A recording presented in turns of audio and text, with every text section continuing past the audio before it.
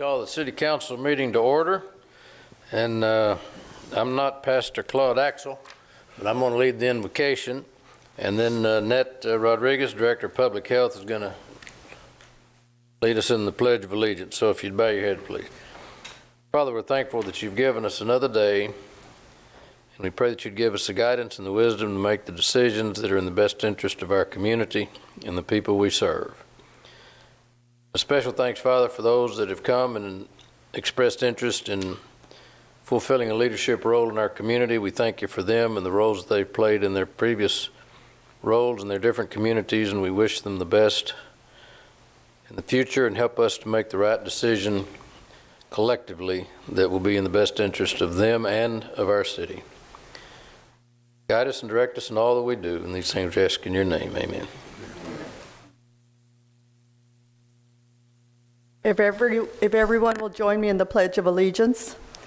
I pledge allegiance to the flag of the United States of America and to the republic for which it stands, one nation, under God, indivisible, with liberty and justice for all. All right, Ms. Huerta, would you be kind enough to call the roll, please? Mayor Joe McComb. Here. Council members Roland Barrera. Here. Rudy Garza. Here. Paulette Guajardo. Present. Gil Hernandez. Here. Michael Hunter. Here. Ben Molina. Present. Everett Roy. Present. Greg Smith. Here. Assistant City Manager Mark Van Vleck. Here. City Attorney Miles Risley. Here. Mayor and Council, a quorum of the Council and the required charter officers are present to conduct the meeting.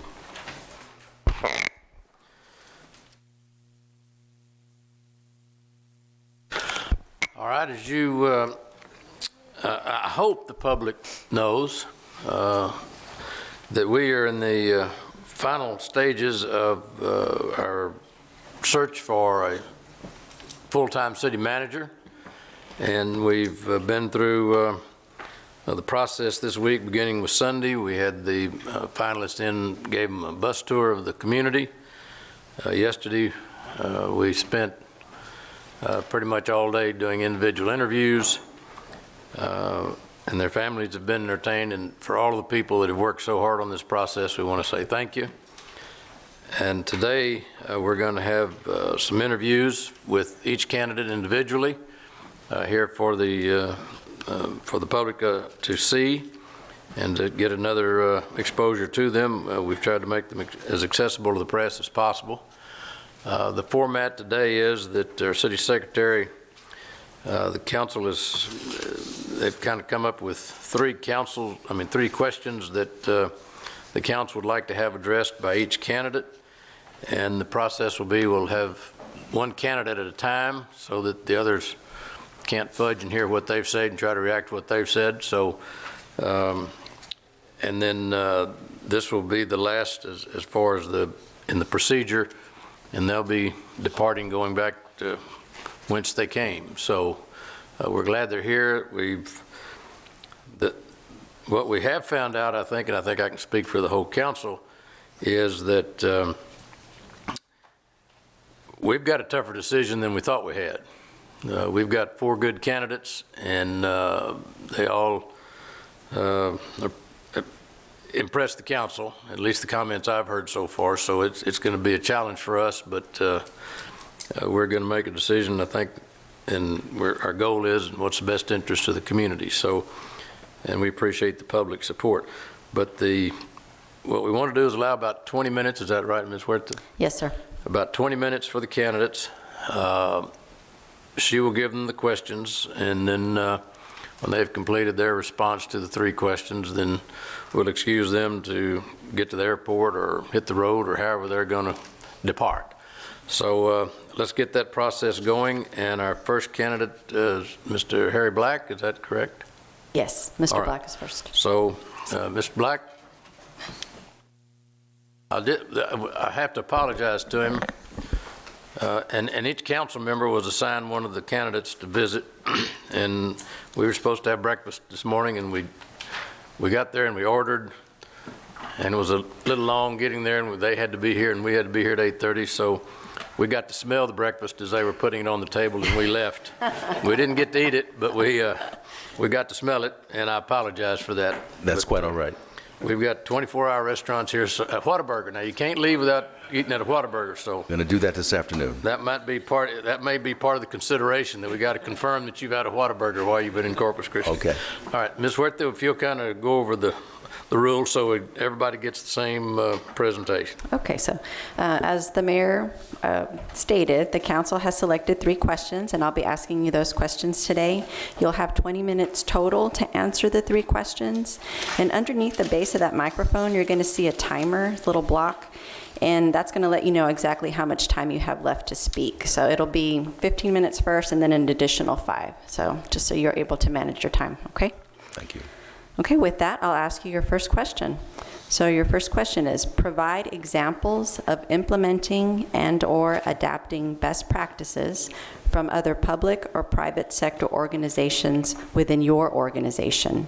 What were the results? Okay, great question. Something that's very important to me, something that I have been Mr. Black, my apologies. Actually, you have an opening statement. My Okay. apologies. Okay, thank you. Thank you. First of all, thank you for the opportunity to be considered for City Manager of Corpus Christi. I want to also thank the city staff for doing such a great job of taking care of all of the candidates, our families. We've had a great time. It's been a great experience. I'm just going to state what you already really know, is that, selecting a city manager obviously is probably maybe the most significant decision that you'll make. You're not only selecting a city manager for the Corpus Christi of today, you're selecting someone who can be that city manager for the city today, while also working with you and the community in moving the city to where it's going to be tomorrow in terms of its growth and development. And I understand the significance of that and prepared for that responsibility. I understand what your priority goals are based on your financial documents, your budget. Obviously, you've got 3 priority goals: water, roads and streets, economic development, and obviously you have multiple sub-goals within those 3 areas. I'm prepared to work and to support those goals, developing strategies and plans, and working with staff to execute and to help you all actualize those goals.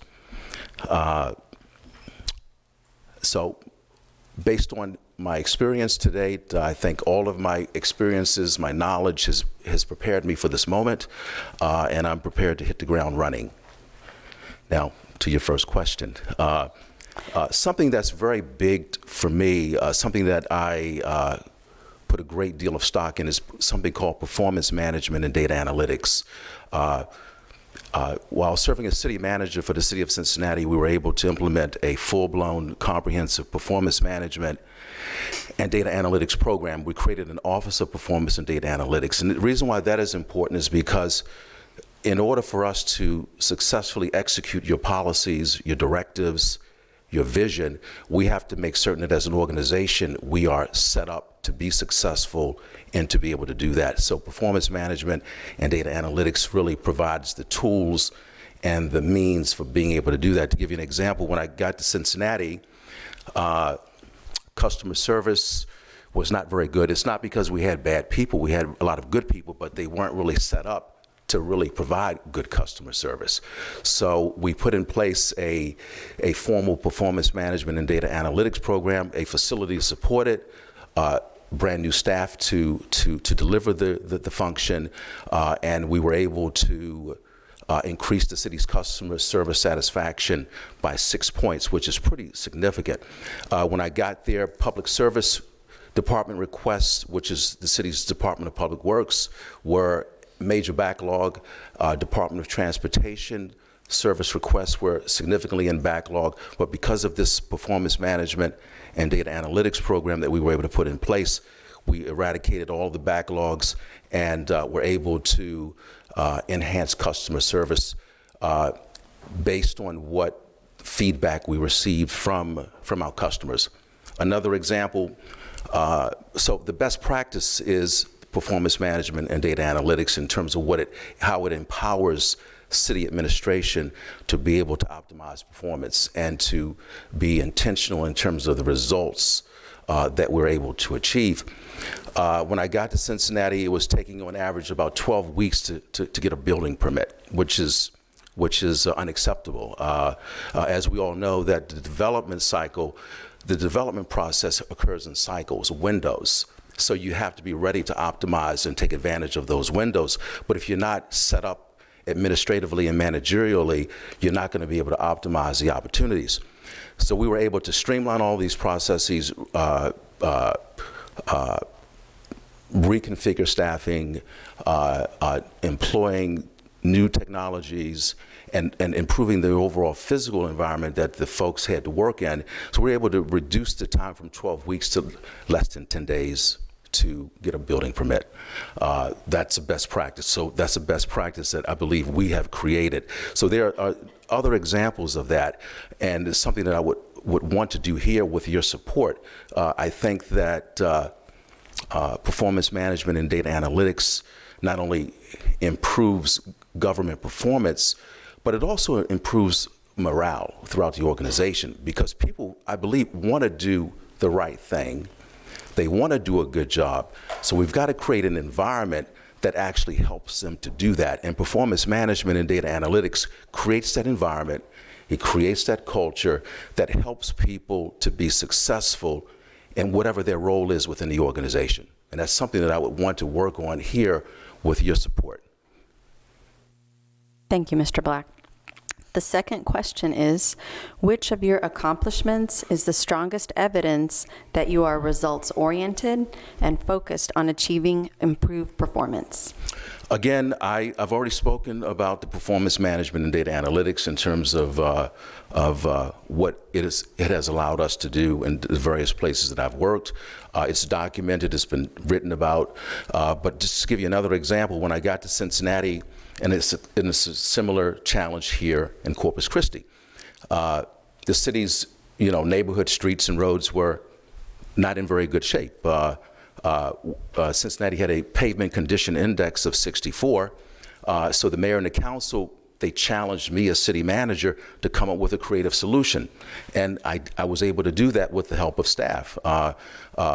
Obviously, the city was, through its annual CIP process, was already doing repaving of streets and roads. But when I got there, they were doing about 80 lane miles of repaving a year and 0 lane miles of preventative maintenance with the existing CIP. So we implemented an innovative financing approach that allowed the city to move from 80 lane miles of repaving a year to 160 lane miles a year, and another 250 lane miles of preventative maintenance from 0. And we did this without impacting the city's debt profile. It did not impact our credit rating. It did not disrupt the existing CIP. We did all of this without touching or reprogramming anybody's part of the CIP. We just overlaid this new program on top of it as a means of accelerating getting more done sooner.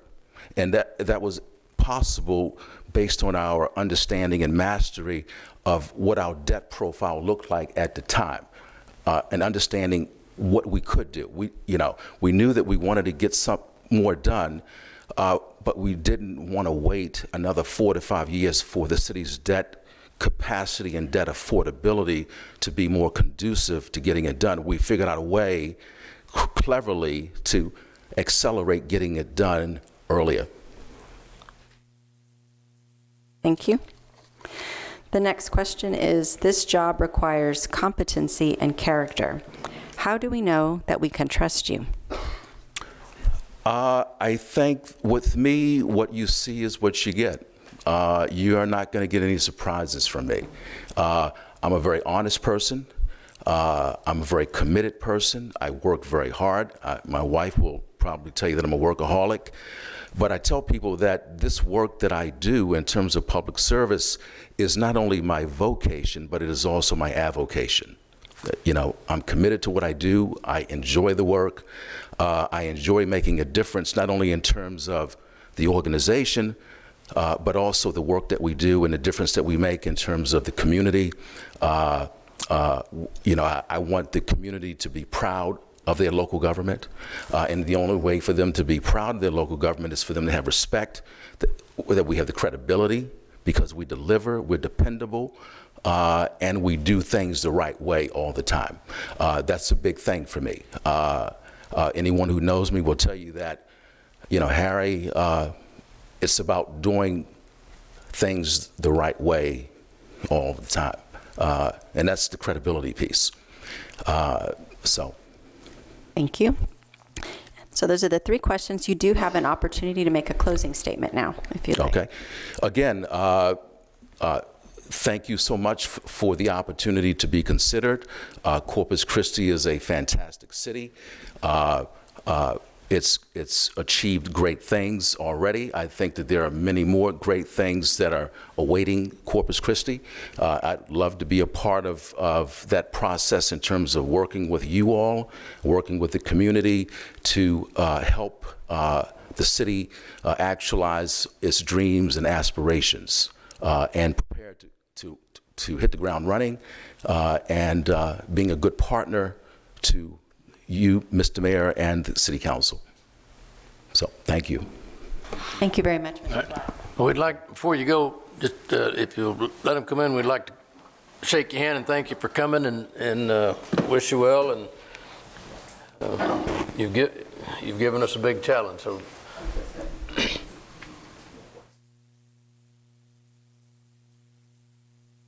thank you. Very nice to meet you. Best wishes.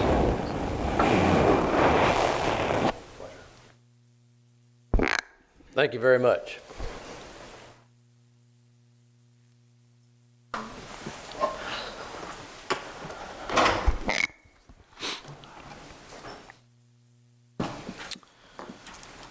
Okay.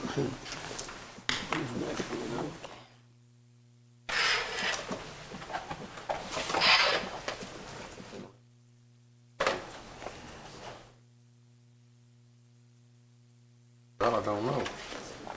Probably right.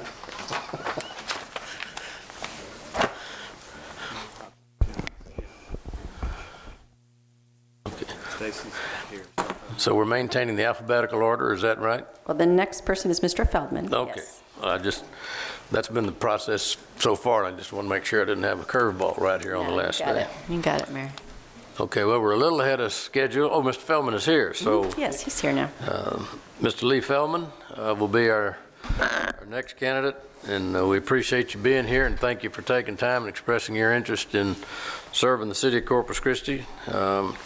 I'll have Ms. Wirt to kind of go over the guidelines with you so you'll know exactly what the rules are while you're here. Thank you very much. Thank you. Okay, Mr. Feldman, the council has selected 3 questions that I'll be asking you today, and you'll have 20 minutes total to answer the 3 questions. In addition, you will be allowed to make an introductory statement. Then we'll ask the 3 questions and have a closing, so 20 minutes to do those things. And there's, underneath the base of that microphone, you're going to see a timer. There's a little block, and that's going to let you know exactly how much time you have left to speak. It'll be 15 minutes first, and then an additional 5 minutes after that. So with that, Mr. Feldman, if you'll make your introductory statement, please. Thank you, Mayor, council members. First, let me begin by thanking you for the opportunity to be considered for the position of your city manager, the city manager of Corpus Christi. On my resume, I indicate that I am a toposcrat. Now, that's a made-up term, but it's a very important term for me because we often think of city managers as bureaucrats. And when you look at the word bureaucrat, it means furniture and the keeper of. And I did not sign up in this business to become the keeper of a piece of furniture, but rather I like to think myself as a toposcrat, topos coming from the Greek meaning place, and krat being the keeper of place. So I like to think of myself and my career as being the keeper of place. During the next 20 minutes, you'll have an opportunity to discuss with me what I can bring to the table here in Corpus Christi as your city manager. You'll see 22 years of progressive experience as a city manager in 3 jurisdictions in the state of Florida. You will also see a career of demonstrated leadership, not only within the organizations I serve, but the organizations that serve local government. The International City County Management Association, of which I was the president of, the National League of Cities, where I have held leadership positions, the National Civic League, which is the proud sponsor of the All-America City Award, which you have a plaque out in the lobby of City Hall, and also agencies such as FEMA, where I served 9 years on the National Advisory Council. However, my proudest accomplishment in my 34 years of local government has been to change the nomenclature of how we do business as government.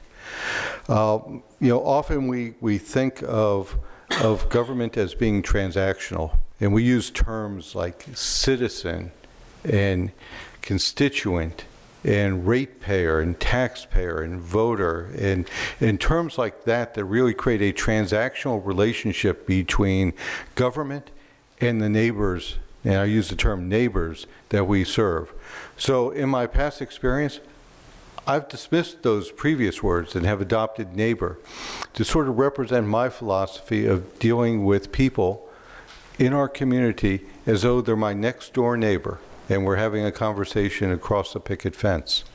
And by having that portrayed throughout the organization has really changed the way that service delivery can occur. I've also adopted a very simple mission. Now, all departments in the cities have missions. The police department is commonly to protect and serve, and the fire department is to provide suppression service and quality medical service to those in need at the time. But the commonality of a mission is important for an organization in order to break down those silos. So the mission I have adopted for cities is we build community. And that's what it's all about, building community for our neighbors. I've also learned during my career that we have an intrinsic responsibility to leave no neighborhood behind. And I stress that because a city can only be as strong as its weakest neighborhoods. And by bringing those weaker neighborhoods up creates prosperity for the entire city. As for my management style, you'll find that I'm all in.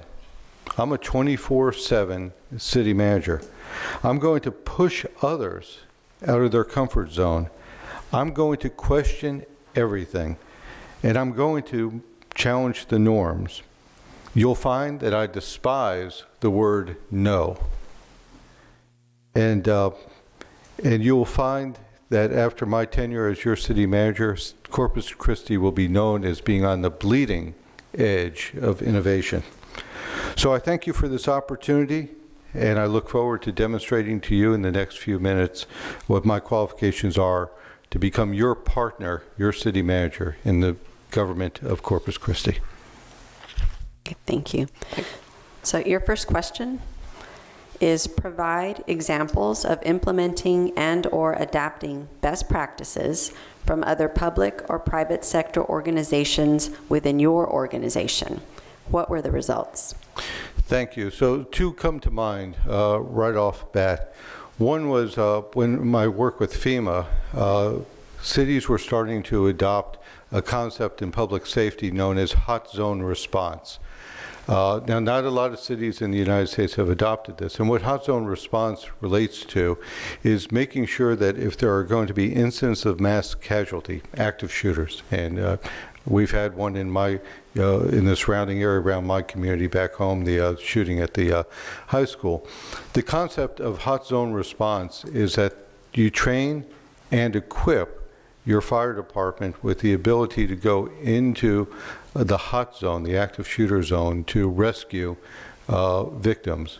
The average person will bleed out if they're shot in 6 to 8 minutes. And when you just stand and wait for the all clear from the police department, you're going to have more victims than you're going to have survivors. So the idea that FEMA was pushing forward that we ultimately adopted in Fort Lauderdale was the idea of hot zone response, equipping the fire department with the proper equipment, equipping the police officers with tourniquets and quick clots so that they can tend to victims right away, so you have more survivors than casualties. A second concept is the use of procurement cards. Very popular in cities, but not necessarily used to be in the most effective means. Taking a procurement card, which is like a credit card, you get a rebate, cash rebate, just like your Discover card on there. Using a P card to make major purchases of a city will really enhance that rebate. When I got to Fort Lauderdale, they were using it for the incidental, the Home Depot, the Lowe's purchases that would bring in about a $30,000 rebate.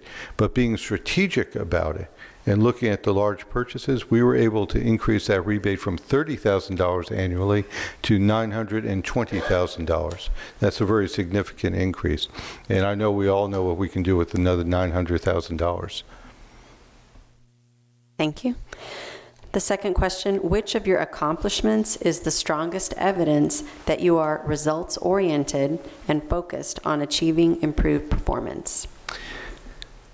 So in my last two cities, Palm Bay and Fort Lauderdale, I've adopted what we call the performance stat management system, and that is a system that was originally employed in the City of New York Police Department. And then ultimately in the state of Maryland was another good example of that program. And that's where you set performance measures and measurements, and you bring your senior staff together on a regular basis to start reviewing those performance metrics and finding out where you have obstructions. And how do you get around those obstructions in order to achieve the performance goals? And those have to be regular structured meetings. But the proudest accomplishment I have was the actual adoption and certification of the ISO 9001 certification, which is usually a quality continuous improvement certification that is reserved for the private sector industry. A lot of the refineries and businesses here in Corpus Christi have 9001 certification. There are two municipalities at the time that we were adopted, City of Dallas being the other one, that had adopted the 9001 format. Not easy to get, a lot of restructuring of how we did business, but ultimately it created a system of continual improvement for the city.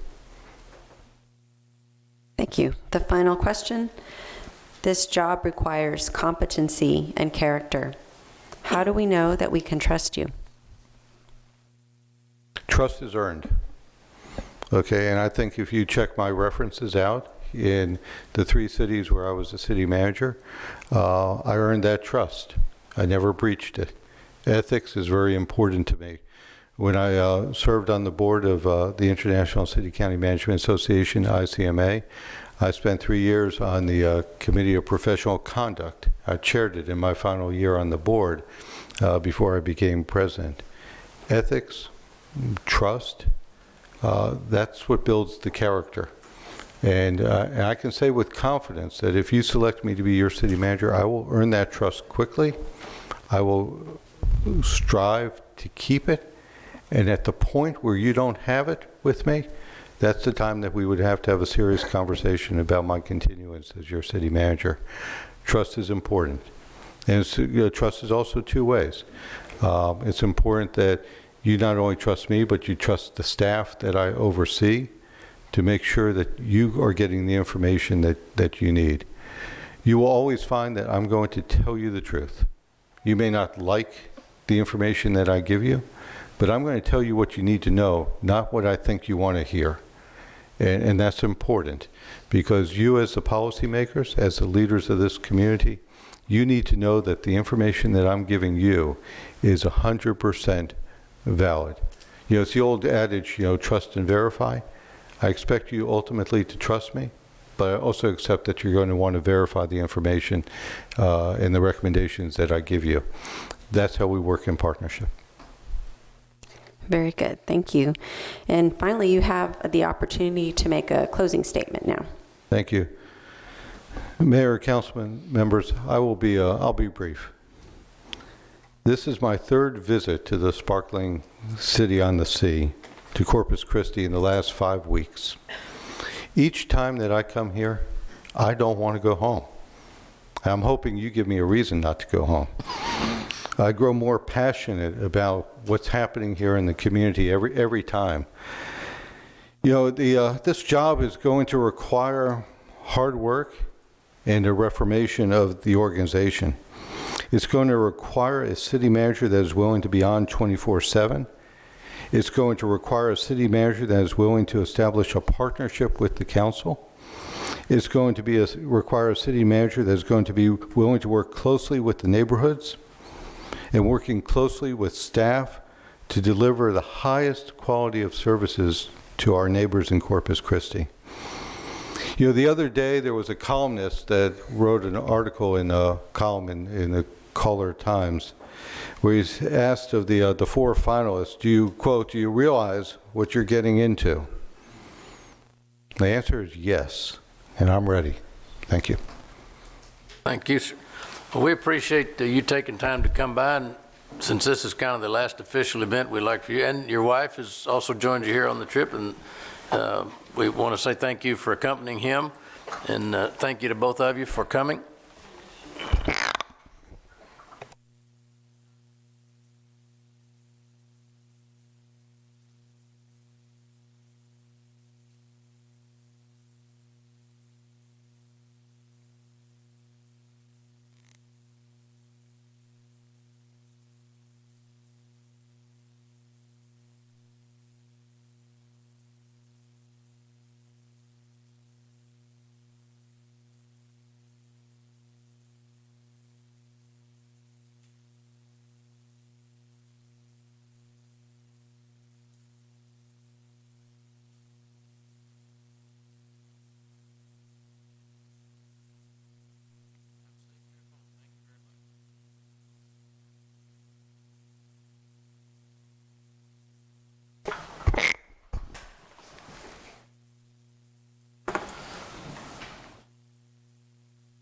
All right, well,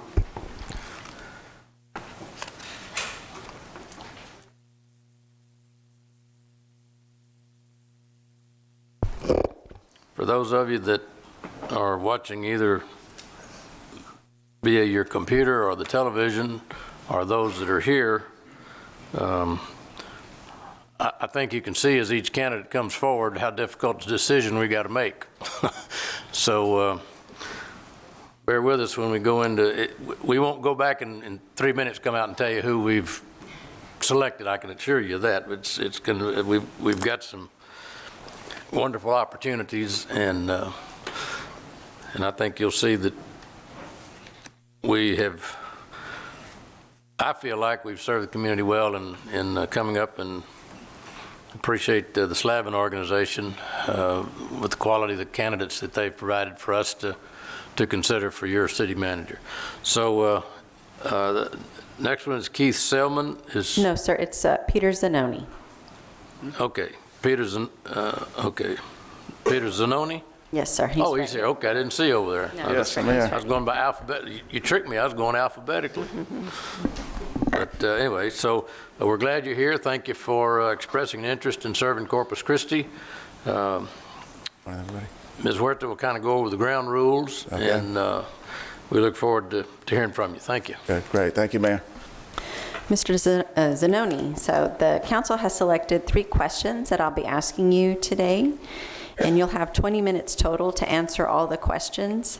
In addition, you will be given an opportunity to make an introductory statement and a closing. So it'll be introductory statement, questions, and the closing within that 20 minutes. Okay. Underneath the base of that microphone, you're going to see a timer, and that's going to let you know exactly how much time you have to speak.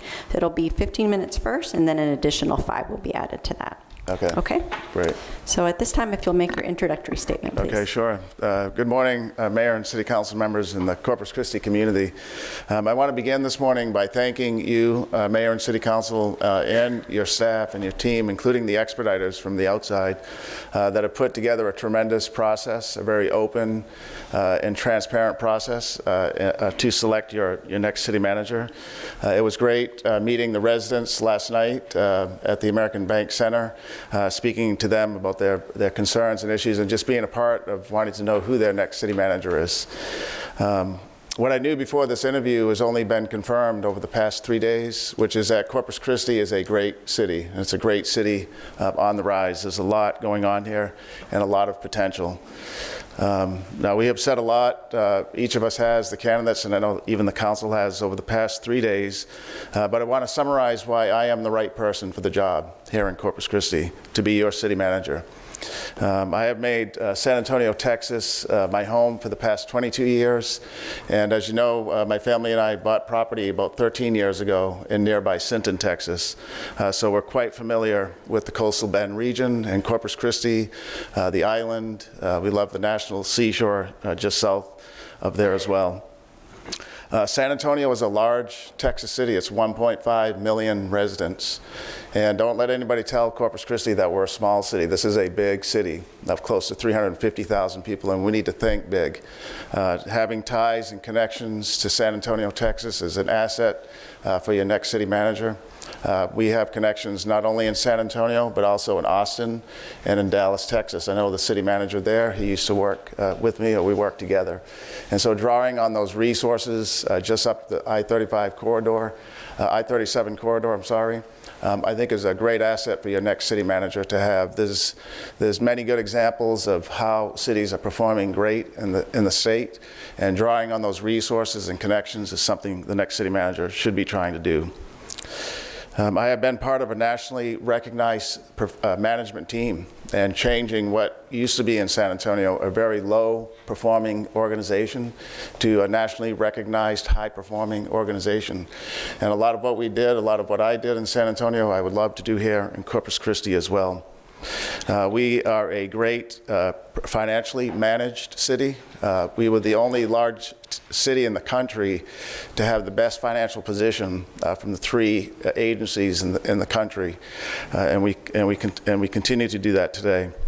I will set clear expectations for the staff here, for the organization. That's one of the key jobs of city manager. We have been able to do that in San Antonio, and the result is we have been able to complete project after project in the city, which ultimately is benefiting our residents in San Antonio.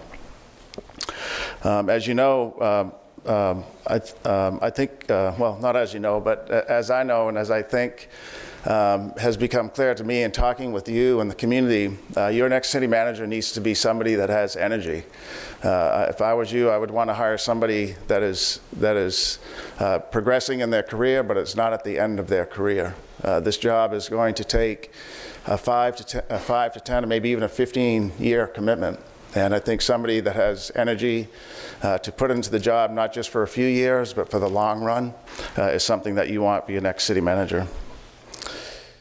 Mayor and Council, I'll conclude now so you can ask your questions, but as your next city manager, I will serve you and the community to improve our city services, to include what we've heard a lot about, our street maintenance and some of our infrastructure, our public safety, our emergency preparedness as well, while at the same time, though, reducing waste and building a strong professional team. As your city manager, I look forward to working hard every day to make Corpus Christi a beautiful place, or continue to be a beautiful place for families to raise their children and to be part of the community. Thank you. Thank you. Your first question, provide examples of implementing and/or adapting best practices from other public or private sector organizations within your organization. What were the results? Okay. Let me take one example that we talked a little bit about yesterday, which is our development services department. And in San Antonio, development, just as here in Corpus Christi, several years ago was on the upward trajectory. And developers were anxious to develop and to create new housing, new commercial development, new entertainment for the residents. Unfortunately, the city's of San Antonio's development services department was not enabling that development to take place. Time and again, myself, and I was the budget director at the time, and the manager heard that the development Services Department was a stop to development happening. What we did is we looked nationally at what are the best practices. We looked at, I know you have it here already, but we looked at the funding mechanism at the time. The fund was in the general fund. And so we had a task force that was put together by the mayor and the council, and it included stakeholders from the community. And we looked across the country and listened to the private sector and said, what is the best high-performing development services department? And using financial models that others had used, we implemented that in the Development Services Department. We put in response time targets for staff to meet. We put in teams that could help expedite development. And in the end, what we received, or what we had after some time and some implementation, is what has been recognized as a top-performing development services department in the country. And so we didn't do that on our own selves, by our own selves. We looked at, just as the question was what were the national best practices? Who could we talk to? How could the financial modeling be set up so that it could be more efficient?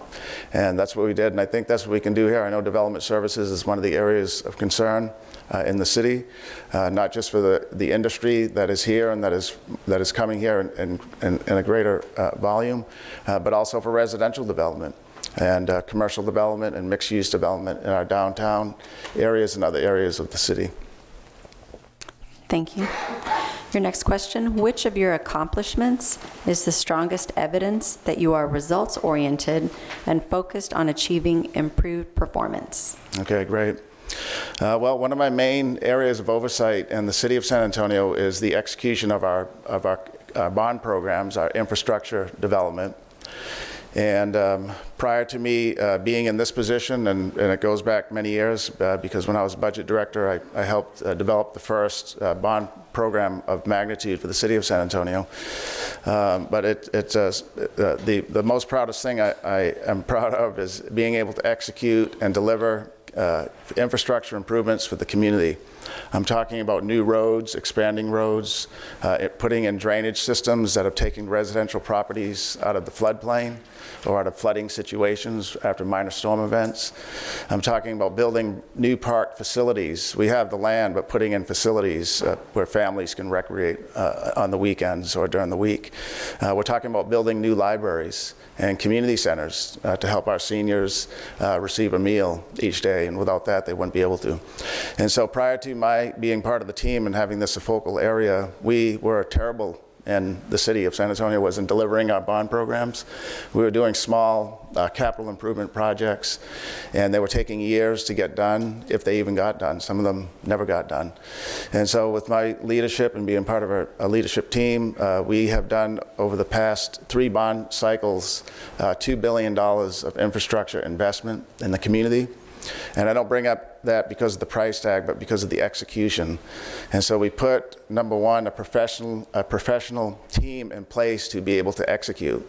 It's one thing to have a big bond program, but it's another to be able to execute. And so if you don't have the staff in place and the internal organization in place, you can have the biggest bond program you want, but we have to execute. And so that's what we've been able to do. Execute on time, within budget. None of our bond programs have been over budget. Every project has been, or every program has been within budget, on schedule.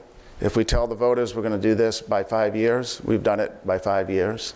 And that is evidenced by a 3-time repeat at the polls of a very high voter approval of the bond programs. And then with quality improvements. We want quality improvements for the community, and no matter what we're doing, whether it's a road program, a facility, so having quality oversight and making sure our contractors who deliver the majority of the bond program are being held accountable for what they're supposed to do. That is one of the greatest accomplishments I think I've done in San Antonio. Thank you. Your last question. This job requires competency and character. How do we know that we can trust you? Right. Well, you can talk to some of my colleagues in San Antonio on trust, but I think in this role as a public servant, I would not be here today if I didn't have trust as a key cornerstone of myself. I grew up in a large family, and our word meant more than anything. And so being able to trust what I'm telling you today is something that's critical. I think if we talk to some of my colleagues and family and other associates, they'll tell you, you can trust me. When I put out my hand to tell you I'm going to do this, I do it. And so I think by the actions and just by the fact that I'm here today, can demonstrate the fact that you can trust me. Thank you. So at this time, you can make your closing statement. Sure. So Mayor and Council, again, thank you very much for the open, inclusive, and very transparent process. It's been a great honor to be considered a finalist for this great city. My family and I, who you have had a chance to meet, and we're glad to be here for the past 2 days. Call San Antonio home, but we know very well the coastal Bend region. And it is clear to me, and clear not just because of the last 3 days, but from knowing the region well, it's clear that this is a very important time to pick your next city manager. The city is noticeably on the rise, and the opportunities are unprecedented here for families and businesses. As you know, I have direct experience in being part of what is now a nationally recognized management team that has changed the culture of our city in San Antonio. We're also a prudently and best practice financially managed city, and that's important. The headline in some of the papers today was about the legislative work in the Senate yesterday, where we're talking about revenue caps. And so being able to balance our financial resources is a critical job of the city manager, and I have experience in doing that. I want to help you improve our streets and public safety, our parks, our beautiful downtown on the bay, the neighborhoods that we have spent time in, and I have over the past decade, and its development services operations. It would truly be a privilege, I think more than anything else, to serve the people of Corpus Christi, Texas, you included. And finally, I look forward to your decision, and thank you. Well, thank you very much, and we'd like to again express our appreciation for your expression of interest in serving and submitting your name. And we want to come by and thank, I don't know whether your wife or the kids joined you today. Well, they're in school right now, so. Oh, yeah. man. They wanted to stay one more night, but I sent them back last night. Yeah. Man, what a mean I told father them they you couldn't are. Yeah. They couldn't get out of 2 days of school, so. Well, anyway, you got a beautiful Yeah. family. No, and, thank you. But if we come by, we just want to Okay, thank sure. you again for applying and say thank you for your time and your interest. Thank you so much.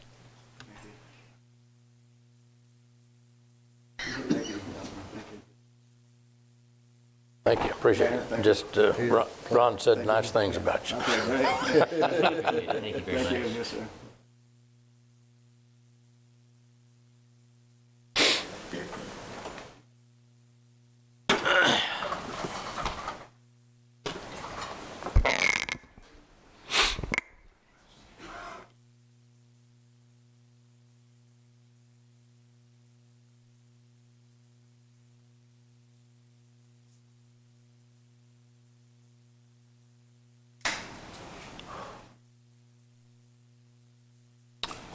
Okay, we want to guess Keith here somewhere. You see what I mean? It's not going to be an easy decision. But then, hey, that's what we get the big bucks for, right?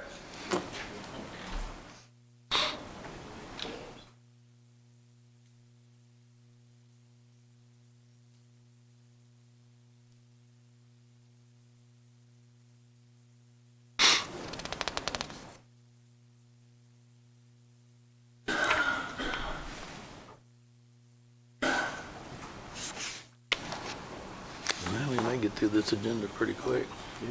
Yeah. Because we're not supposed to be, we've been an hour ahead, so we can get a lot done between them. These sessions are open.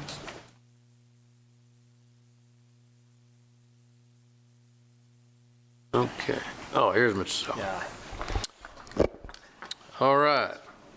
Our fourth candidate is Mr. Keith Selman, and thank you for being here, and we want to thank you very much for your service on this interim that you've done over the last several months. You've kept us moving forward, and we are deeply indebted to you for that, but I think by just the nature of the fact that it's interim, you know at some point that period was going to stop and there'd be a new period. So we appreciate your expressed interest in continuing. And so we'll go through our final step here. And again, thanks so much for what you've done and your continued interest in our community. Ms. Huerta will kind of go over the game plan and the guidelines, and then we'll go from there. So thank you. So the council has selected 3 questions that I'll be asking you today, and you'll have 20 minutes total to answer the 3 questions and also to make an introductory statement and some closing remarks. So introduction, 3 questions, and the closing remarks. There's a timer located underneath the base of the microphone, little black box, and that will let you know how much time you have left to speak. So it'll be 15 minutes first and then 5 minutes after that. Okay? All right, so if you would begin with your introductory statement now, please. First of all, thank you, Mayor. Thank you for those words, and I want to thank the council for your support of me during that interim role. When someone would say the city manager, I made it a point to make sure that people knew that I was not the permanent city manager, that I was fulfilling a role as interim city manager, but this council supported me in that capacity, and I want to give my personal thanks to you, the council. The other thing is it's really just an honor and a privilege to be here.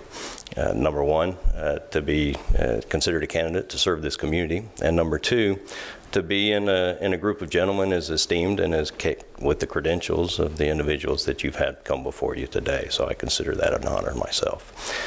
So with that, Mayor, I'll just go right into the questioning. Very good. Your first question, provide examples of implementing and/or adapting best practices from other public or private sector organizations within your organization. What were the results? Well, I'm gonna use an example of something that I would like to see done. One of the things that we're most concerned about here is our roadway system. The roadway system in our community, and everyone knows it, we've fallen behind in our maintenance of our roadways. It's come up in our bond issues and continues to come up on our taxing and those efforts to enter into a maintenance program. In defining a maintenance program, I believe we should separate out, following a TxDOT model. TxDOT establishes a policy to determine what percentage of their roadways they want in good condition.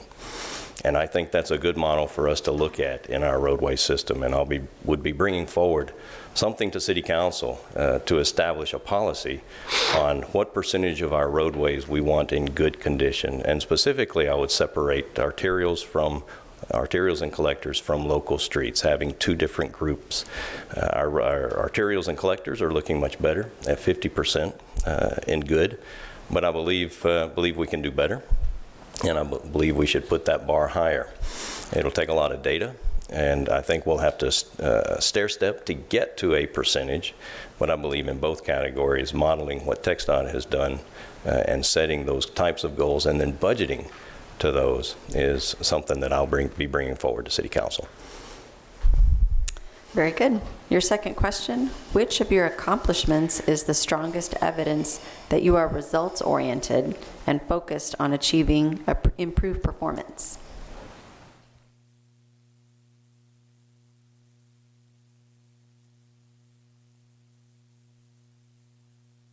I believe that morale has a lot to do with that, and I believe our core beliefs as public servants is key to that in this capacity. The team that is here at the City of Corpus Christi, over 3,000 employees, they have a desire, many of them have a desire to serve the public and to be public servants. We talk a lot about customer service, but I believe public service is a little bit higher bar. And public service, the reason I believe that, customer service is what you get at McDonald's. When you go into McDonald's, you get customer service. But everyone that walked into McDonald's did so because they did it by choice. Most of the people that come to engage with their local government do so out of necessity. And in my sense, raising that bar to public service will improve results, and it'll also build that morale. Building the morale is key in the organization. Very good. Your final question. This job requires competency and character. How do we know that we can trust you? Well, I could almost answer that in one sentence. You've observed me for a year. You know how I behave in certain circumstances. You know how I'll react. You've seen me in crisis and out of crisis. I've worked with council members in achieving your individual goals as well as collective desires and goals. And I won't change in that respect. You have seen who I am. You know who I am. Thank you. At this time, if you'll make your closing statement. Oh, thank you. Mayor and Council, I really want to, first of all, applaud this process. I think this is a healthy process. It's a good process. It was a process that needed to occur, and I'm glad that the Council chose to do this. You have before you some very good candidates, and you've seen that as you've gone through this interview process. Men that are capable of leading this team and your team of staff. And I'm just privileged to be in that group, and I applaud this effort that brought these individuals before you for a decision. I also want to speak to our staff and the team. I want to give them thanks. Thanks for the support that I have received from the staff throughout this organization. And I would anticipate and expect the men and women of this team to give whomever you select that same support. And I know that they will. And then finally, it's been a real privilege to be, well, not finally, I got 10 points here. No. It has been a privilege and an honor to serve this community in this capacity as the interim. It truly has. And I'm thankful for that opportunity.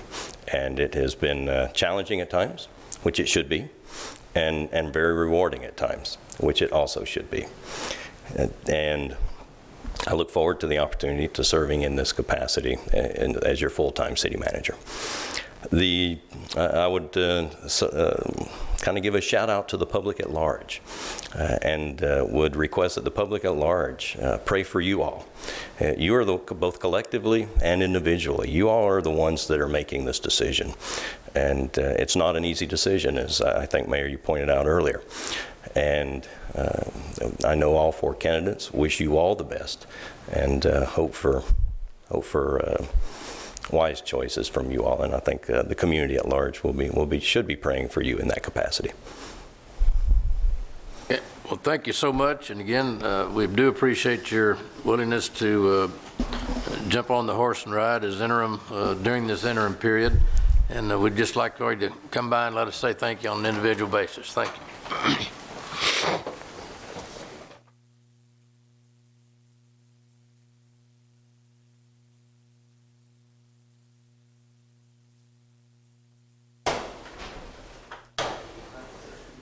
I know I got to move on. Thank you.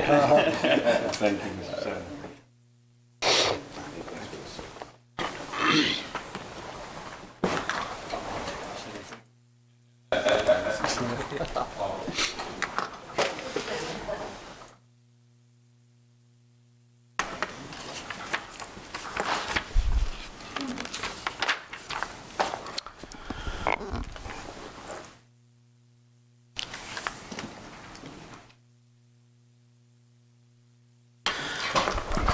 Okay, I believe that concludes the Yes, sir. interview It does. portion of the city manager process.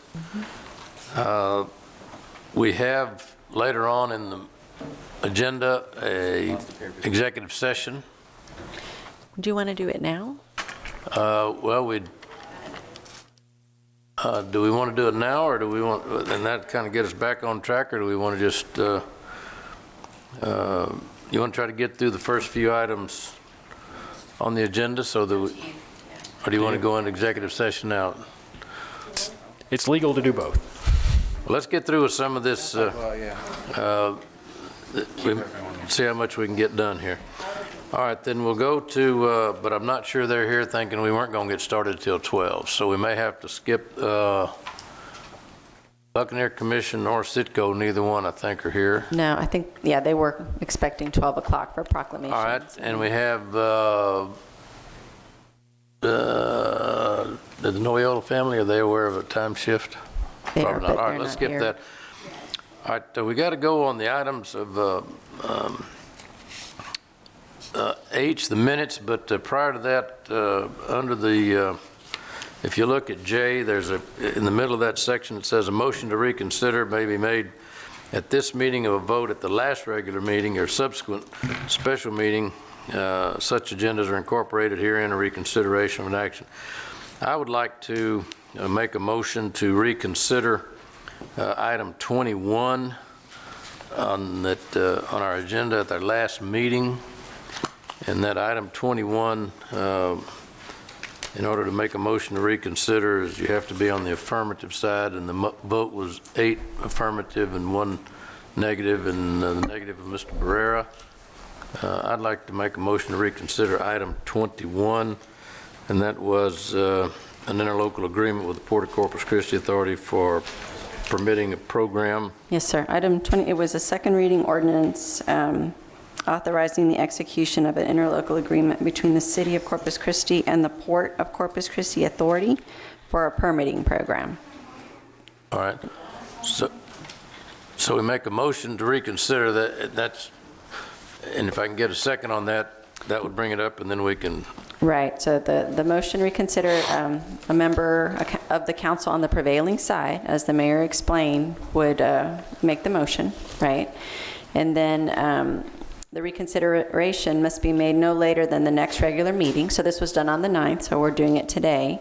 And it requires 2/3 vote of the council to pass. So we will need 6 votes once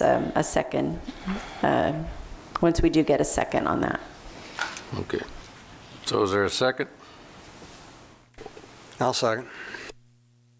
Okay, there's a motion and a second to reconsider item 21 off of agenda of the August 9 meeting. All in favor? April 9th. Excuse me? April 9th. I thought you What did said I say? August. April. All right. Any discussion, or there's no much discussion on a reconsider, is there? You just, Well, there can be if there's questions about it. But if there's no discussion. Well, I guess I kind of want to know, I would like to hear some discussion as to why we're reconsidering the item. well, after reading it and the implications of it, I asked and got a little clarification, and I don't know that I really thought it through at the full time, but what we're basically doing is waiving the building permit requirements and all the other requirements for the Port of Corpus Christi to build their office building, and I guess on any other property they have, the way the ordinance is structured.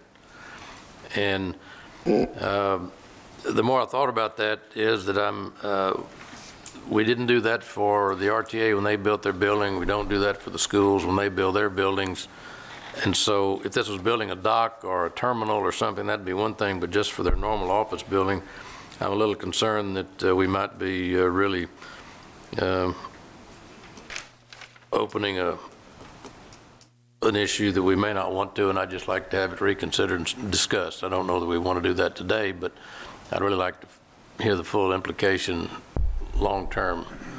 That's the purpose for the reconsideration. Okay, I mean, I'm willing to discuss it for sure. If I Do we need a may, vote? Do we need a vote? Yes, in order to consider it, we need to listen to discussion, vote. okay? All right, let's take a vote then. Okay, so for passage of the motion to reconsider, Councilmember Mayor McComb, Aye. Councilmembers Barrera, Aye. Garza, Aye. Guajardo, Hernandez, No. Hunter, Aye. Molina, Aye. Roy, Aye. and Smith. Aye. Okay, so the motion to reconsider passes, so now we're going to discuss the Well, second I'd like reading. to, if I could, since it wasn't on here and I don't think anyone was really prepared to do it, I'd like to make it that we move it up to the next council meeting, or when the agenda would allow it at a future meeting as quickly as possible to get it resolved. If I may, Mayor, this may cause delays in their project, so I just wanted to let you know that that could potentially cause a delay of their office building. The other thing I wanted to add is that when we first initiated dialogue regarding a potential interlocal, essentially they wanted an exemption from platting. And in fact, years ago, the city had permitted the Ortiz Center on an unplatted property. As you know, with our charter, it prohibits us from issuing a building permit on unplatted property. And so that's how this discussion was originated. We looked at other agreements that cities had with their ports. One such agreement was Port SA in San Antonio, where they did have a mutual agreement related to permitting and platting. I know that Councilmember Barrera had asked about the permit fees, and I did have an opportunity to look into that, and if I may, I'd like to go ahead and report on that. Essentially, because it's a political jurisdiction with ad valorem tax exemption, that they would receive if they came in for their permit fees, they would receive a 50% discount on their building permits. So with, estimating about a $20 million project, they would be paying around $108,000 or around $112,000 if you include the platting fee, if they were to come in and plat. So that's the revenue. But, we're anticipating other large projects this year. We're anticipating the Mary Carroll High School project. That's, looking at about a $70 million valued project. We have the Miller High School renovation. We have some apartments. We have a Hampton Inn coming in on the island. We have possibly an orthopedic hospital that, you authorized the zoning for that recently. So we do have other, commercial and other projects coming online. So I just wanted to keep you informed on that. So that's why I'd just like to have a discussion. I don't know what the end result will be, but I don't know that a week is going to cause them a lot of heartburn. I mean, we've been told the Harbor Bridge is about 6 months behind, so we're going to live with that. So I think a week's delay, in my opinion, wouldn't hurt to get a real full understanding of this. I mean, I'm just talking about fairness to other governmental entities. I mean, you talk about schools and some of these others.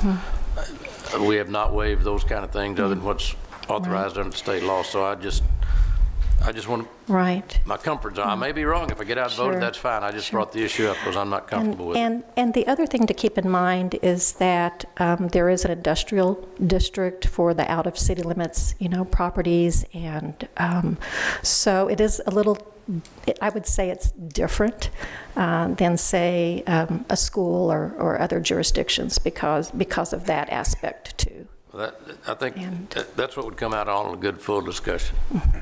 If it's, I'd make a motion that we schedule it for the next council meeting, and if it goes, fine. Mr. Hunter?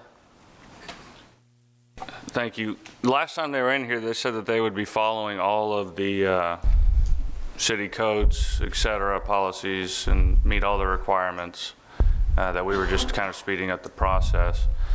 Now, if we were to issue the cost of $108,000, which is what it would take for all these permits to go through, and just allow them to continue on but implement the cost, is that possible? Or do they have to go through the permitting process? Well, I'm assuming in the interlocal agreement, you would be assessing a fee based on valuation, something similar to our permitting process. Well, that's something we could discuss with them. Okay, thank you. Mr. Garza?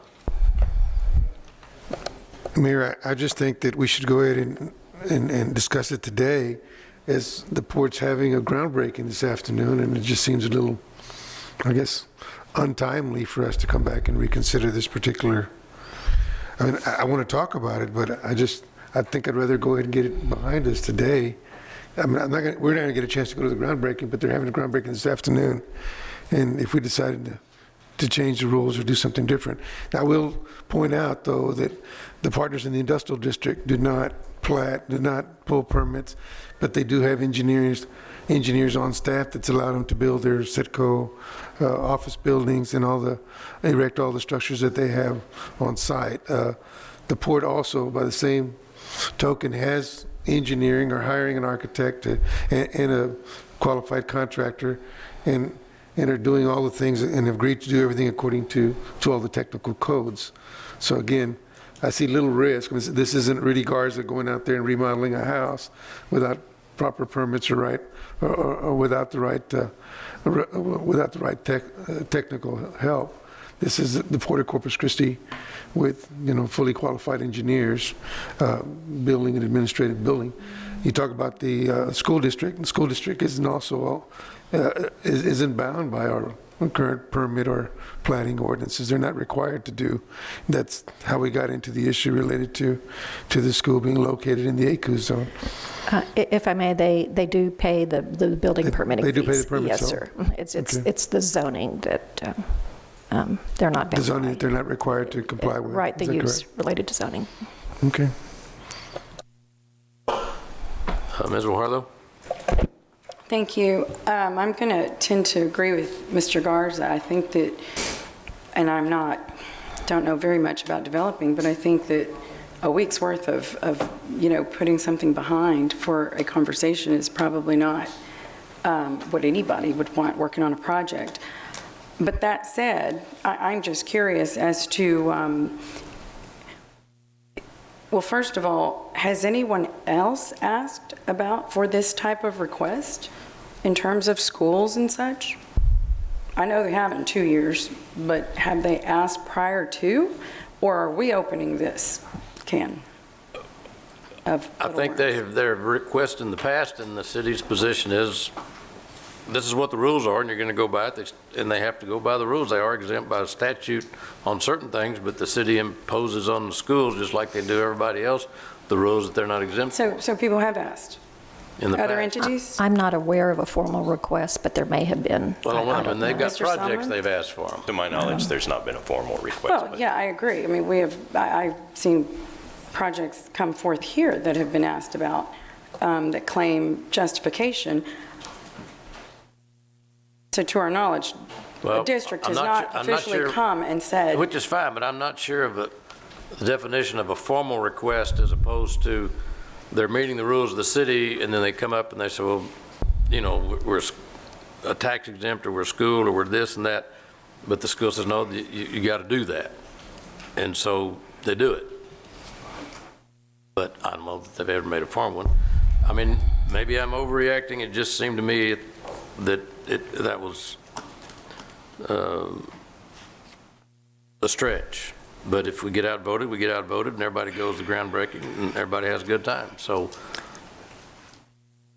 okay, my next question is this typical of ports or government entities to request or to have with a municipality? I have not done an assessment of all ports, but I know that we do have the example with Port SA, where they have an interlocal related to their process. This particular agreement, Mayor, was modeled after the San Antonio agreement with their port. well, that makes it special. Okay. Mr. Smith? Thank you. Ms. Nina, the $108,000, how much of that is plating fees? I'm sorry, how much of it? Of the $108,000 that we're, wouldn't be getting, how much of that is plating, permitting versus plating? Okay, so plating, I'm estimating about $4,000 for the plats, so we're looking at probably $112,000 with the plating. Okay, so the balance is, I completely understand what the mayor's saying, but I'm like Mr. Garza and Ms. Guajardo, that we're pretty far down the road on this. I wasn't aware that they were having their groundbreaking I wouldn't either. today. But that's fine. Yeah, but it is a bad precedence, I think, that we're setting here on it, that we're singling one outfit out for special consideration with it. A lot of people have engineers that with it, and I think we all ought to be held by the same standards, but I think we should have brought this up a little earlier, so thanks. Mr. Barrera? Thank you, Mayor. Once again, I voted no simply because I candidly, and I had voted on the first reading yes, and it never occurred to me the loss of revenue.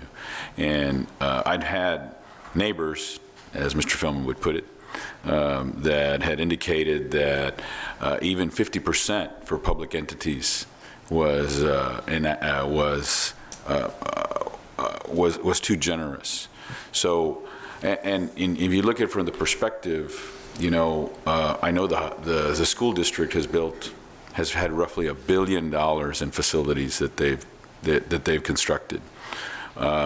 And that's my concern. Obviously, Del Mar is continuing with their construction. I know personally that the RTA's permit fees were in the neighborhood of about $170,000 to $180,000, and once again, that's 50% of the fees. So I, along with the mayor, that was my concern, and that's why I voted no. You know, I understand where we're at today. I mean, I'm prepared to debate it today, but unfortunately, if we debate it today, we're not going to allow Ms. Nixon Mendez to, to be able to have some information for us as to what's been the precedence, what's perhaps the loss of revenue, what revenue we would have lost if we lose it with other agencies. And therefore, I don't know that we'd be able to have a good debate with all the facts, other than the fact that we'd be setting a precedent, and all these other public agencies would be requesting the same type of interlocal agreement. Thank you, Mayor. Mr. Hernandez? Okay, maybe you can help me understand this correctly, because I had an understanding of how public entities worked. The reason school districts and followed our platting and policies, they didn't have to, but they did for their bonding requirements. Is that correct? Do they have to go through the permit processing right now? Yes, they have to go through the permit processing and they have to plat. Okay, for us. I mean, because they can ignore our zoning, but they're required to do this now. That is correct. Okay, so I had a misunderstanding of that. But so you're only aware of the agreement with the San Antonio port, the inland port. Is that correct? That's correct. I was aware of that you're one. not familiar with any other scenario? I did not conduct a statewide research or nationwide research related to that. Okay. Thank you. Mr. Roy?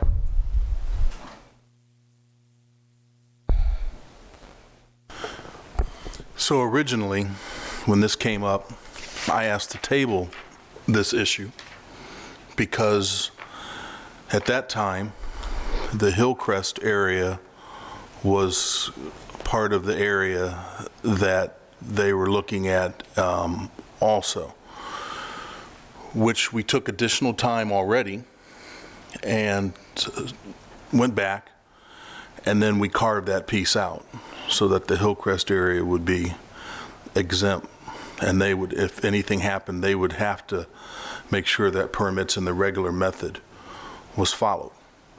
So we've taken additional time and we've looked at this issue already, and I am having a little bit of a problem that now all of a sudden we're coming back and we're wanting to revisit this again with a further issue at this late date. I'm not necessarily saying I don't agree, but I think that we're certainly off on the timing on this. But the area of my concern was taken care of because I wanted to be able to protect the Hillcrest area in terms of the future. So that's where I'm at with it. Okay. Well, I've got a motion there, and I think in our enthusiasm, and we want to be cooperative with the port, I think we really did not think through the unintended consequences, and in thinking of it, that's what my motion to reconsider is, for us to get an opportunity. And they can go ahead and have their groundbreaking if they need to today. That's not a problem. But anyway, that's the motion that we What's do a it. motion to table, right? You wanted to table the second reading until Next week. April 23rd, next week, Until the next meeting. next Tuesday. Now, if it passes, it passes. If it doesn't, then I guess the passage on the 9th then would be confirmed, right? I think we still have to vote on it on a second reading. We either vote on it again, so, well, let me see. I would do your motion to table first, see what happens, and then if not, then we would just vote on it again, the second reading ordinance as presented. Well, the second reading was on April the 9th. So if the Right, but motion- when if the motion to since we're reconsider fails, reconsidering, it's passed. well, motion to reconsider brings the question before the body again. So Okay. what happened is now we have a second reading. So it's like we didn't pass it. So what's before the body right now is the second reading ordinance to approve this agreement. That's what's before. So my understanding was you wanted to table that second reading until the 23rd. That's the motion you made, but it wasn't seconded. Okay. Mayor, Yep, Ms. Worther. just a quick question. So we've not discussed this conversation at all with the port, anyone at the port? No.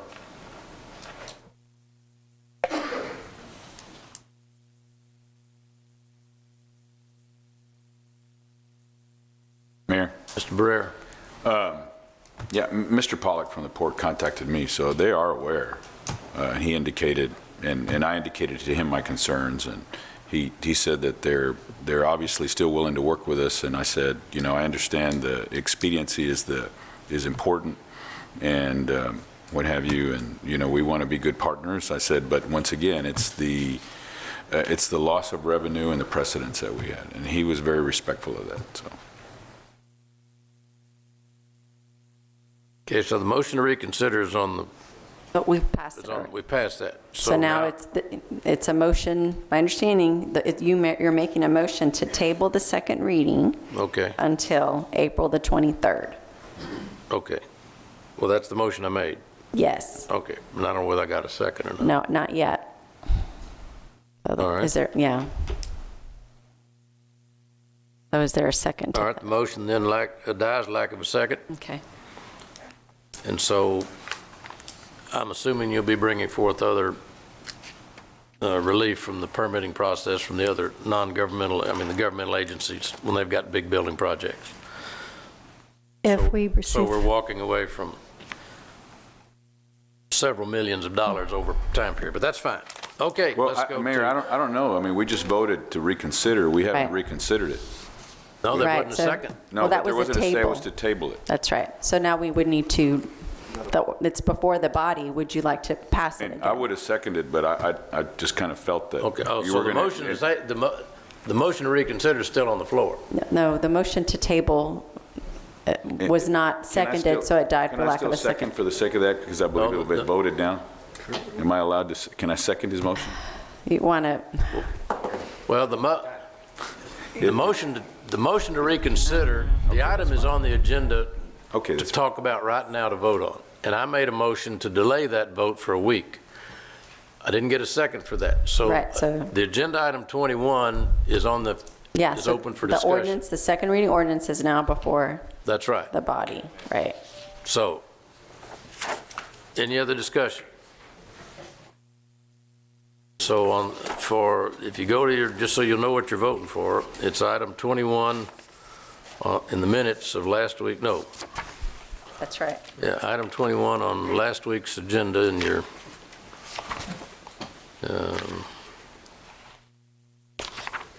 For the 9th, and the minutes for the 9th, that's where it is. man, I'm on, let me see, I've got my, where is it here?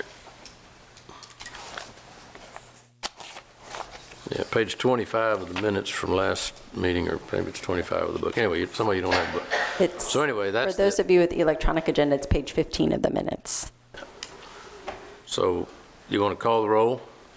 Well, we got, Well, there's no motion, so is somebody making a motion to approve item 21 as presented, or? Okay, so what's happening, we've reconsidered item 21, which was on the April 9th agenda. Right. I'll make a motion to approve as So we're just going to approve it. Okay. second. Mr. Molina is seconding. Mr. Garza, do you have a question? Yeah. I do have a question in terms, We're just going back to it. All right, Okay. now, I do have a question in terms of procedure. Okay. Okay, the first deal is he's making a motion to approve. No. Right, and we've already passed and we've already approved the action. Right, but We were asked to consider, so we could, just for debate purposes and just to be able to discuss it, the possibility of changing our vote or changing our action. You were saying that that was going to require a 2/3 vote. which it received. So again, if he makes the motion to approve, does that just require a majority vote? Or if we hear a motion to reject that action or to change our position on that action, does that require a 2/3 vote? I mean, that's what I'm trying to clarify right now. So just to pass it, now that it would require a majority vote. Okay, all right, that's fine. I'll second the motion. all right, so there's a motion on the floor to approve item 21. Okay, so on we've the got a second, yeah. April 9th agenda.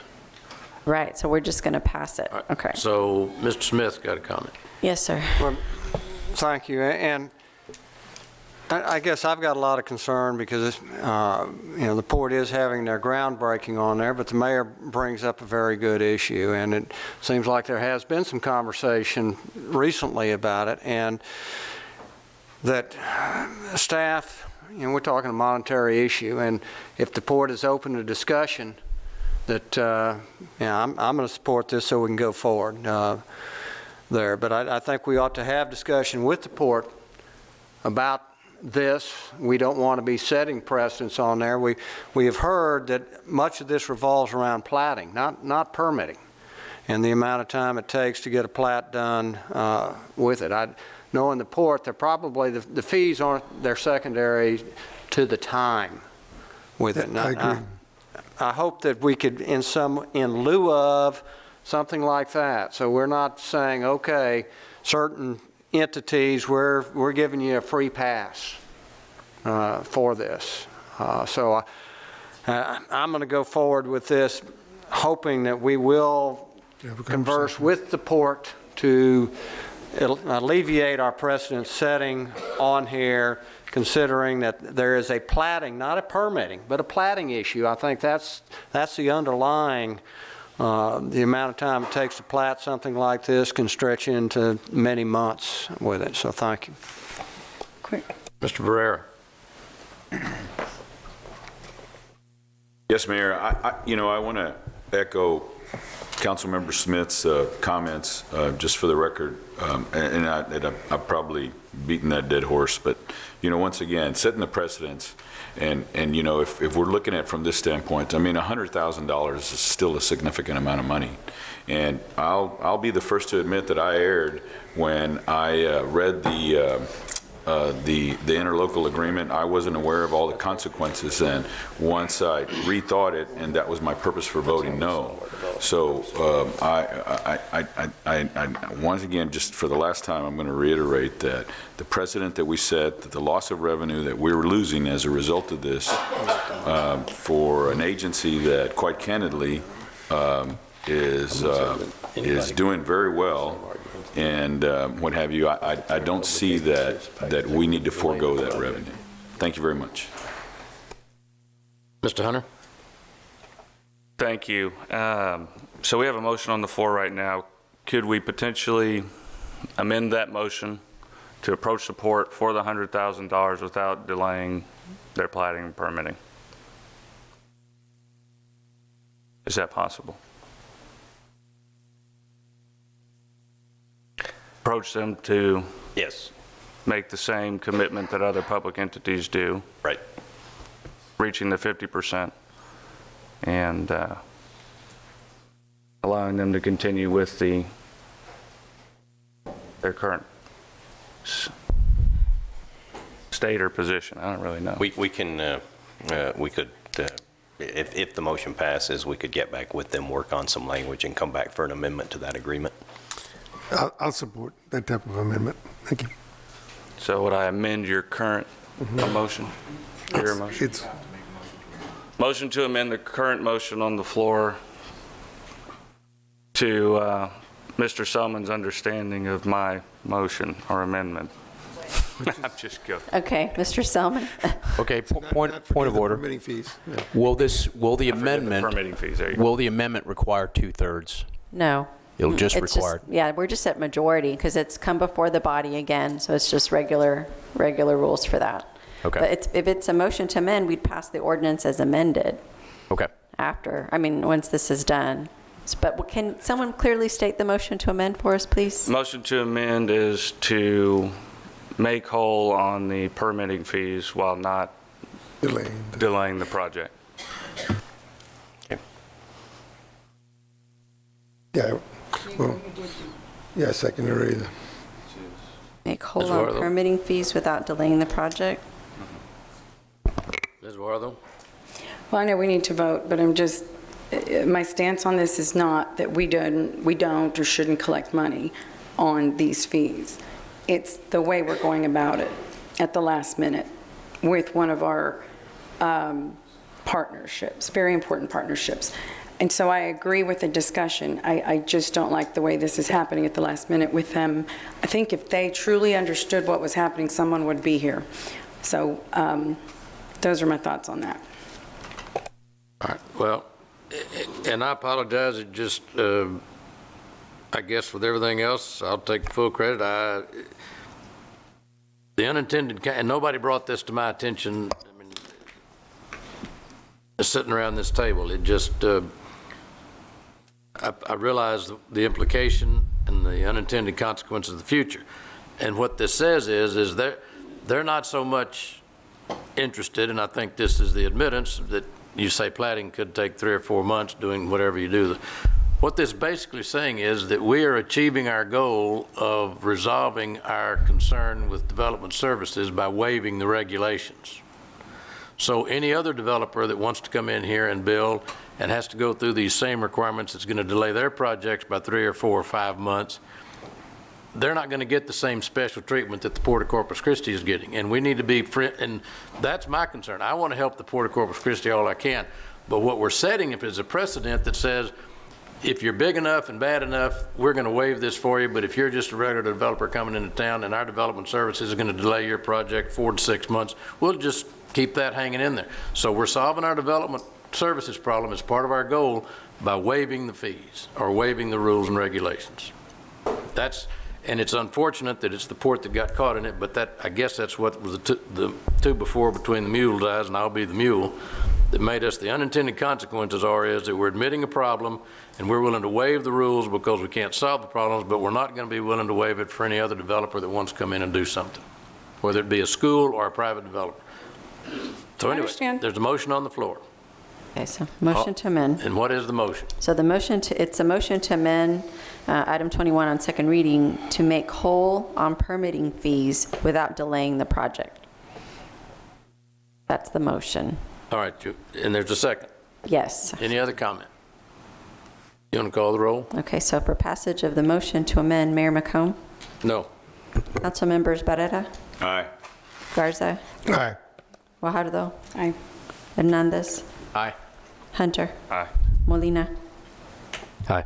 Roy? Aye. And Smith? No. Okay, so the motion to amend passes. We can now pass the ordinance on second reading as amended. All right, call the roll, please. Okay. Any Is there a comment on motion the and a motion second now to that's do that? amended? Okay, I'm sorry. I thought we were voting on the amendment a while ago. We just did, so we passed it. That was the motion to amend, so now we have an ordinance, right? Okay. Now that we've approved that amendment, so it's amended with that on second reading.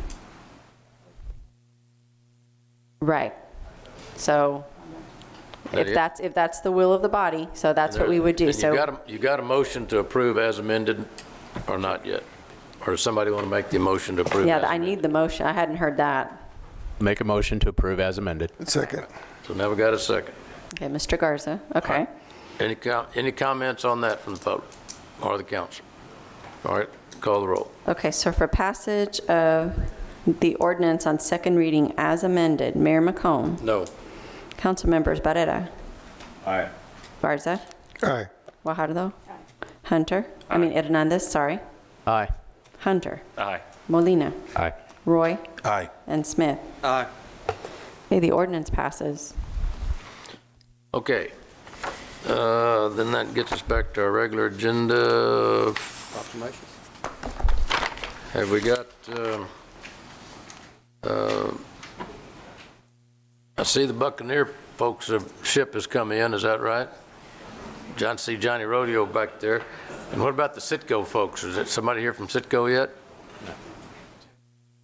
Well, let's get the, I hate to make it, let's do the proclamation since we're a little bit ahead of time. You want to go to the proclamations? Can we do that? Yes, sir. You're going to do proclamations? Yeah, well, at least the Buccaneer Day celebration Yes, they're all here. proclamation. That'd be great. I guess you've got that, or is it down there? Let me get your staff. I'm going to need them up here. Okay. So,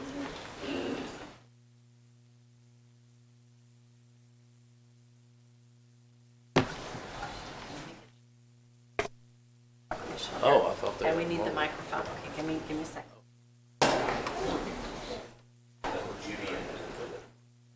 Oh, there she is.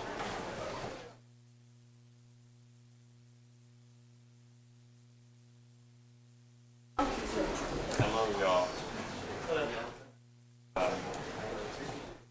I used to do this kind of stuff. I would make it clean up after y'all.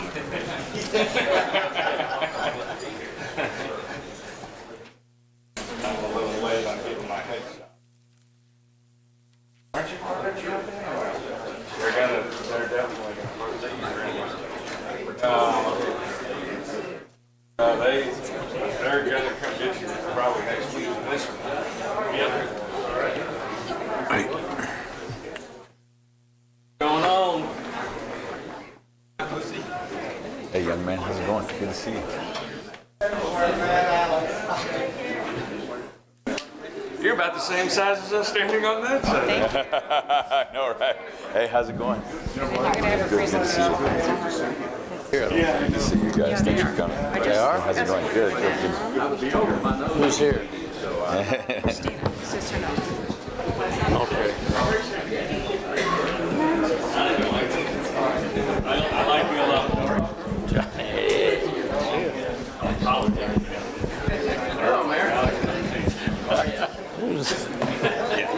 You're in trouble. Oh, man. Not being careful. Excuse me. Okay. As we all know, it's Buccaneer Day celebration time, and so we're going to get this thing kicked off. And this isn't your first rodeo, is it? Good. All right. So from April 25th through April 28th, the Buccaneer Commission produces Rodeo Corpus Christi, which attracts the top contestants in the sport and includes nightly concerts featuring national recording artists. From May the 2nd through May the 12th, Buck Days, Corpus Christi's longest running festival, occurs at Water's Edge Park on the bayfront with carnival rides, food, games, pirate shenanigans, and a Cinco de Mayo celebration. On May 4th, Buck Days will host the city's largest single-day event, the Navy Army Night Parade. And on May the 11th, the Junior Parade will showcase our city's rising young stars. When the celebration concludes, the Buccaneer Commission will award scholarships and grants to the Coastal Bend's most deserving and most in need students. To date, the Buccaneer Commission is proud to have cumulatively given more than $1.1 million in scholarships and grants towards education in the Coastal Bend. Now, therefore, pursuant to the powers vested in me as the mayor of the city of Corpus Christi, I do hereby proclaim April 25th through May the 12th, the 82nd Buccaneer Day celebration in Corpus Christi, and ask all citizens to enjoy the rodeo, Buck Days, and support the commission in raising scholarship bucks. Let's give them a hand for all they've done over the many, many, many years.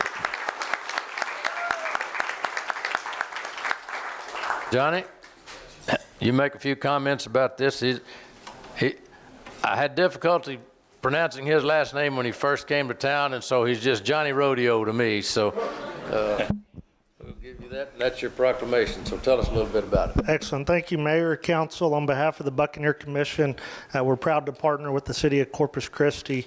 Last year, we saw over 200,000 folks attend all of the different activities we have. $150,000 was a direct result of those scholarships. With us today, we have commissioners, some of our great volunteers, over 300 volunteers. A few of them are represented here today. And most importantly, our King and Queen contestants, the Buck Days Port of Corpus Christi King and Queen contestants have started. There are 100 applicants. These are the top 20 that made it through the rigorous interviews, essay, and public speaking competition, and have been hard at work since January. They've done community service with Habitat and Ronald McDonald House, toured great industry from the new Frost Bank building to what's going on at the port, and have been through the Dale Carnegie training. So really great students. On May 4th, you all are all invited. We'll select the King and Queen, but they'll all receive $62,000 in scholarships, and we can't be more proud of the group we have this year. And ultimately, the message we want to tell them is come back to Corpus after you get a great education and make a difference in our communities. So thank you for having us. Well, we thank the Buccaneer Commission, and I'll leave that with you. Give them a hand for what they've done, and let's see if we can kind of gather them up and get a picture here.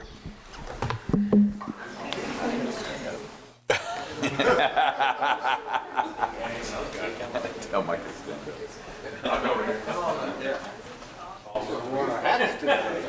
Yeah. We're gonna. I'll just stand over here. There's too much height in the center. Stand behind it. Gotta squeeze in here, really pop up a little bit, squeeze in a little bit. Good? All right. You think you can get this close to the day? I love it. Okay, everyone smiling, opening your eyes.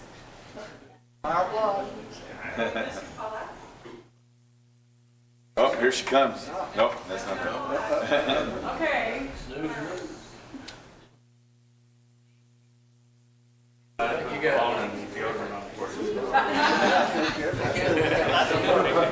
Hey, good seeing you. Yes, sir. Yes, sir.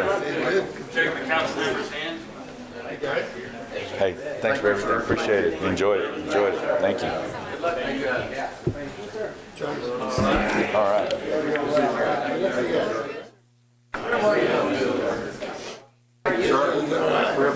Hey, good seeing you, Johnny. Take it easy. Good luck to you. All right. Thank you very much. All right. I should have wanted to. Thank you so much. Thank you so much. Good job. Thank you so much. Golden Lavera. Yes, sir. Yes, sir. We used to be in the same building. Hey, thank you so much. Good luck to you, RJ. Thank you so much. All right. Good luck to you. Thank you. Good luck. Thank you. Good luck. Thank you. Nice to meet you. Nice to meet you. Golden Lavera. Good luck. Golden Lavera. Good luck. Golden Lavera. Good luck. Golden Lavera. Good luck. Golden Lavera. Good luck. Golden Lavera. Dan, glad to meet you.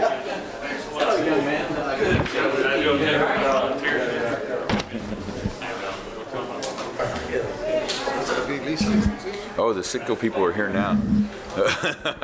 Sir. And I stopped rolling the credit. So are y'all ready? Are you going to do it? No, probably not as tall as that.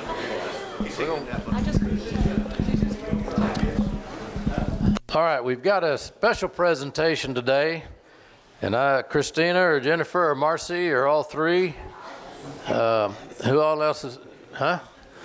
If you'll come up here, and we need some thorns to come up here and join these roses. So y'all come, you fellas come on up here. Did you hear that?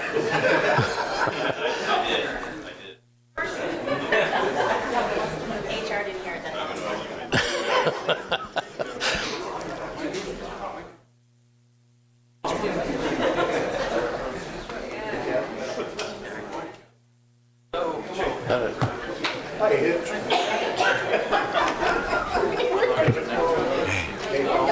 Who's going to be this one?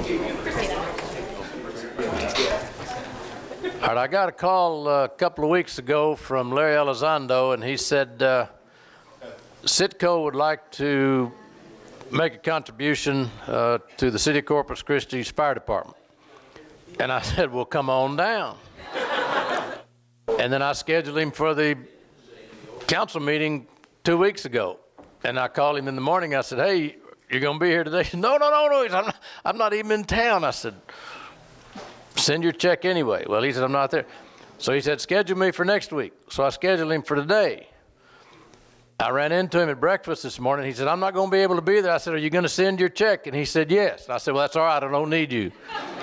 So anyway, and I'm glad he's not here because we get Marcy or Christina's going to do the presentation. I'm not going to tell you how much it is and all that. I'll let them do that. But this is just another example of Citgo's good corporate citizenship, not only in Corpus Christi, but throughout the areas that they serve. And they've been very generous to Corpus Christi. And Larry has been wonderful in his assignment working for Citgo and their governmental relations. And he always remembers where he came from, and that's Corpus Christi, and we appreciate that very much. So tell him thank you, even though he's not here, but we really'd rather have you up here than him.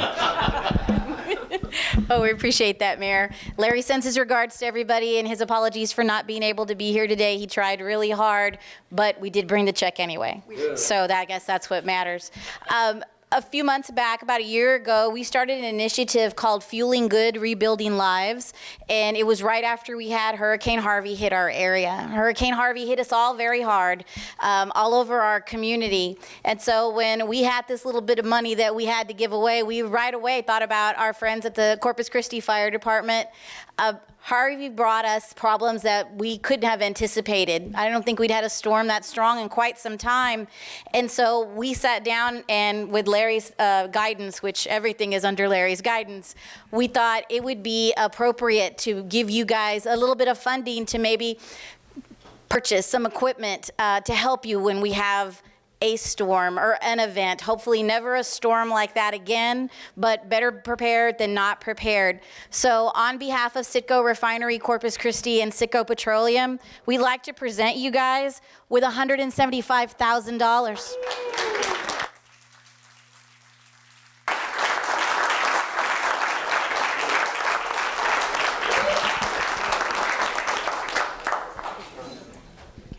As the mayor stated, Larry's never forgotten where he's from. None of us have ever forgotten where we're from. And all of us at Citgo believe that it's our privilege to be able to give back to the community so that we live and work in. And so with that said, I'm going to give the mic to you, Chief Rocha. Thank you for everything you do for our community, guys. Thank you very much, Christina. Let me just say on behalf of the members of the Corpus Christi Fire Department, we certainly appreciate the generosity that Citgo year after year shows us, and we thank you very much. This money is going to go to support our hazardous material team. I have Battalion Chief J.D. Johnson, who is the leader of that group, as well as some of the captains here and some of the members of the team. So thank you very much to Citgo, and Mayor, thank you very much too. Thank you. Let's kind of all get gathered around over here. And if you see Larry or these ladies, tell them thank you very much. They're a wonderful corporate citizen.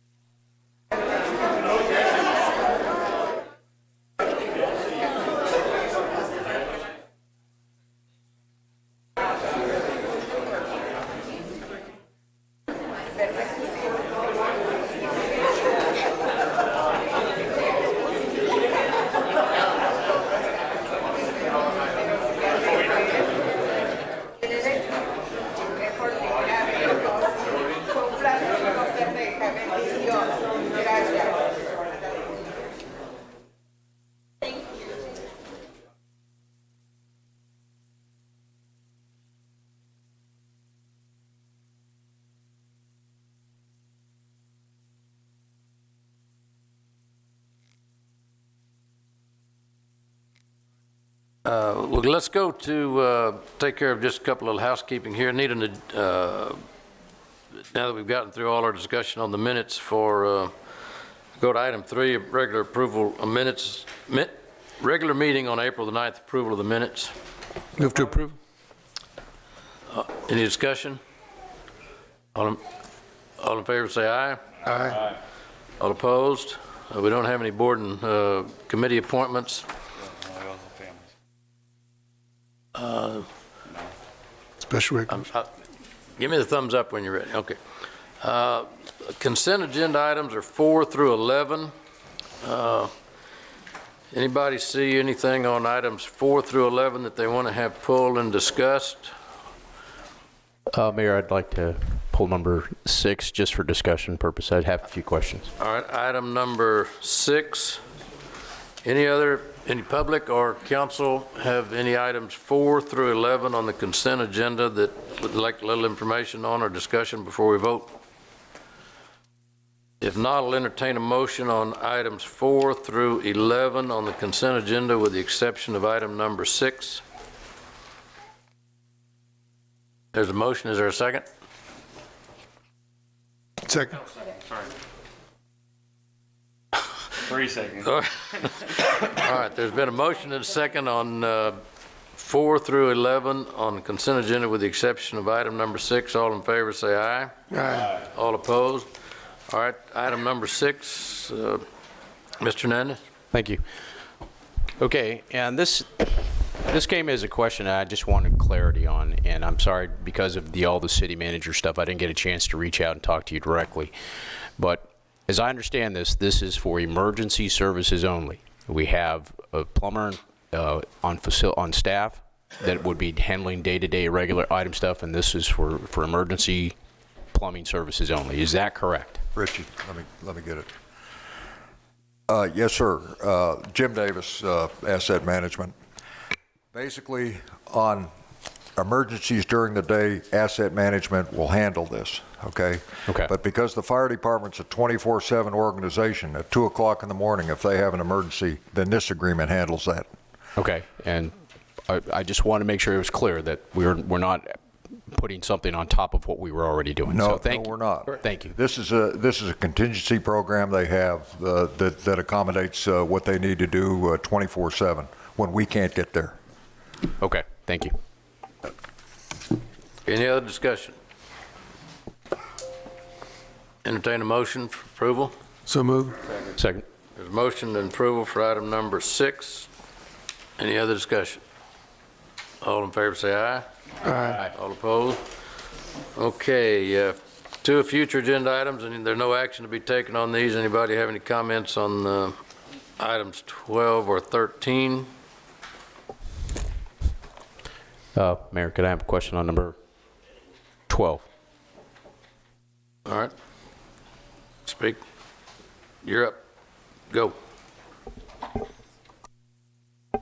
The budget of 042 is not an accurate number.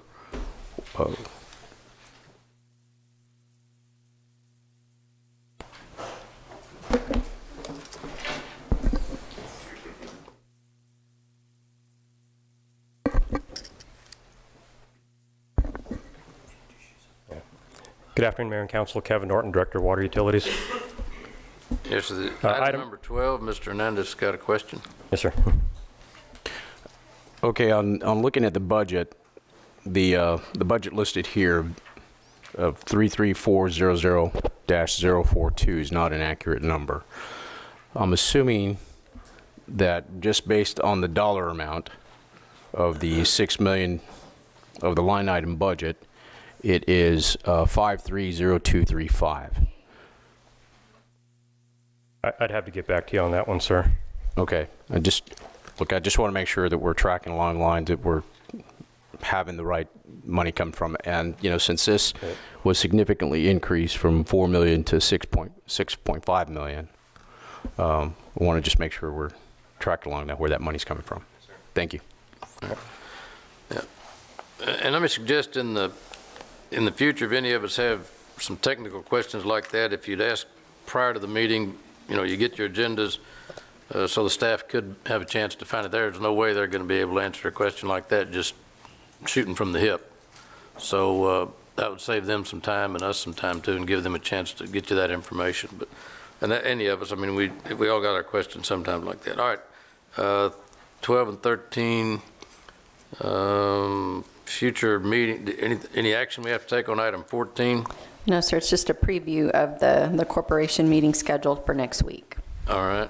Well, the next item then is a public hearing, and we're almost, let's go ahead and get, are we good? All right. Now, let's go back to item number 2. And do I have that, or do you have that? Okay. This, Ms. Barlow, you want to kind of give a little history of this, how this resolution came to be? Sure, thank you. There's family. In Mr. Noyola's passing, I thought it was fit because he has served this community in various capacities and absolutely has left a legacy here in Corpus Christi, that we honor that in the right way through council and through this resolution. So that's what the mayor and I will, Okay, yeah, this is a resolution recognizing David Noyola, and the Noyola family is here. So we'd like for you to join us up here, and we'll go over the resolution, or the recognition.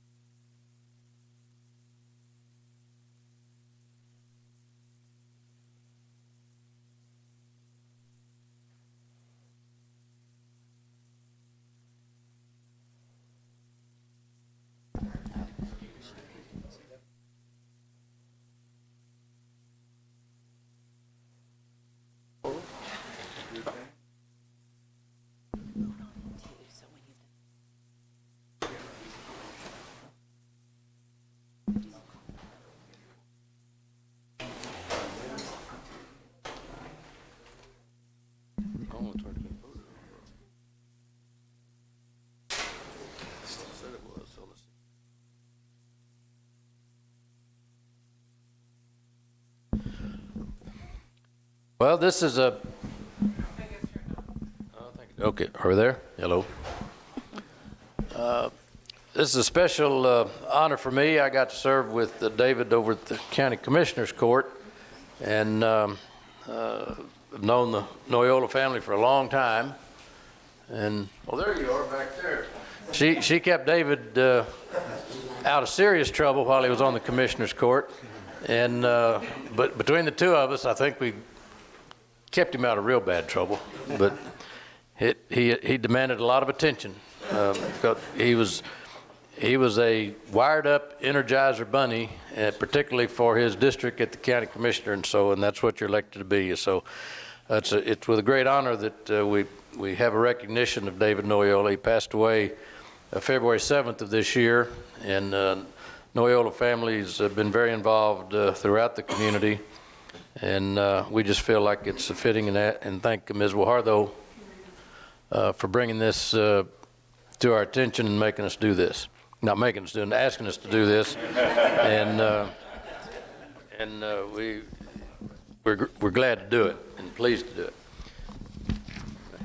Whereas David G. Noyola, a lifelong resident of Corpus Christi, a proud representative of the city's west side, and a prominent member of the civic-minded Noyola family, passed away on February the 7th, 2019. Whereas Mr. Noyola served as a council member from 1993 to 1995, he led the effort resulting in the naming of the Selena Auditorium after Selena Quintanilla Perez shortly after her death.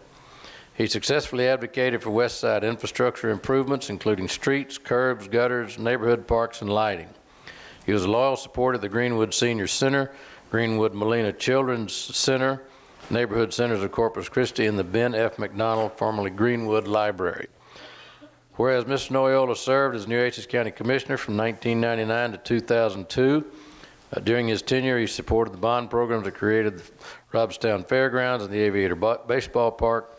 He also advocated for infrastructure improvements in the rural areas in his precinct, including Bishop, Banquete, and Agua Dulce. Whereas Mr. Noyola was instrumental in establishing the Molina Veterans Park as a memorial to service members from the city's Molina neighborhood who were killed in the Vietnam War. Whereas Mr. Noyola was inducted into the West Oso Hall of Fame, he was also known as El Hijo del Pueblo, right? Close? Son of the people. For his relentless pursuit of social justice and reform, and whereas Mr. Noyola was a popular radio host on Magic Q 104.9 Tejano Radio and was named Tejano Roots Hall of Fame broadcaster. Now therefore be it resolved by the Council of the City of Corpus Christi that David G. Noyola will be remembered as a tireless community advocate and dedicated public servant, and that this brief account that David Noyola's service will be memorialized for future generations.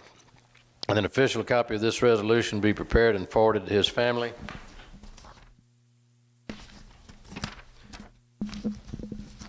And the above was presented to the council with the following vote, and it was a unanimous vote. We're going to vote now, Mayor, actually. Oh. We need to vote. She's anticipating. Oh, wait a minute.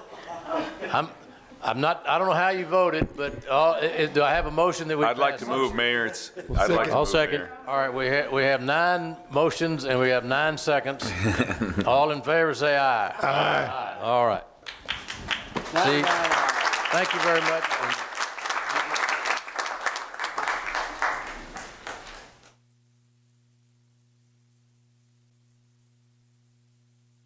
There's your thing. So, who's going to be the spokesman here for the... Mayor, thank you very much. On behalf of all of my beautiful family and his 2 beautiful daughters right here, Lisa and Laura, we want to thank the great city of Corpus Christi and all its tremendous representatives here today for this resolution. David was the type of person that if you got to meet him, you would never forget it. And he always did things his way, and sometimes they were not maybe as politically correct as some people might have thought, but he always represented the people that he loved the most, the community that he loved the most, and that was the West Side, West Oso, y Molina. He always would tell us, and he'd never want us to forget, don't you ever forget where you come from. And we all know that we were from the great barrio de Molina, okay? Again, on behalf of all our family, God bless you all. Thank you so much, and continued success. Thank you very much. I don't know a lot of the individual history here other than he'd spent a lifetime in education, and he's been a lifetime spreading love all over the state and the United States with Southwest Airlines. How long have you been with Southwest? 34 years. 34 years with Southwest Airlines. He was here back when they first started flying and then served on the council for a number of years, but he never lost his connection with Southwest, so we thank you for your service there and to the city council. So let's get a picture, and we again thank the Noyola family.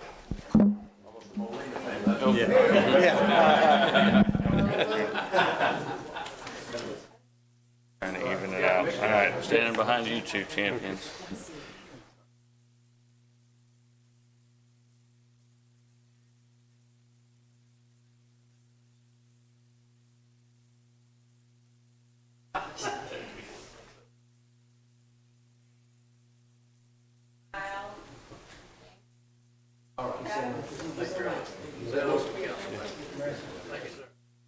Thank you. See y'all.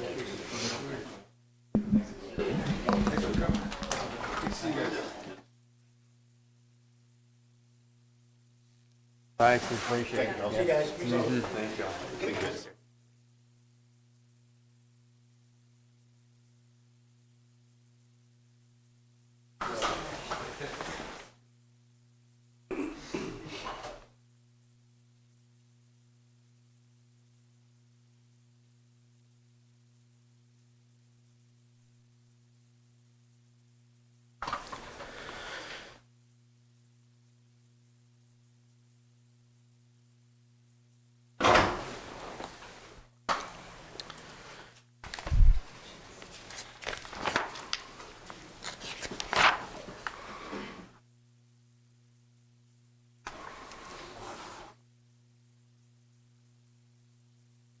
Oh, we said 12:30.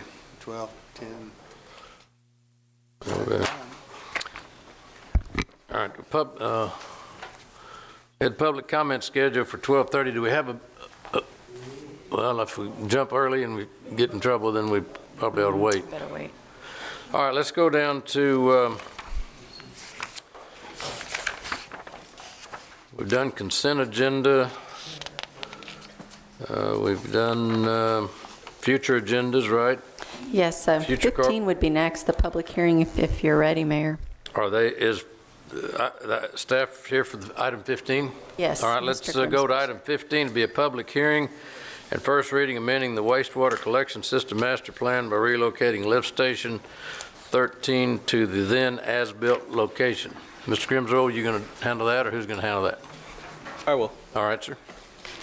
Mayor, Council, Gabriel Nohosa, Major Projects Engineer with Utilities.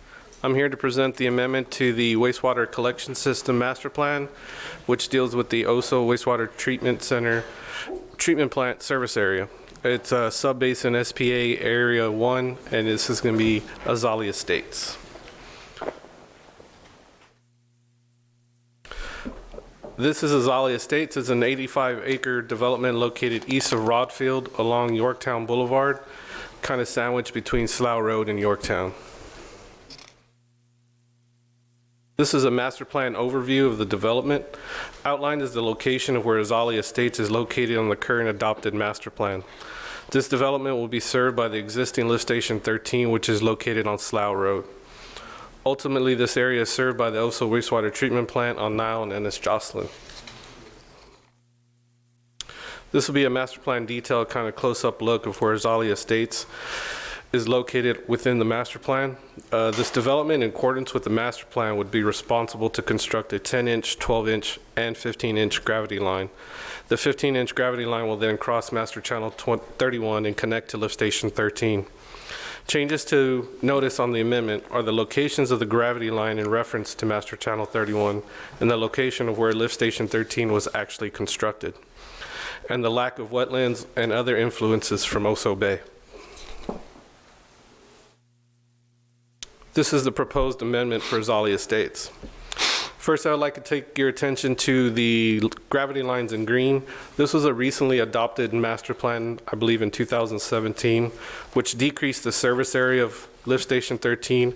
And from this decrease in area, it also decreased the flows that will be going to Lift Station 13. Next, I would like to take your attention to the as-built location of Lift Station 13. It was actually constructed a little further east on Slough Road than originally depicted on the master plan. The combination of these two events are the reasons we are presenting the master plan amendment today. The lines in red are the proposed changes to the current master plan. First is a segment that will be reduced from a 15-inch to a 12-inch due to the reduction size of the service area from the previous master plan amendment. Next is an updated alignment to better serve this development and future developments to Lift Station 13.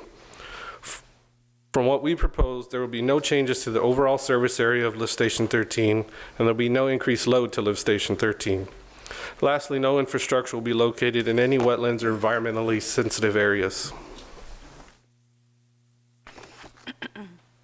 From the reduction in area and as-built location of 13, staff and Planning Commission recommend approval of this amendment. I stand for questions. Okay, this is a public hearing, I believe. Is that correct? Yes, it is. All right, we've had the presentation, then we'll open the public hearing. Mr. Hernandez? My apologies, Mayor. I should have turned that light off. Mr. Barrera? My apologies, Mayor, I should have turned the light off. Okay. Anybody from the public have any comment on item 15? Seeing none, Planning Commission approves it on the, I don't see any public comment from the council. If not, we'll close the public hearing on item 15. Motion to approve. Second. Second. All right, there's a motion to approve. Any discussion? Now this, I got one question. There's a lift station over there at, I think it's Airline and would it be Woolridge? Cimarron Woolridge. Yes, sir. Well, actually, Cimarron Woolridge. is it Cimarron or? Cimarron Woolridge. Closer to Airline, east of Airline. Yeah, it's across Airline over there. And that periodically has its own aroma.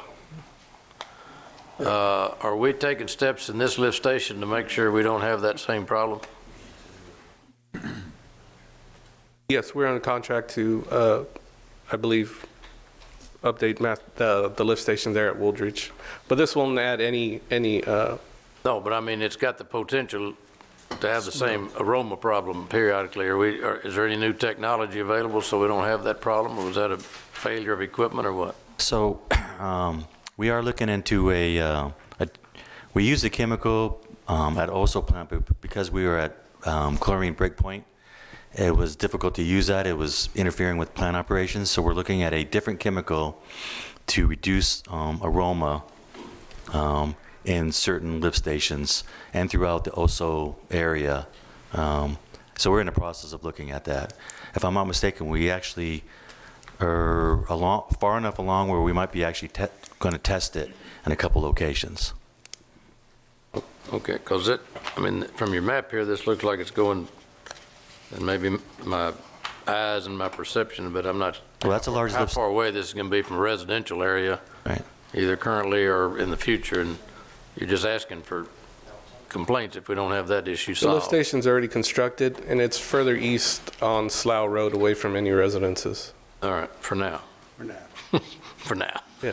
And we're building Slough Road, so there's going to be more residences out there. They will grow to it. Okay, and got a motion and second. Any further discussion? All in favor, say aye. Aye. All right. That's item 15. All right, we said 12:30.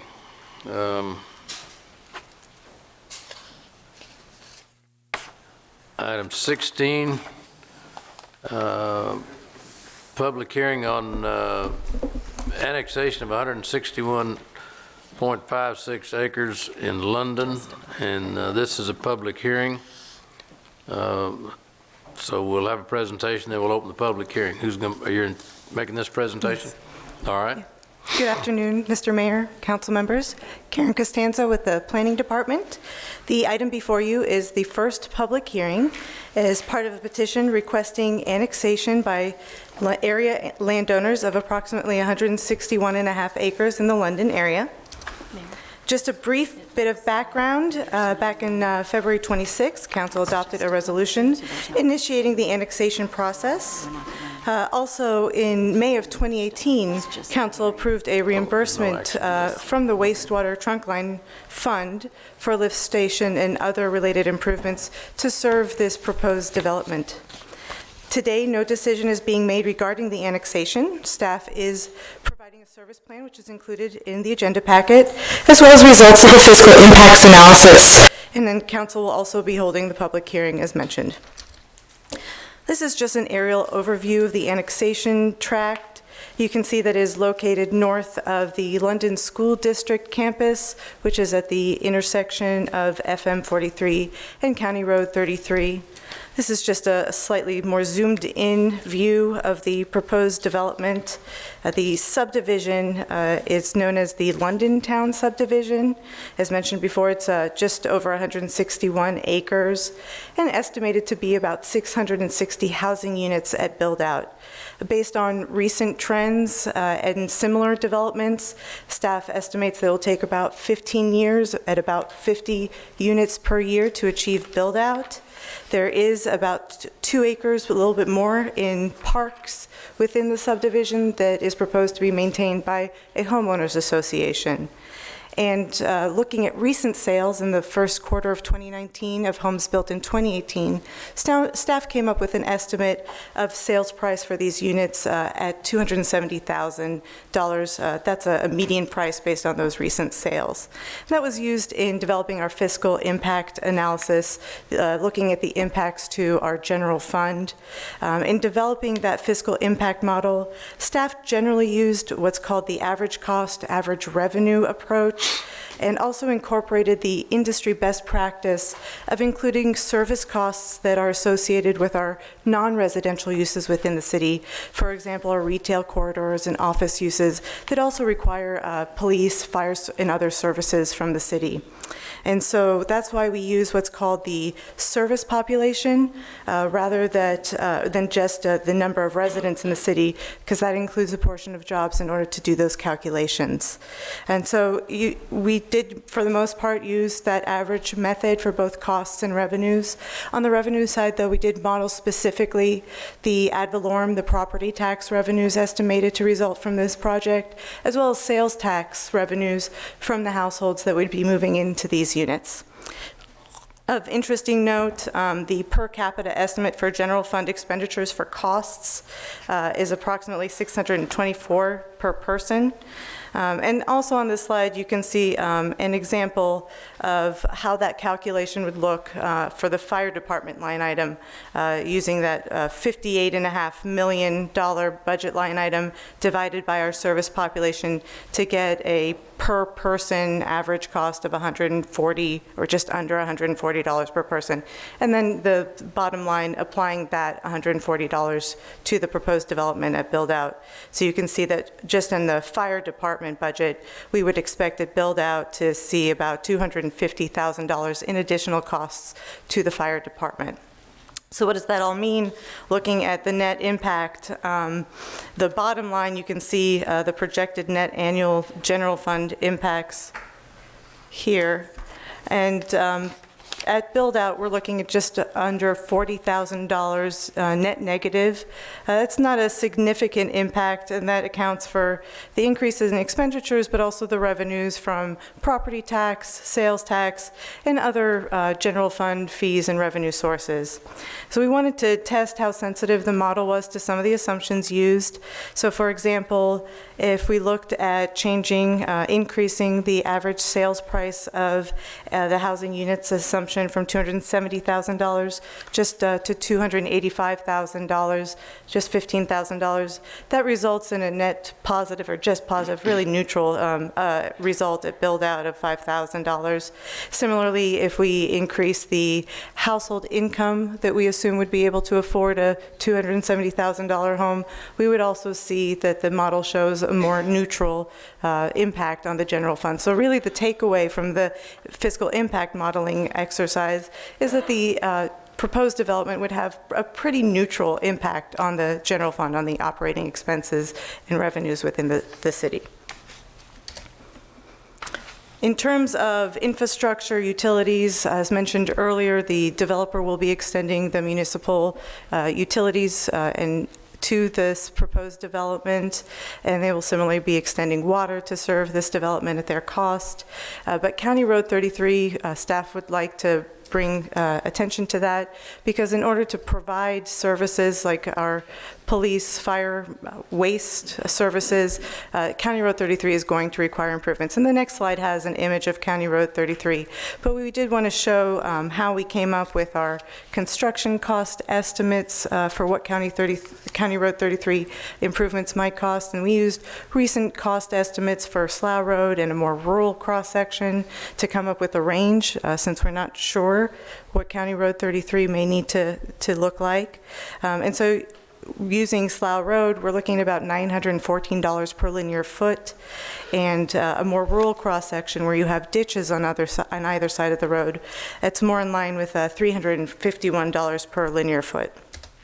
So if we were to apply that to County Road 33, and I should point out that while we estimate about 5,500 linear feet of County Road 33, only a portion of that is within the annexation area, just over 500 linear feet.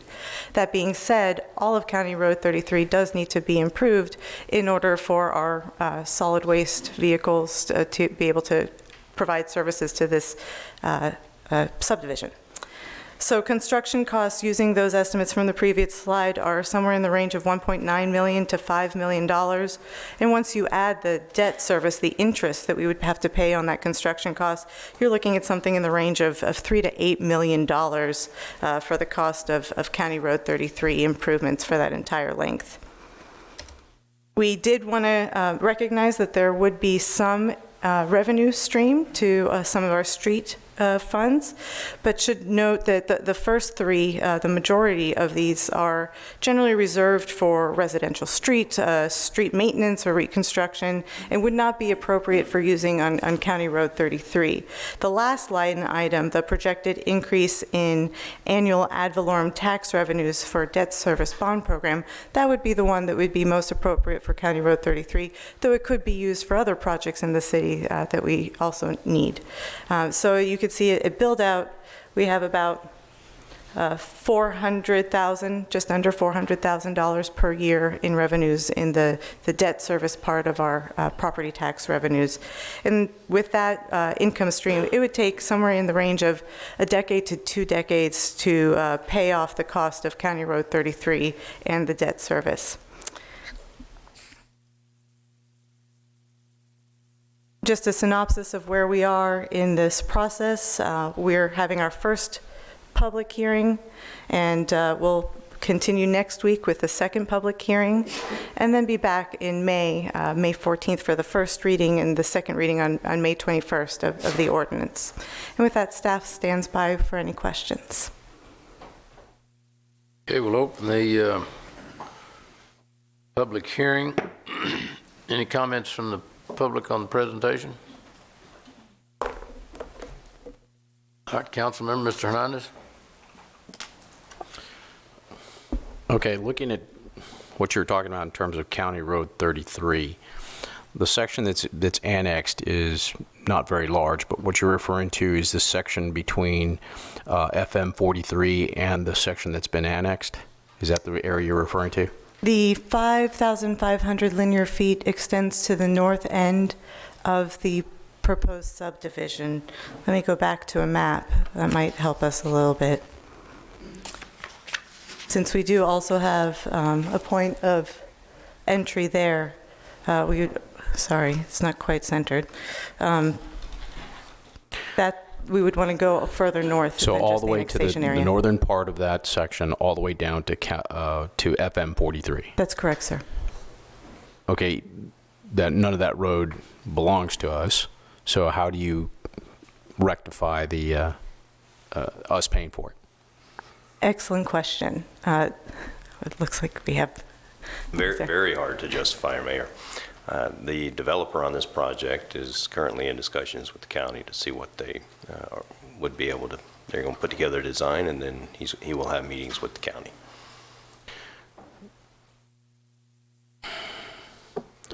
Okay, we'll need to have some more discussions and information as to how that's going to work, because I mean, if we don't own it, it'd be very difficult for us to discuss it. Now, I'd be curious as to what they come up with the county, and if they're wanting to or willing to widen it or provide a little bit more structure to it for our waste vehicles.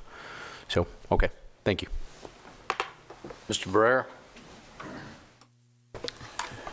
My comments and questions are along the same line. So I'm confused. So are we're not annexing County Road 33? Are we? Or? Only the small section right across here. I got you. So then the road in question that leads to the development is what road? I thought that was County Road 33. That is County Road 33. Okay, so I guess, and that's the same thing. I spoke to Commissioner Chesney just briefly, and he also was concerned obviously, if it's a development that the city is collecting ad valorem, and it becomes a collector street, then that's something that I'm comfortable that he would feel is our responsibility. So he, however, was open to a discussion. So I think that's obviously something that we need to address, because the residents obviously will hold us accountable for that road. So I'd just like to be briefed on any of those concerns, and I'd be happy to visit with any other policymakers with regard to that. And it's just not suitable for our emergency vehicles. Yeah, absolutely. So something has to be done. Correct. Yeah. Okay. Thank you. Ms. O'Hara? Yes, just a quick comment, because I don't think any of us like to see any negative numbers there, but just for note, and I know you have to use numbers regarding median prices, but these homes will start off, from what I understand, or start out at a $300,000 sales price. And again, I know your purpose is here, but I want to point that out because at a $300,000 price point, you have a positive injection after that 5-year mark of $13,500.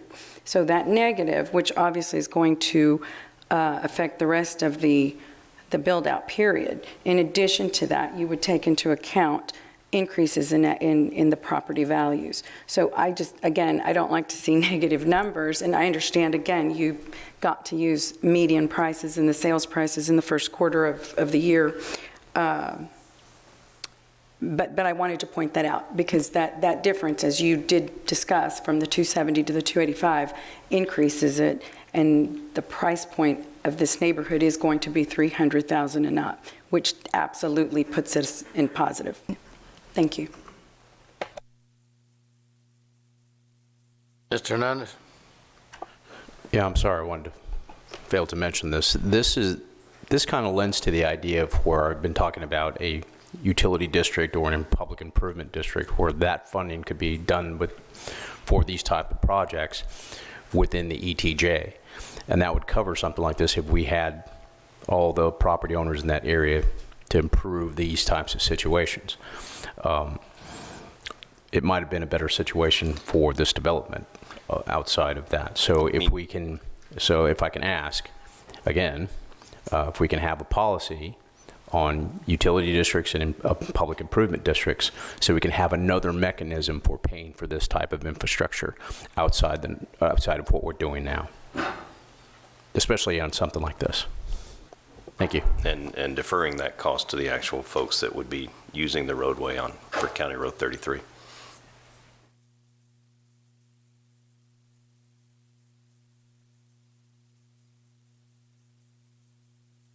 Any other comments? There's no action to be taken, as I understand it. Any comment from the public?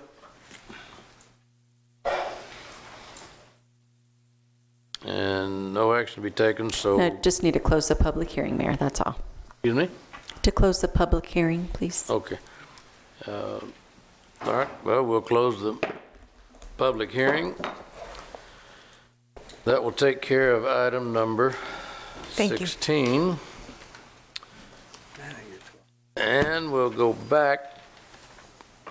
We're a time traveler today. We'll go back to item, it's item K, which is public comment period that starts at 12:30. So if you've signed up for public comment, Ms. Huerta will have that. If you have not signed up, please let us know. Mr. Isley and Ms. Huerta, you want to get us started on public comment? Citizens are authorized and encouraged to present their views to the council on agenda action items or during the petitions part on non-agenda city-related matters. However, such should be done in a factual, precise presentation, and questions of council or staff are inappropriate. Loud, boisterous, profane, or obscene language or behavior is not allowed. Good afternoon. I'm City Secretary Rebecca Huerta. I'll be conducting the public comment period today. I'd like to remind everyone that a recording is made of the meeting. Please speak into the microphone located at the podium and state your name and address. If you choose to speak during this public comment period regarding an item on the agenda, you may do so. You will not be allowed to speak again, however, when the council is considering the item. Citizen comments are limited to 3 minutes. On the podium, you'll see a timer underneath the base of the microphone. It will let you know exactly how much time you have left to speak. Once your time is up, a buzzer will go off, and then you can conclude your comments. If you have a petition or any information pertaining to your subject, please present it to the city secretary. So at this time, I'll begin public comment. The first person on the list is Armando Windstalker Cavazos.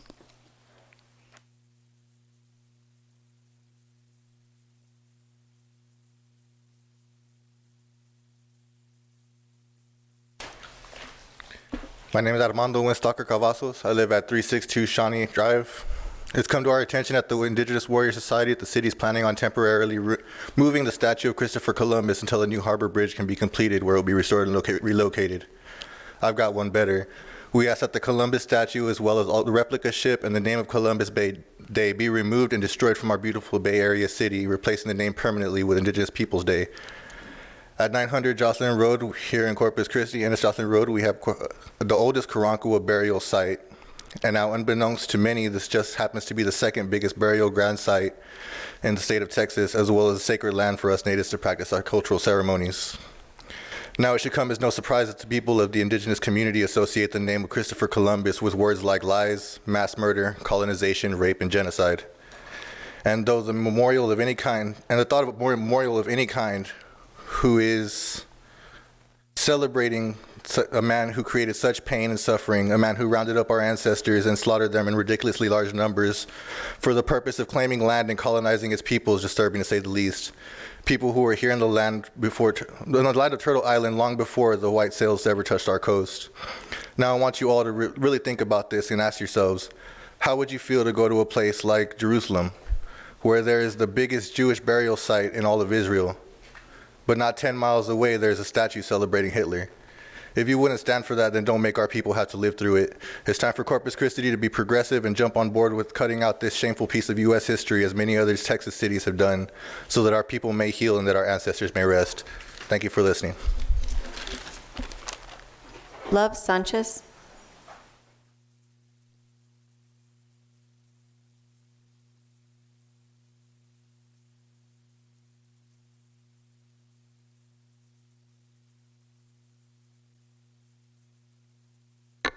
Hello, my name is Love Sanchez. I live at 6130 Woolridge Road. I have a couple of points to state today regarding the Columbus statue that will end up sitting by our harbor bridge once it's completed. I know that you cannot answer these questions, but I just want to go ahead and ask them so you can kind of think about them. How much does it cost to maintain the statue? How much does it cost to storage it? How much would it cost to destroy it? Which one would cost less? The reason why I ask this is because there is a historical proof that the horrible things that Columbus did to the Native Americans, and the city should not invest in the statue if they are. If they are not, please direct me to who is after I am done. Another thing to consider regarding Columbus is changing Columbus Day to Indigenous Peoples Day. Many cities across the nation have done this. We should be doing the same. We are considered by the Historical Society as having the second largest burial ground in Texas. We are also the geographical endpoint of where they found the most accounts of the Karankawa tribe. The remains of other tribes as well have been found here, like Lipan Apache and Comanche, which those remains still have not been returned to those tribes. It's time to show these people respect. We are still here. By supporting the destruction of the Columbus statue and by supporting the abolishment of Columbus Day, we will begin to truly cultivate this culture. We will be back. We will be bringing our petitions regarding everything that we're speaking about today. I thank you for your time. Thank you. Barry Wolfson. I prefer to speak. Very good. Huxley Smith.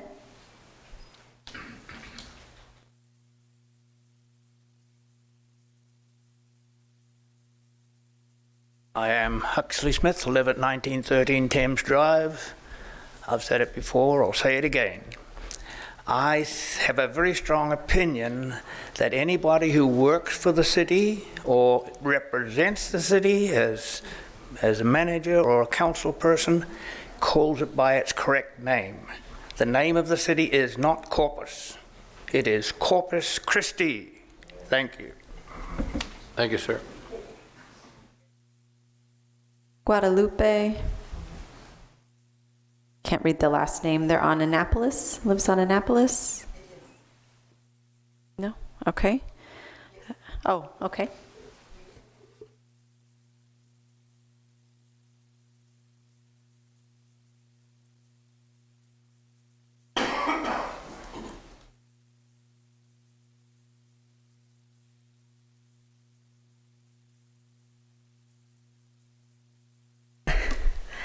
Hello to everybody. I want to try my best to speak with you in English. I'm fluent to speak Spanish. I have a friend with me, and she's very nervous, and she don't want to do it, to translate me. The name is Aurora. It's a pleasure to know you, sir, in person. Señora. Yes. Si quiere hablar en español, traducir para usted, si quiere. Sí, cómo no, es mucho gusto. Muchas gracias. Es un placer conocerlo a usted en persona, señor mayor. La razón por la que estoy aquí es un poco triste. Déjeme, okay. Yes, ma'am. She says, I'm translating for the. She says it's an honor to be here, and the reason she's here is a very sad one. La razón por la que me encuentro es la siguiente. Tengo 27 años pagando seguro. Ahora que vino el huracán, me dañó mi casa. Okay, she's got 27 years that she's paid into los seguros. La aseguranza para mi casa. Yeah, the insurance. She's paid her, her homeowner's insurance for 27 years, and here recently, when the hurricane. El huracán que se encontró aquí en Corpus Christi dañó mi casa y no quieren ayudarme para arreglar la casa. So the hurricane has done some great damage to her home, and the insurance company is not, they're not repairing the home. Ajá. Por la razón, yo me enfermé, me pegó pulmonía en noviembre. Por la misma razón de que está mi casa dañada. She became ill in November. She had pneumonia and therefore could not repair the home. El doctor informó y tengo unas hojas donde dice que por causa de que se dañó la casa, yo me enfermé casi. Ya moría. Okay, pero ¿cómo? Por medio de que se caía el sheetrock. Oh, okay. The house was in such disrepair that part of the reason why she became even more ill was because of the things happening due to the condition of the home. There was sheetrock falling, and it was just extremely in disrepair that didn't help her health. Y yo me siento desesperada. Porque no sé qué hacer. No sé qué hacer. Por eso estoy aquí ante ustedes. Que me ayuden. ¿Qué hago? Okay. She's pretty much, she's desperate is the word she's using, because she doesn't know what to do and how to handle this. But it's clearly within the insurance company, and, the homeowner. Ya me cobraron $3,600 del deductible porque tengo un garaje y me dijeron que nada más era para cubrir la reparación del garaje. Pero lo importante, que es la casa, no quieren arreglar. Okay. Señora, ¿cómo se llama? Guadalupe Luz Durán. ¿Durán? Okay, Ms. Durán. Esta causa no es algo que la ciudad le puede hablar por usted o podemos hacer, es privado, el asunto es privado. So déjeme. Yo te entiendo, pero yo quiero que así como yo estoy en esta situación. Habemos muchas personas de Corpus Christi que estamos así. Sí. Sabe que la señora aquí que se llama Sylvia Wilson le puede ayudar y darle una, no razón, pero información en cómo los podemos ayudar. Pues yo espero que al estar aquí presente me puedan dar la mano. Esta señora aquí que está a su lado, allá atrás, ella le puede ayudar. Ok, porque ella trabaja aquí con la ciudad. Ajá, porque eso es lo que yo quiero, que así como estoy yo aquí pidiéndoles la ayuda, habemos muchas personas. We are too many people in this situation, and we need, we can help. Because we live in Corpus Christi and we pay taxes, and for many years we pay the insurance, and I don't know why the people cannot take care his customers, and that's what I'm here to take your time. Okay. That's it. Gracias. Muchas gracias. Gracias. And another way, I have another thing, Mr. Molina. We live in the street Annapolis, one block del Staple, and I don't understand why he not take care all the holes we have. One block, we hidden in one block, and then he going to the fight. So it's only one block. We appreciate. Can you take care of that one? Thank you very much, sir. Thank you.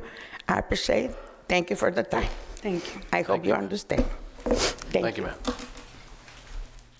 Dave Resendez.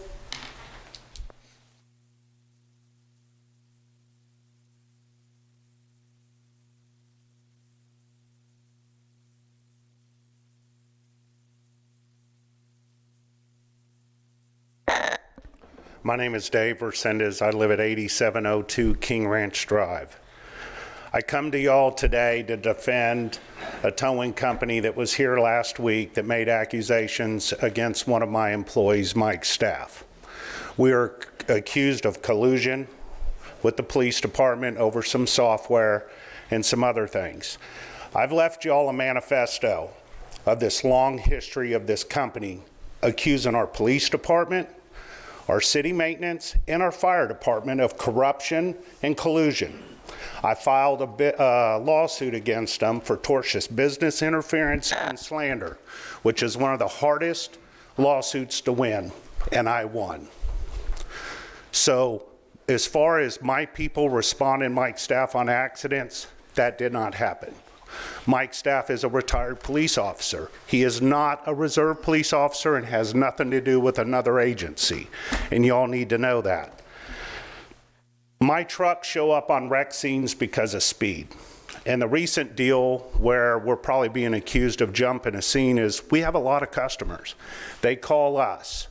When our customer calls us and there's a wreck, we immediately notify the PD to let them know that we're en route because that's part of the deal of personal request. I'm the one that arrived on the accident scene on the Harbor Bridge, and I am the one that turned that job over to the other wrecker company because they arrived before mine, and it was all about officer safety and get the road open. I released that job. I didn't have to do it, but I did it. The software now that we have been testing for the police department, I don't know how we got picked, but I assume it's because I'm the only towing company, probably within a 150-mile radius, that has 24-hour dispatchers inside of my building. Y'all have had this software. All the police department did was flip a switch to try this. It's all about response time. If people want to know how short we are on police officers, go on a ride-along. This software that we've been testing probably for about 90 days, we did our own test inside of our office because the dispatchers get overwhelmed at peak time, and sometimes it takes that dispatcher 16 minutes to call a record company, 20 minutes. And then if it's the wrong location, we have to call back, and then we're put on hold because of the amount of the calls the police department's dealing with. We, in our own calculation, we have improved our calls by this software by 17 minutes. Digital dispatch is here. There are cities all over the United States using it. I have personally traveled to Detroit, El Paso, Dallas to test it, and it's a great thing, and it's going to save lives. Thank you, Mr. Resendez. Thank you. Thank you. Next is Zach can't pronounce anything. Okay, thank you.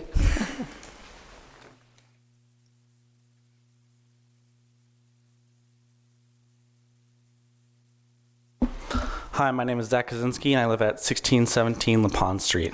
I'm here in solidarity with my brothers and sisters to call for the removal and the destruction of the Christopher Columbus statue and to rename Columbus Day as the Indigenous Peoples Day. Now, when I went to high school, I learned, or elementary school, middle school, high school, I learned that Columbus discovered America. And all these other things. What I didn't learn is that when he landed in Hispaniola, which we now know as Haiti and the Dominican Republic, there was 250,000 Tainos, indigenous peoples there, and over the course of about 20 years, his occupation there, that population went down to 500 people. For reference, Corpus is a little over 300,000, and so that would be as if someone came here and then took everyone and sold them off to slaves in Europe. And then the remaining population, they enslaved them to look for gold, and if they didn't return gold, they would cut their hands off and they would be allowed to bleed to death. Now, this is actually what happened that Christopher Columbus did. This is the genocidal mass murderer a person that we're celebrating with a statue and an entire day to his name, and it's just disrespectful to indigenous peoples across Americas, and it's not something that happened in the past, it's something that keeps happening to this day. The erasement of indigenous culture is happening all across this country, all across all of the Americas and the Caribbean. And with the history of the American government pushing indigenous populations out of the Northeast, the Southwest, the Trail of Tears led by Andrew Jackson, and then forcing them onto reservations on the least arable lands that they could find, lands that were the least worthy to white settlers, and this continued erasement and oppression of indigenous peoples so that their population has decreased and their culture has been forcibly erased by law of the American government. And it's still happening today. You know, we have military oppression of water protectors at Standing Rock. We have the ignoring of indigenous sovereignty in the Minnesota reservations that are trying to stop the Enbridge Line 3.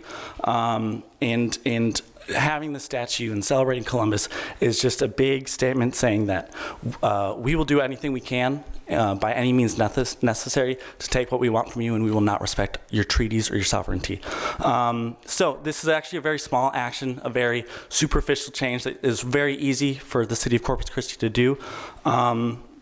Already it's happening all across the country. There's hundreds of cities that have gotten rid of Columbus Day and have recognized Indigenous Peoples Days. The closest one being San Antonio. Actually, the entire county of Bexar County recognizes it as Indigenous Peoples Day. Austin as well, and then there's 8 states that have completely changed the name. So I strongly encourage y'all to do this. We will be back again to keep pushing this issue. Thank you. Thank you very much. Joshua Garza.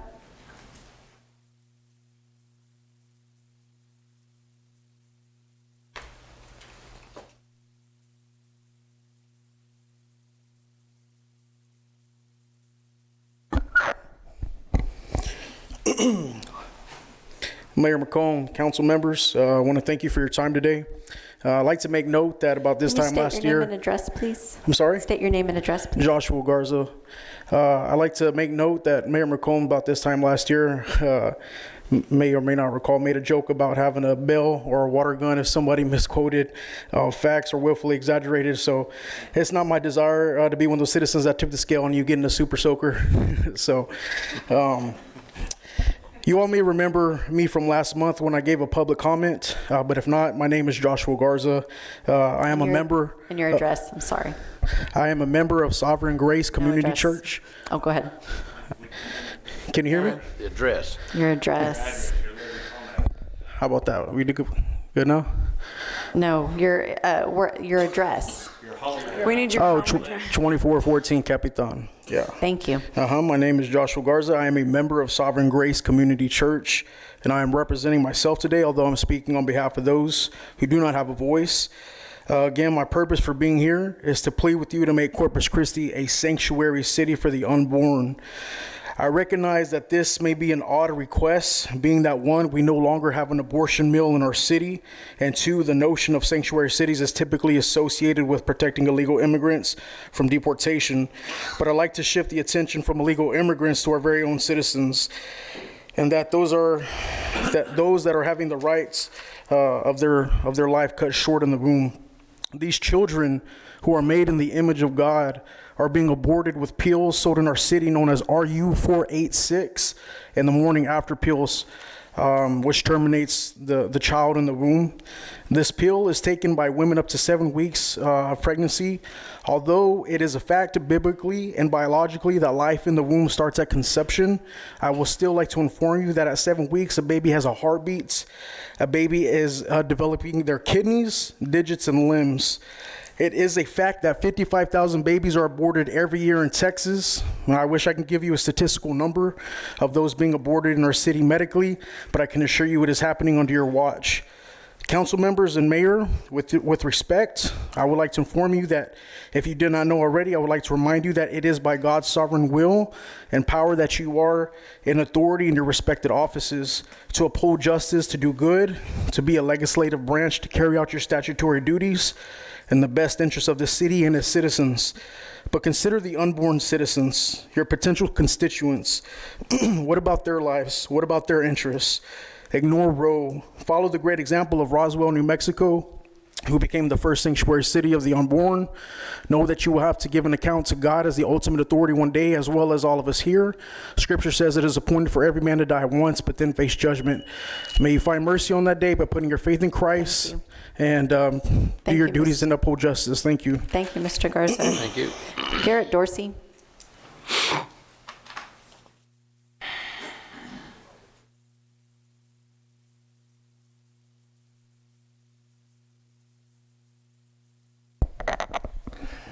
Garrett Dorsey, 2037 Sunnycrest, Corpus Christi, Texas. I just would like to come out in front of y'all and thank y'all very much. I do have to be reminded that you guys take time out of your lives, your schedule, your family to do the services you do. So I'm not always PC. I'm not always politically correct in this world, but I do have to remember that people, you guys are volunteers here doing this out of the kindness of your heart and doing your civic duty to take care of this great city. So I just want to do that first. I am here on item number 10, which has already been approved, but I just wanted to reiterate that I understand most of my construction on the island is usually at least 8 inches or more above BFE. This is a great thing because it does help the homeowner with their insurance. The reason I say 8 inches is because insurance companies actually round up to the nearest foot, so it does help. But I would like to say at this time that development services, that Nina and Jean Delora and Yvette were really great in helping the builders and the contractors on the island and anywhere that floods were involved. Jean Delora's open door policy and working with the Builder Association with their liaisons and stuff like that, they have done a great job. And Yvette, over this last week, from the last time we were here, we sat down and looked at this reading, and kind of she helped me and John Pope, Newcastle, kind of work through what the federal guidelines said and what they really meant and how they would impact us. Our main concern was how it would impact lots and properties that were already existing, and if we would be able to still build on those and not have those lots taken away from us, that they would never be a homeowner being able to build a house there.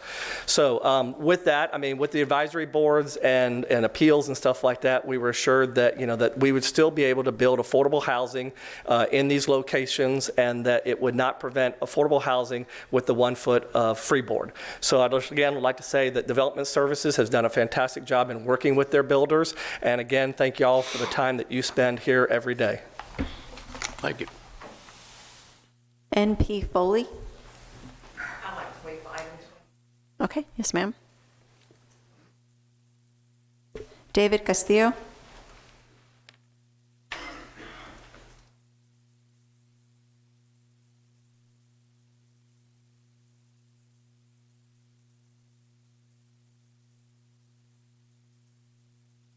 Salutations, ladies and gentlemen. I'm not accustomed to public speaking. Can you state your name and address, Bear with me. please? My name is David Chris Castillo, and I reside at 1800 Shelley Street.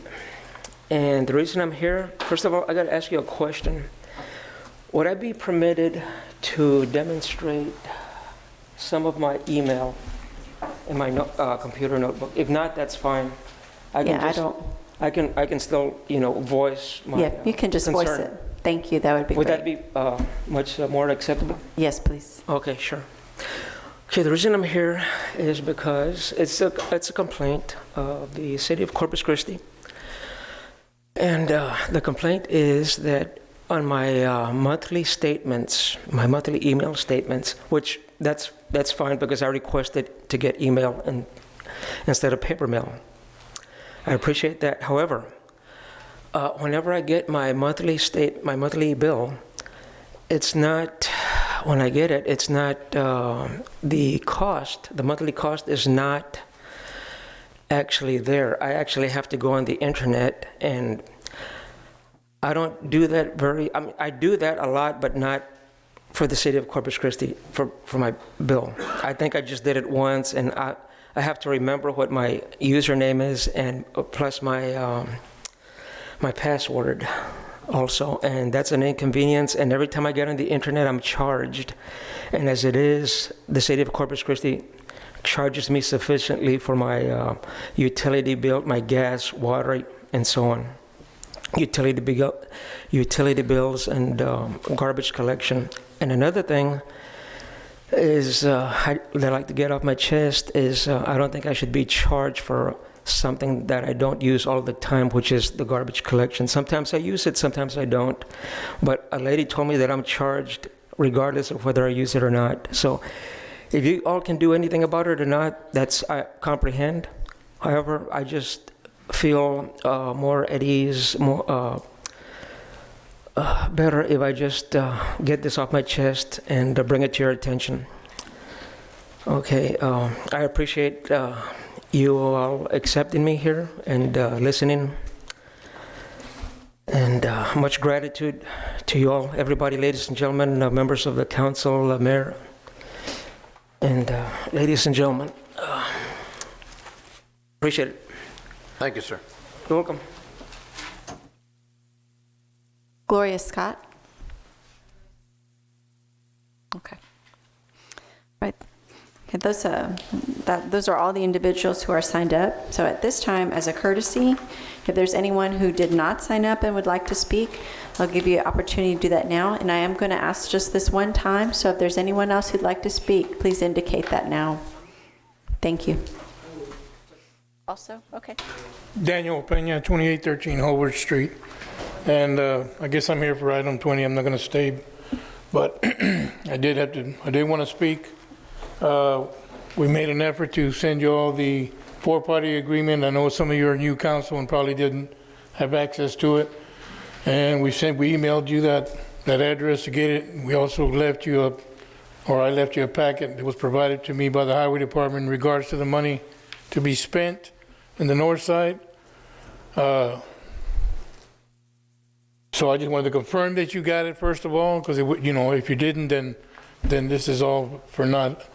So that's basically what I wanted to make sure that you understood, that we did provide that for you. Hopefully you had time to look through it.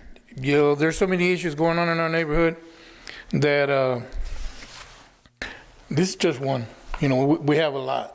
We had problems right now with the city, not picking up trash, having to call them to pick up trash. I don't know if you guys think we're gone, but we're not. And we're still there. I just can't say it too many times, because I can't say it enough times, should I say, because, it's a bad situation, because, the brush and the trash and all the other things that are going on that we pay for, those services that as taxpayers we pay for. And we're not getting our fair share. Our water smells like terrible. I know you guys had it on the news or whatever, but, to address the issue, I don't believe it's being addressed. In our neighborhood, they turned on 1 or 2 fire hydrants. I don't know how that's going to help us, but I know that it needs to be addressed correctly, and I don't believe that they're doing that.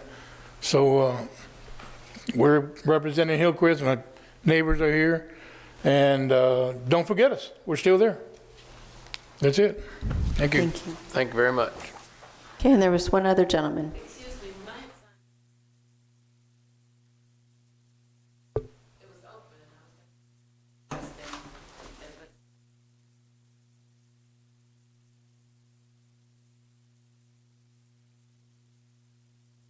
Well, yeah, you had said item 20, that's what you listed. Let me let this gentleman go first, and we'll address your issue.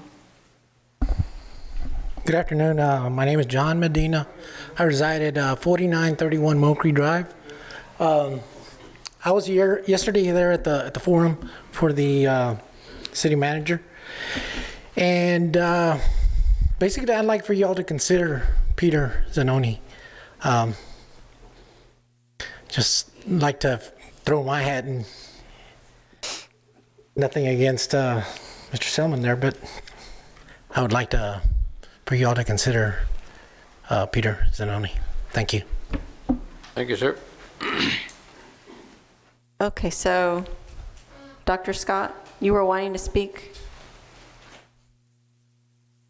Okay, so if you speak, you're not going to speak on item 20. You're going to speak on something else, correct? Mm-hmm.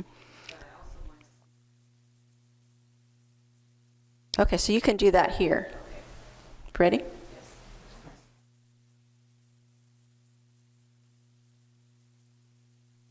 My name is Gloria Scott. I live at 4422 South Alameda, Corpus Christi. I want to speak to you about the dismantling of the Hillcrest area, and specifically about the church, the Hillcrest Church of Christ, that is been further destroyed by the building along I-37 near where it sits. The fact that it was originally told that it was in the mandatory cell part, then put in voluntary, and the building is falling. The amount of money that they have been offered or whatever is only $300,000.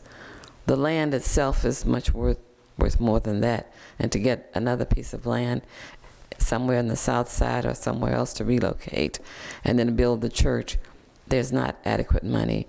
So there are a number of issues about that, and I wanted to call it to the attention that perhaps it's not being given enough attention from the city itself and the persons and the building and what's happening, because there are other houses, and I'm not even speaking about them, things that are happening over in the neighborhood. I've been over there with my feet on the ground in that whole area, and there are lots of people who, of course, can't come here to speak. They don't feel up to it, or they are capable of doing that. But there's a great thing needed, and if I can have the chance to, you can tell me what to do to come and sit with somebody, to take somebody out there.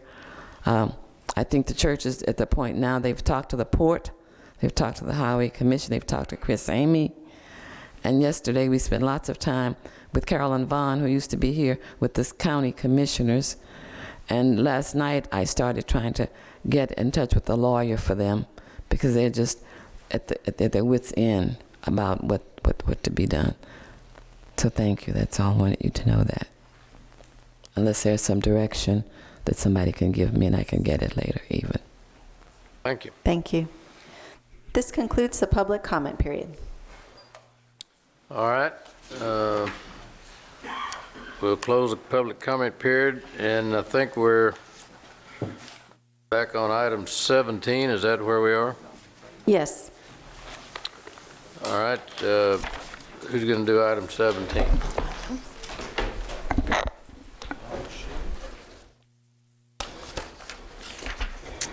All right. Good afternoon. Good afternoon, Council. My name is Valerie Gray, Executive Director of Public Works. With me here today is Interim Assistant Director of Street Operations, Sarah Munoz. And this is an ordinance dedicating 2 city-owned tracts of land totaling 16.744 acres in the North Beach area for the use as a wetland preserve, and to establish deed restrictions to assure that the property is retained and maintained as wetlands in perpetuity. This is a project location map, show you where we're speaking, and this is the project vicinity. And outlined in red, you can see the 2 tract lands that we were talking about. This dedication is in association with TxDOT's Harbor Bridge Replacement Project. Due to construction impacts, Flatiron Dragados LLC, TxDOT's design builder, developed a mitigation plan for the project with the U.S. Army Corps of Engineers through their Section 404D individual permit. As part of the city's participation in the Harbor Bridge Replacement Project, the city committed back in 2014, that time frame, the use of city-owned wetlands for mitigation. This area for the wetland mitigation is also in accordance with what is being proposed as an eco park for the city and the North Beach area development. So it's in conjunction with the development plan. After coordination and evaluation of many sites, the city-owned land on North Beach, this area was determined to be the best candidate. The permit required that deed restrictions be placed on the property and an annual monitoring plan for the first 5 years, which Flatiron will be doing the monitoring for the 5 years. Flatiron received final approval from the Corps of Engineers, and they received their 404D permit this month. And with that, we stand by to answer any questions that you may have. Mr. Roy? As far as some of the plans for North Beach and what we're looking at possibly doing as far as the drainage issue, do you see this particular track having anything to do or impede the process of working through that drainage issue? Councilman Roy, from my understanding, what I know of the North Beach proposed project that you're talking about, I understand that this wetland area is further beyond the scope of where they're proposing a turnaround and then coming to the roundabout. So this is really outside that area. And most of this is existing wetlands as it is today. So it should not, no, we do not see it impeding that project. Does that answer your question? It does, and so I'm going to ask this other question because if it turns out as we get further into this project and there is an issue, then at that point we're committed to these being wetlands, and to reverse that would be really tough. Yes, sir. This commitment for use of these wetlands was committed by the city back prior to the North Beach but not drainage the location. program. The location was. The location was yes, too. We do have correspondence that was sent to TxDOT back in 2014 where they were looking at these areas. They had to find the area that they were going to mitigate because it's all associated with the construction of the project. And they looked at several areas, and this area was identified as the best choice as they looked at several areas. And it's adjacent to an existing wetland. Yes, sir. Most of this is going to be enhancement of the existing wetlands and preservation of what's there. You have a very small piece that is going to be created adjacent to it. But most of this is existing wetlands, yes. Okay, thank you. Mr. Garza? What kind of time constraints are we on in terms of approving this particular, or taking this particular action? We don't want to delay the bridge project, but again, do we have to approve that today, or is this something that we could table? This is something, Councilman Roy, that's already been submitted for the permit that they have already received. If we delay it, it's really going to cause problems with the permit that they've already been issued. This is a commitment that the city made several years ago as far as use of this area, and so it would cause problems in the fact that they've already received the permit. Okay, so when does the permit expire? That I'm not quite sure. Do you know? I believe the mitigation has to be done before September. Okay, and how long does the mitigation take? I would have to refer back to Flatiron to ask for that timeline. We could find that out for you. Yeah, I've been asked by some folks North Beach to table the item, but again, I need to know what the consequences are of tabling the item. Well, there are representatives present here today with Flatiron, but all we're doing, Councilman Garza, is following through with the commitment that the city made at the beginning of the project in order to speed this along. They knew at the beginning they were going to need some areas to mitigate for the construction part of the project, and this was identified back in 2014. Well, if they're here, maybe they can answer the questions, I guess. Okay, I don't know. Do you want to see if they're here?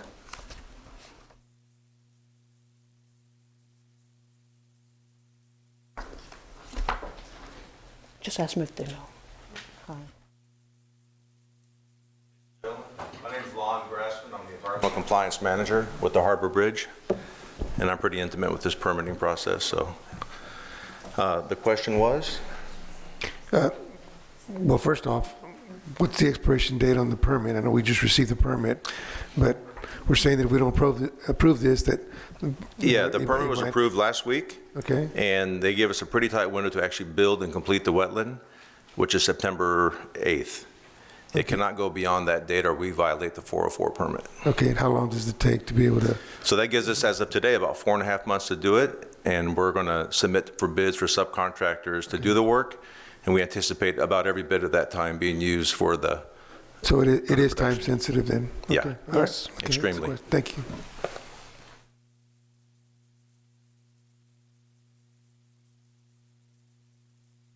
Mr. Hernandez?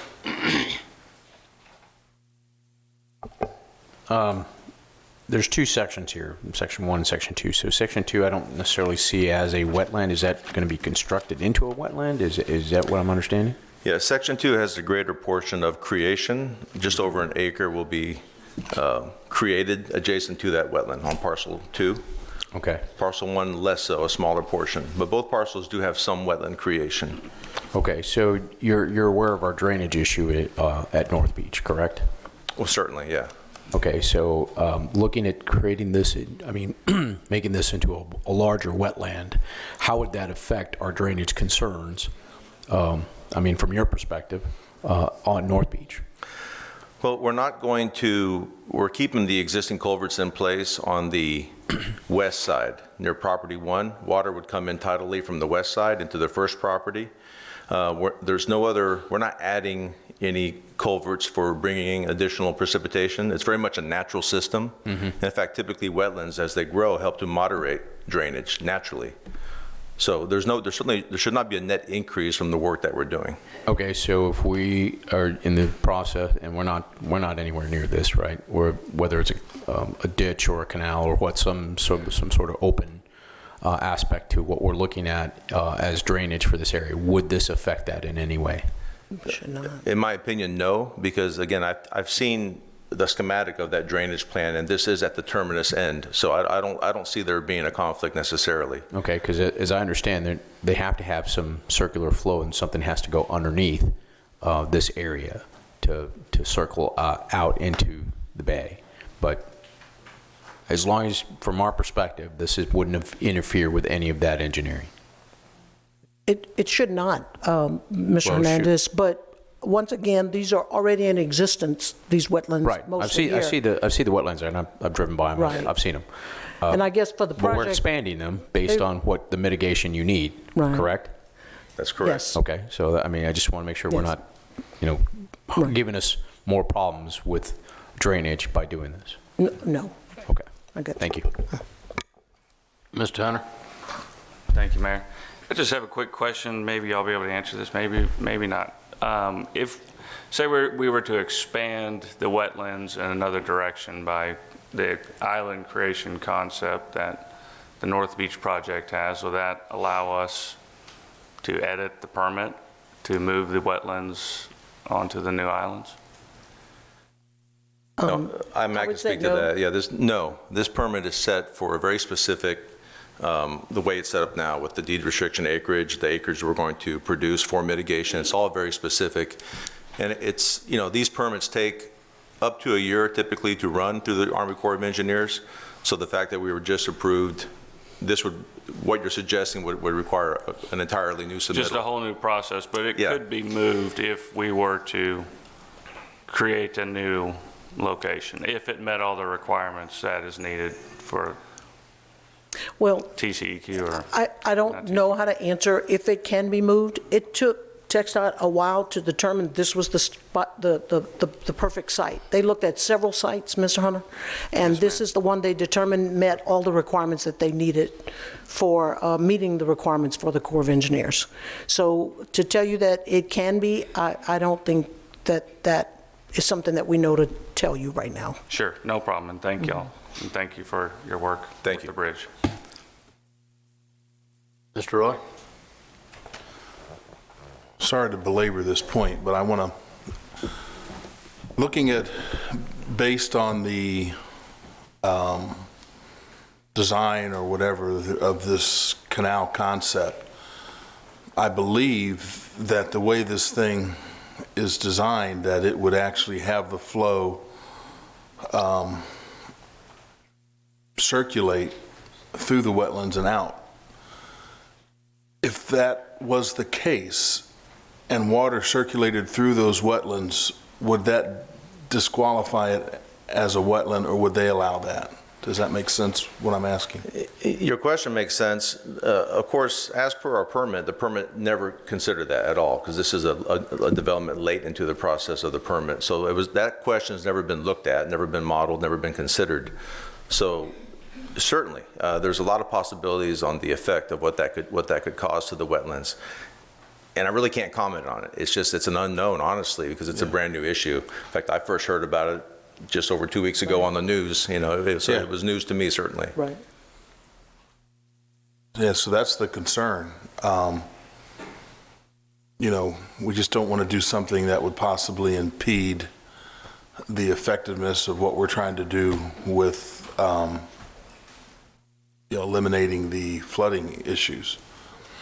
But, okay. Thank you. Sure. Mr. Barrera? Thank you, Mayor. Yeah, I think I understand the concern, but this is a specific project that has to do with another specific project, meaning the Harbor Bridge and obviously the wetland mitigation. I understand us to try and have some foresight, but it's basically still a hypothetical project that has yet to be engineered. I understand where we're trying to go, but I just think that we should make the decision based on the facts that we have, not on something that we're considering. And I understand your concern, but I think right now, with the facts before us, that we need to make a decision based on what we have. I want to clarify one thing. The elimination of the drainage, that's what we're looking at, and that's what we're talking about on North Beach as far as, and that hydrology study. That's the concern. That in itself, I don't believe is a hypothetical situation. We've been tasked. It was one of the things that we said we were going to do in terms of our goals and objectives this year in 2019. So I just want to make sure that we don't do something to disrupt that. But if number one, if you're saying that it's far enough outside of the area and the probability of that, and you're right, this is a project that has precedence over this whole concept of what they're trying to do with the drainage. So I understand that. Thank you. If I may, I wasn't trying to imply anything like that. I understand your concern over the drainage, and I just think that once again we've got an issue in front of us, and that's where we're at. Okay, I don't see anything else. You need some action of this? We need just the first reading. Just action. Also, public comment. I'm sorry. Ms. Waharlo. Thank you. Sir, okay, so what exactly, you're going to go in, what exactly is the project, though, for this area? At the site? Mm-hmm. So there's three things we're doing. We're going to create just over an acre of new wetlands. And so that's where you take some existing uplands and literally excavate down to grade so they can meet the existing wetland. So we've built a new wetland, if you will. So that's about an acre, what are the numbers? 1.14. Right. Or 1.3, I think. Of the 16 acres, yes. And then on the east side, you'll notice, if you've ever noticed up close, there's some concrete pilings from former foundations on the east side, which equal, again, the total amount is quite small, but we're going to pull those concrete debris out so that the wetlands can reestablish themselves in these small pocketed areas. And then the third thing is, which requires no work, the whole part and parcel gets considered preservation by the Army Corps of Engineers. Just by us having it and keeping it in perpetuity, we get credit for that. So those are the three actions that in total make the wetland site. Okay. Yeah. And if I could just add on to that, this area that we're talking about, it's already an area that the North Beach plan that was in place, it designates this area, this city-owned wetland area, as an opportunity for birding trails and wetlands and environmental as an eco site. So if I remember correctly, I was in one meeting. I don't have enough information about the proposed plan, but I did ask that question, and I was told that it should not be interfered with. It was further over. What they had showed on the video was something they were going to create. What we're trying to do is just do work that's in the existing wetlands with them adding on the 1.3 acres. So that's the best information I have. Okay. Okay. Just an amateur, non-scientific engineer's question. You said you're going to take some upland, which means I guess that's shell and asphalt and grass. It's not wetlands right now, and excavate it out so it'll become wetlands. That's correct. And you're doing this in this area that you're creating wetlands. Correct, adjacent to the existing wetlands. All right. So my question is, if we're looking for drainage, why not just dig that hole deep as you can get it and just drain it all in there instead of just enough to start growing grass? Mr. Mayor, it's a good question, and the answer is pretty simple, actually. Wetlands require very shallow water to grow.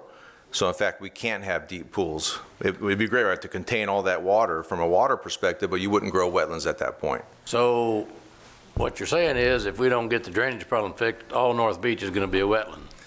You keep it wet enough, long enough, you'll get a wetland.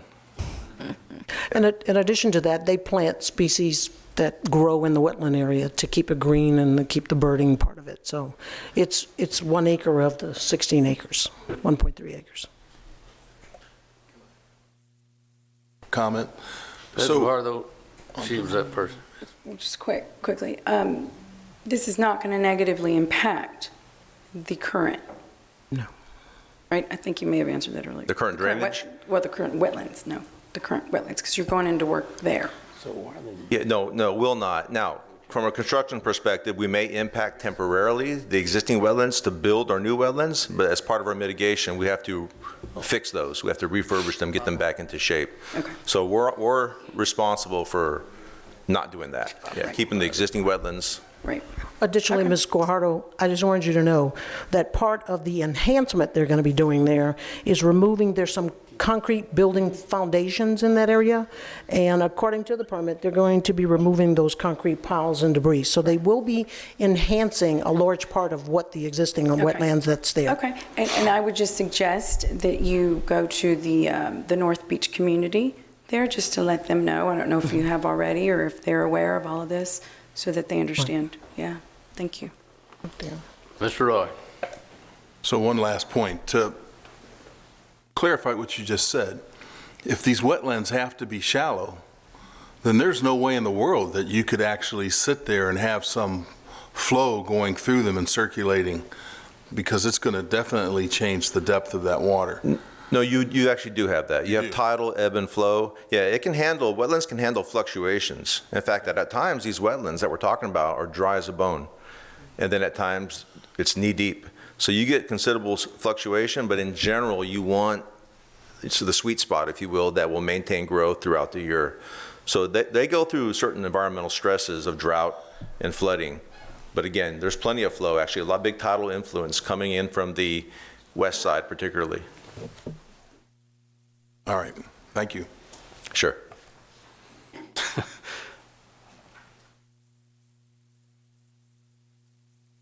Any other comments or questions? Then I'll entertain a motion for item 17, is that correct? Yes, sir. That we officially say what we were going to do 4 years ago? Yes, sir. Is there a motion? 5 years ago. Okay, that's better late than never, I guess, huh? Okay, all in favor, any other public comment on making wetlands out of non-wetlands that we promised to do 5 years ago, but we're doing today? I see no more comment. All in favor, say aye. Aye. All opposed? Oh, okay. For the record, Mr. Roy opposes, voted no. That was item 17. Yes. All right. Well, it's 1:30. I think let's we get started going something else when we got a motion here. All right, the council is going to go into executive session on item 25 per the Texas Government Code section 551.074. And if you look at item 25, for those of you interested in what we're going to be discussing, that is the personnel matters to deliberate the appointment, employment, evaluation, reassignment duties, discipline, or dismissal of the city manager. So we'll be discussing what we've been going through on the process the last 3 days. And we'll take a break at 1:30 and be back as quickly as possible.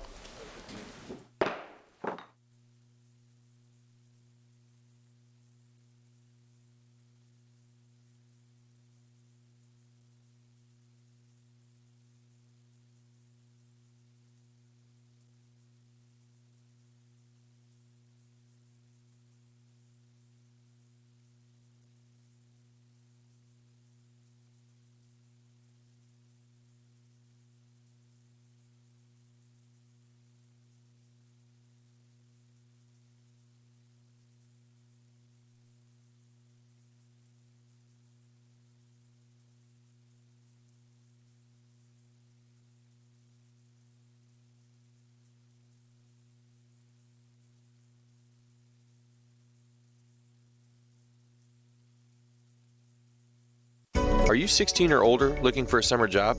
The City of Corpus Christi Parks and Recreation Department has several temporary positions available for various summer recreation programs. We're looking for pool managers, lifeguards, and swim instructors. Enjoy working with the youth? There are more than 100 positions open for our Latchkey summer camps and the Summer Spark program. We invite you to join our dynamic, energetic, and creative staff. Apply today. Go to our website, www.cctexasjobs.com, or call 826-3460. The city wishes you could see the utility lines our specialists see, but you can't. That's why it is important to call 811 2 days before you dig. Just provide the location of your project and what is being done. Then a specialist will go to the location and mark the underground lines. Now you can begin your project. It's not just the safe thing to do, it's the law. Remember, know what is below. Call 811 before you dig.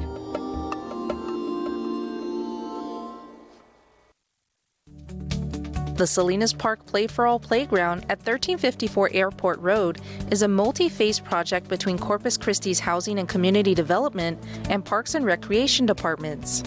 Their goal? Building a quality complex that includes a wide array of play elements for everyone to enjoy. This ADA-friendly playground is the first of its kind in the city, and Community Development Block Grants made it possible.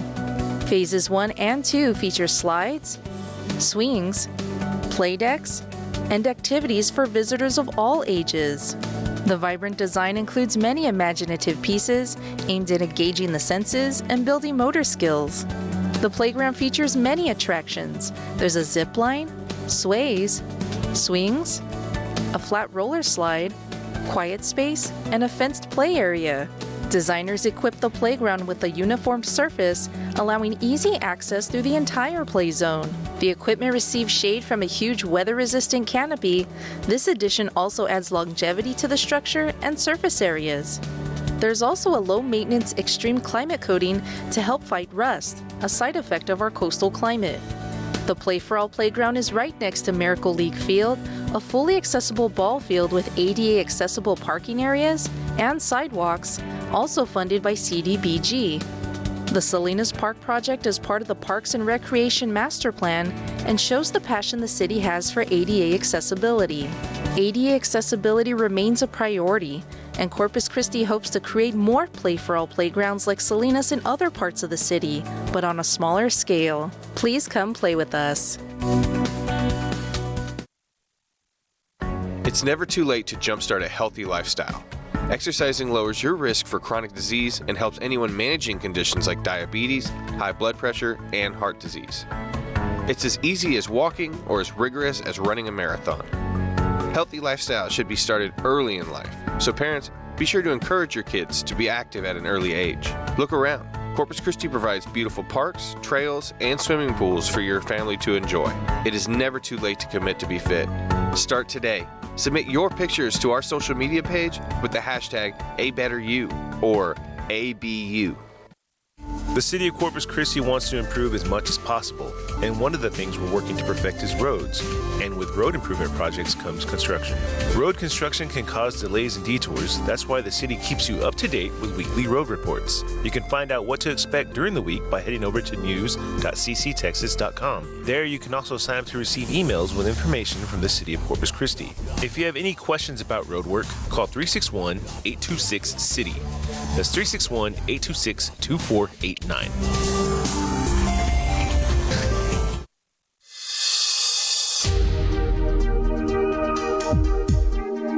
Emergency planning agencies with the City of Corpus Christi gather at the Owen Stevens plant for a hazmat drill. Events like these help everyone be prepared in the event that something like this happens. The water plant, like any production facility, contains some inherent risks. And to help city employees and emergency crews be ready for these things, the Corpus Christi's Local Emergency Planning Committee, or LEPC, planned this full-scale emergency preparedness drill. The possibility of having a leak, whether a small one or a big one, it's always in the back of our mind, and we need to prepare for it. And this is what this is about. Plant employees, Corpus Christi's police and fire departments, the EOC, Union Pacific Railroad, and surrounding emergency crews participated in the event. Organizers created a very possible hazardous material scenario for the team. Chemicals are everywhere. It doesn't matter whether we're at a water treatment plant or an industrial facility or at someone's home. There's always going to be chemicals involved in our day-to-day life. During the drill, a worker passed out after getting near the train track. Then, green and yellow smoke representing chlorine gas could be seen leaking from the top of a rail car. Plant employees and emergency crews went into action, everyone treating it like a real situation. Police even diverted traffic, and a reverse alert was sent to residents within a 1-mile radius, letting them know to shelter in place. We're seeing a lot more rail activity in the community, and so it's always good to be able to expose them to something that, they may be seeing in the future. A lot is learned during drills like these. Not only does it give folks physical practice for the real situation, it also helps everyone involved get familiar with the plant's layout and surroundings. So, in the event of an emergency, it isn't the first time they're on the premises working under these conditions. This is also a chance for everyone to hone their communication skills. In any emergency, getting the right information to the right groups at the right time helps things flow smoothly and allows the team to coordinate their efforts properly. Getting this right means protecting the public. This is a situation that would leave the confines of the plant, which means that we now have the areas involved, the population. You drill like it's real. And so when the time comes, then everybody already knows what they're doing. They've seen each other, they communicate with each other, they know who's in charge, and so they know their job and their responsibilities. The plant drills internally once a year, and everyone uses the same tools like the ones used today. During the drill, plant employees dressed in full hazmat gear and sealed off the leaking gas. A command station was set up, and paramedics even prepared a triage center to check vitals and help with injuries. All of them were well trained on what they needed to do, and this is why they are, because they do train. And we'll go back to the evacuation, Hurricane Harvey. We drilled evacuations for 5-6 years, and why do we do this? Why do we do this? Well, when Harvey happened, we knew exactly what to do. For more information on how to react in any emergency situation, visit the city's website, www.cctexas.com. For the City of Corpus Christi, I'm Dale Stefan, reporting.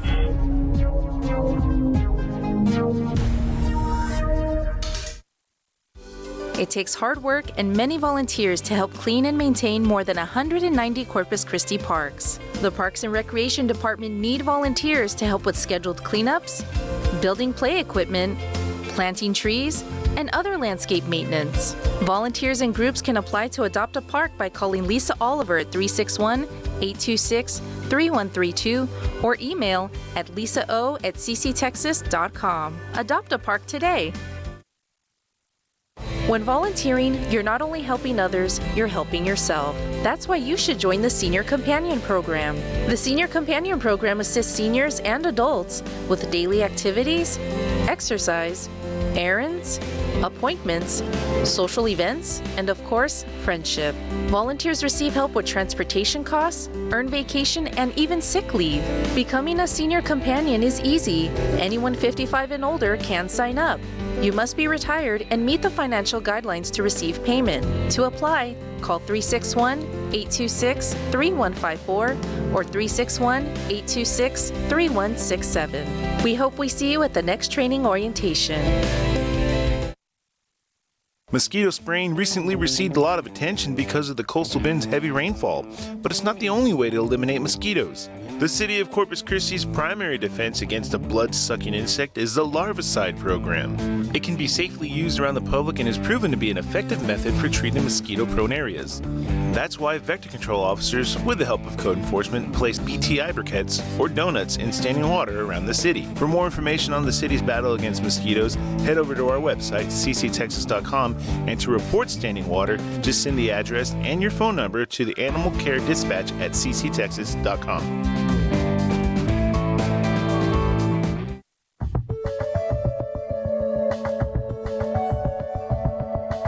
The city of Corpus Christi invited the public to a storm drain cleaning demonstration. This event gave residents an up-close look at the impact blocked drains can have on the city.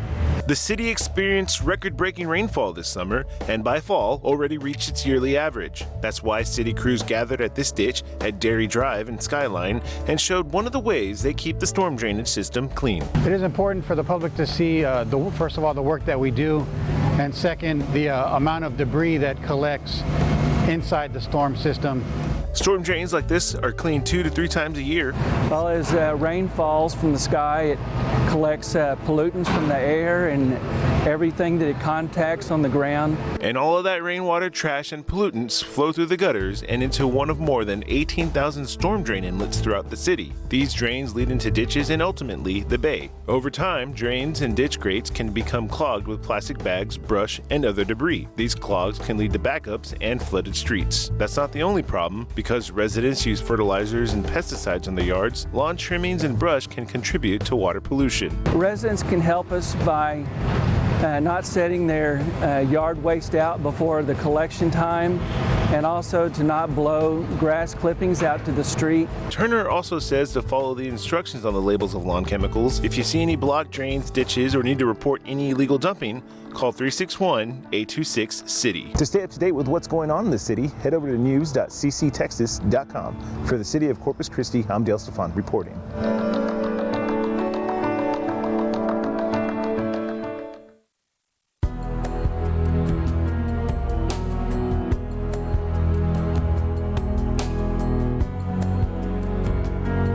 Providing water.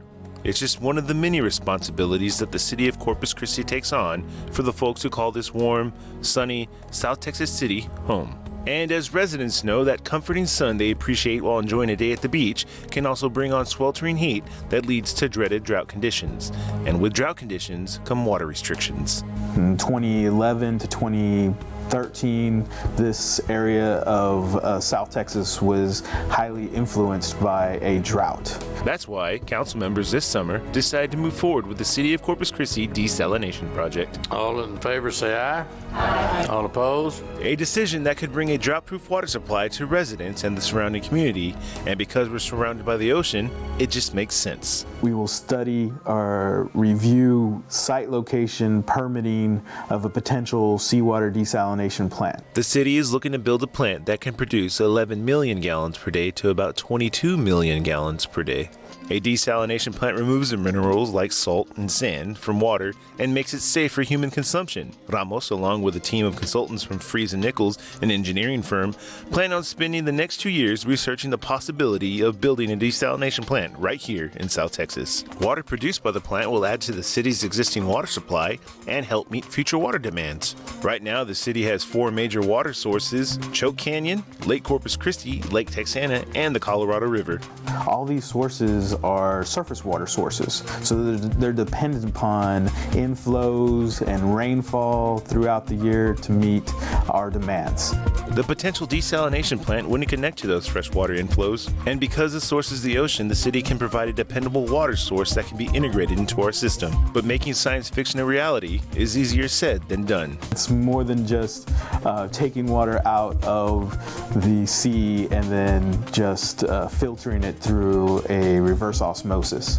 You have to make sure that you protect the system. Right now, Ramos says they're looking at multiple sites in the Corpus Christi and La Quinta ship channel. The team needs to see if those locations meet their objectives and if they can get the water rights and TCEQ discharge permits. You see, with water desalination comes waste or effluent. So we would work with the state to obtain those special authorizations so that we can continue to discharge our seawater, our effluent into the bay. In this project, we'll make those needed determinations and do the proper science so that we can obtain those permits. One popular technique, adding a diffuser to the end of the discharge line. This allows the effluent to mix properly with the seawater. If all goes well, the city of Corpus Christi could have a saltwater desalination system by 2026. And we have to be prepared from a water resource point of view to provide that water to our customers. It's just one of the ways the city plans for future needs and strives to improve water quality, customer satisfaction, and productivity. We'll keep you updated in the future as the project moves forward.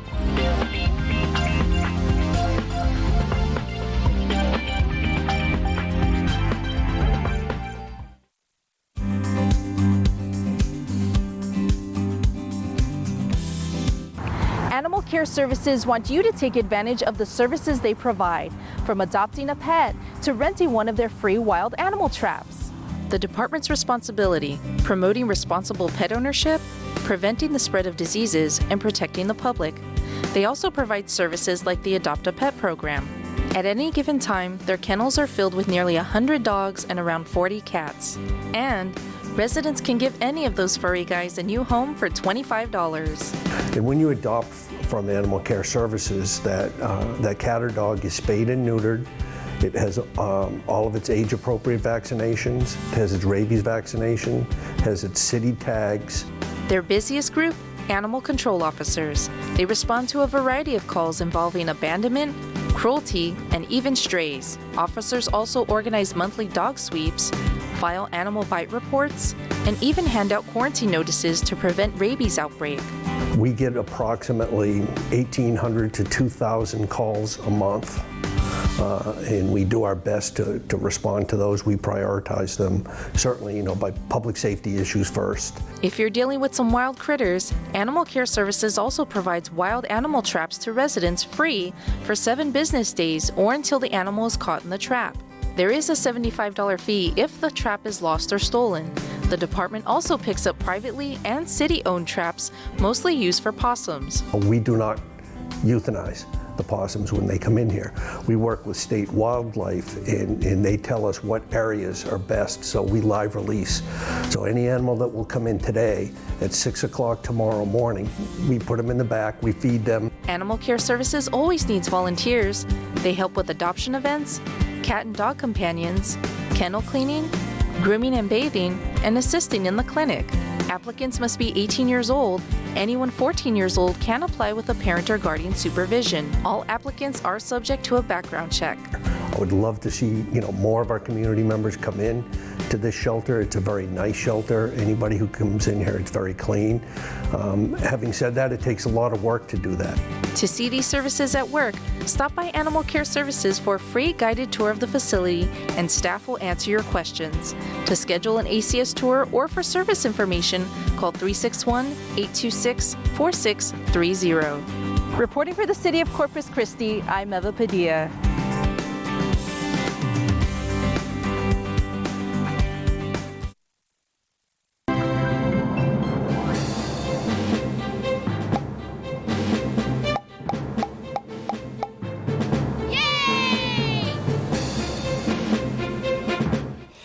This week's feature is the Corpus Christi Bay Trail. It's an excellent way for residents and visitors to stay in shape and take in the sights of the city. The 8-mile hike and bike trail begins at the barge dock on Shoreline Boulevard near the American Bank Center and ends at Texas A&M University, Corpus Christi on Ocean Drive. The trail, just one of Corpus Christi Parks and Recreation Department's projects aimed at connecting the community with the city's diverse natural habitat. Folks taking on the trek can admire and even capture the views of the Corpus Christi Bay, Cayo del Oso, and Oso Creek. But wait, there's more. Walkers and cyclists can also visit many of the city's parks, including the water's edge, and check out the public art pieces located along the waterfront. If you don't have a bike, don't worry. You can rent one for less than $5 an hour. Bike Corpus Christi has several convenient bike rental stations along the seawall, all within walking distance of parking locations. For more information on the Corpus Christi Bay Trail and other bike and hike locations, head over to the city's website, www.cctexas.com.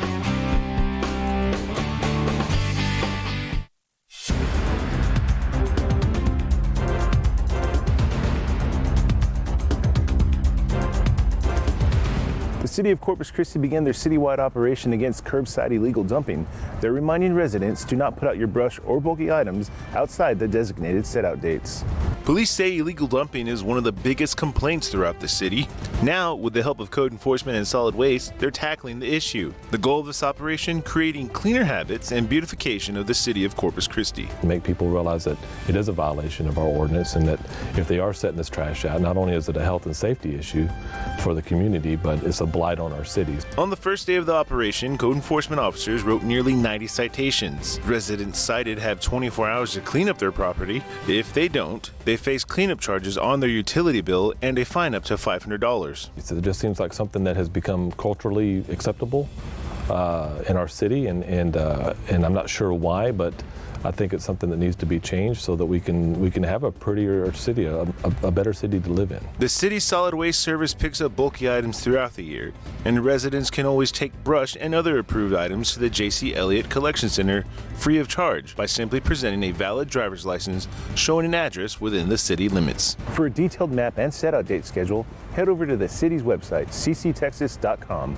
For the City of Corpus Christi, I'm Dale Stefan reporting.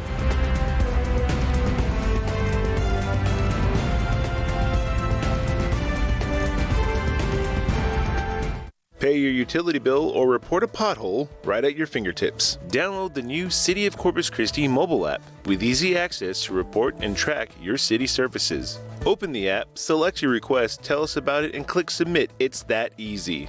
Also, check out recent city job openings, connect with us on social media, and see the latest flight information. It's a free and fast way to connect with the city. Visit the App Store or Google Play to download today. For more information, visit cctexas.com/mobile app.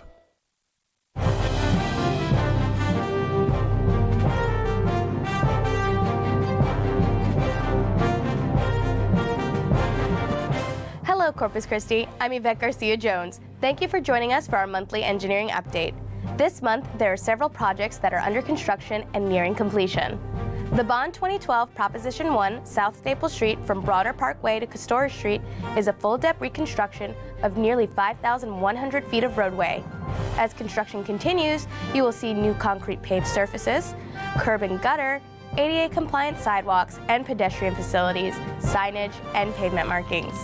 Utility improvements include water, wastewater, stormwater drainage, and gas line improvements. This project is being constructed in 4 phases and is currently in Phase 2.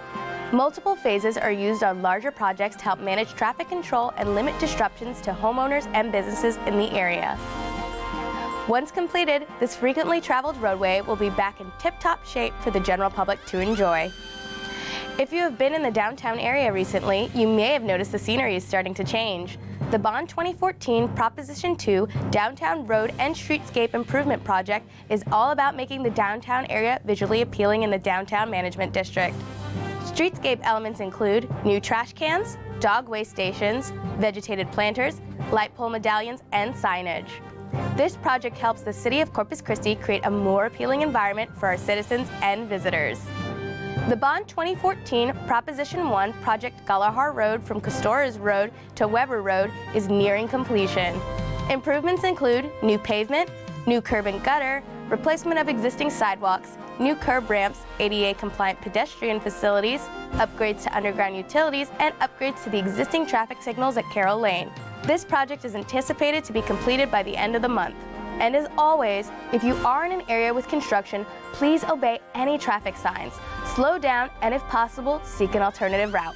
We do apologize for the inconvenience. That's all for the April report. For more information about these projects, visit cctexas.com and be sure to follow us on social media for more project updates. Thank you for joining us, and we'll see you next month.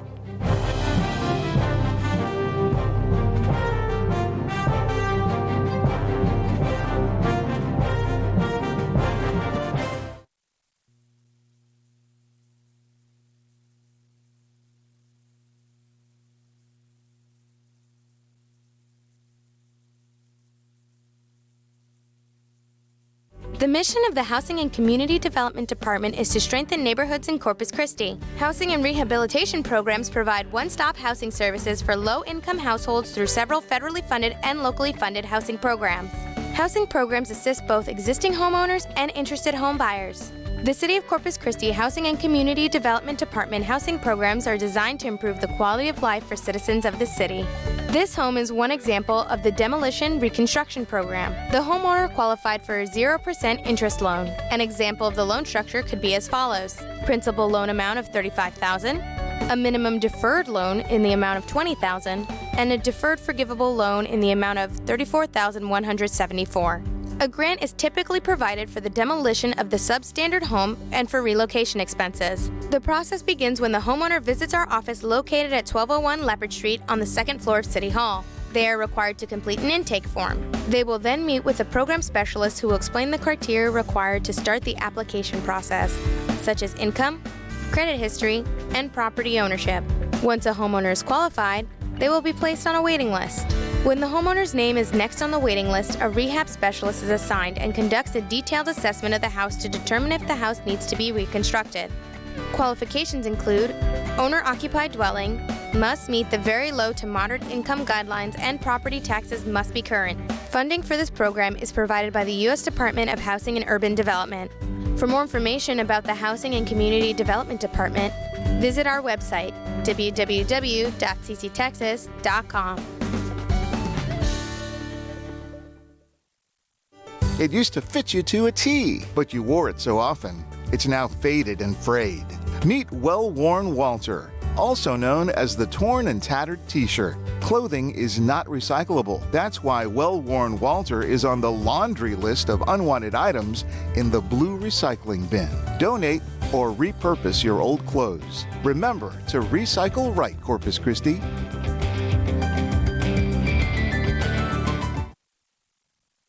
Looking to spend your summer out at sea? Here are some boating safety rules to make your trip a fun and safe one. Before you leave the house, check the forecast to make sure the weather is clear. If you see storm clouds, experience strong winds, or see lightning, head back to shore. Before stepping aboard, make sure your vessel is seaworthy and your checklist of essential items is complete. Always wear your life jacket anytime you step aboard a sea vessel. Know the area you're boating in while operating at a safe speed and follow the rules of the road. If you're at the Corpus Christi Marina, you can pick up a free brochure on boating safety tips at the office and speak with Marina staff if you have any questions. For more information, visit our website, www.cctexas.com. Part of our job description is it's not only about driving, it's about, safety and customer service. Keeping our city clean is a tough job, but the men and women of the Solid Waste Department are up for the task. We are heading out into the field to learn more about what goes on around our city.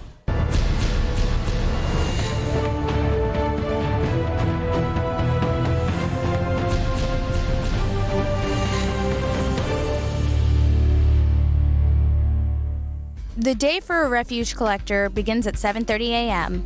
This particular morning, a staff member from the Risk Management Division dropped in for a brief training session. All right, morning everyone. Good morning, Mr. Don. Hey, this morning we're gonna talk safety. We're gonna talk about heat stress. We haven't even hit mid-June. That's when it usually starts getting hot, but we're already in the 90s. And then when you add on top of that what it feels like, you put another 3 or 4 degrees on top of it. After the meeting, the workers head out to their trucks and prep for the day. Today we'll be following two solid waste veterans, Albert Perez, who works in recycling, and Robert Garcia, who works in garbage on their different routes. Each prepares their vehicle for the day of work ahead. We begin the day looking, as I say, we check our fuel fluids, look for the obvious, any kind of leaks coming from the arm, from the differentials. And make sure my rear camera is clean, as this is a CNG truck. I always check the pressure, make sure we got enough fuel for the day. Been here for 24 years, and our task is to go and pick up carts, recycle carts for the residents of Corpus Christi. Albert's first stop is hitting his assigned locations for the day to collect recyclables, while Robert heads to the landfill to dump his load from yesterday. While on the way to the landfill, he runs into a major problem. I think we're having problems here. Yeah. Robert calls for Ricardo, the technician from the solid waste department, to come fix the issue. No, when I came out, it smelled like coolant. See, it wasn't like that this morning. See, now it's starting to lower. I busted the belt. We busted a belt. You can tell by the smells what's leaking. So right off the bat, when I got off the truck, I told you it was a coolant leak. While Robert waits for the work on his truck to be finished, Albert has already started his route. Each day, a new route is given to the recycle drivers. Route 71, which is our boundary from Weber, Ocean Drive, and Roberts. You see these trucks are one of the new trucks. They're rail trucks. I like them because they're easier to handle the recycle carts. Of course, we have our camera up here. I can see everything that's happening, okay? Here, the joystick, you grab it, grab your can, bring it in, you go up, see how easy it is? You see it up there where it unloads everything, okay? You bring it back down, boom, seat it back out, got it. You see how they're separated right here? That's the way that the carts should be, just like this one here, 3 to 5 feet. That's a lot easier for the grabber. I won't be dropping cans, you know. See that? That works pretty good. While most cans are good, occasionally refuse collectors must get out of their vehicle for varying reasons. I guess you see our tags. You see? 3 feet away from garbage carts. Okay? So you tag it, you put it out the 3 feet. Due to wear and tear, our refuse trucks and drivers are often delayed on their collection routes while the solid waste fleet mechanic works on the truck in the field. Once Robert's problem is fixed, he heads to the landfill to drop off and hit the road to take care of his route. We work 5 days a week, so therefore the city's divided into 5 different sections. Those areas are divided up among maybe about 20 different routes, maybe 22, the very most.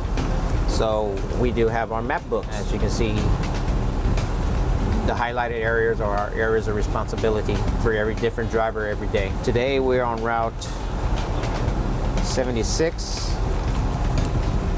As you can see, it's cracked. This is the problem that we have, is when they're cracked, they get caught onto the rubber strap, or sometimes they get caught onto the ends here and get caught onto the bolts. It makes it difficult to release. So what I'm gonna do is face it to where it won't catch the crack, and then all I can do is tag it and remind them that they can call for a replacement. So I hope it all falls in and won't fly away. Okay, now when we do for ADAs, we look at our list, and I have to write down the time that's collected, which is 10:32.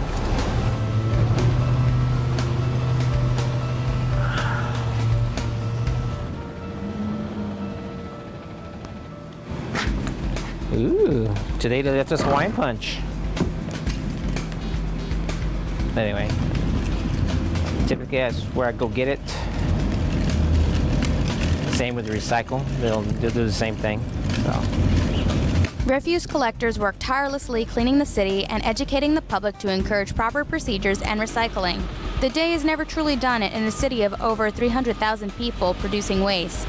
Rain or sunshine, you can guarantee the solid waste department is hard at work. Somebody's got to clean the city, right?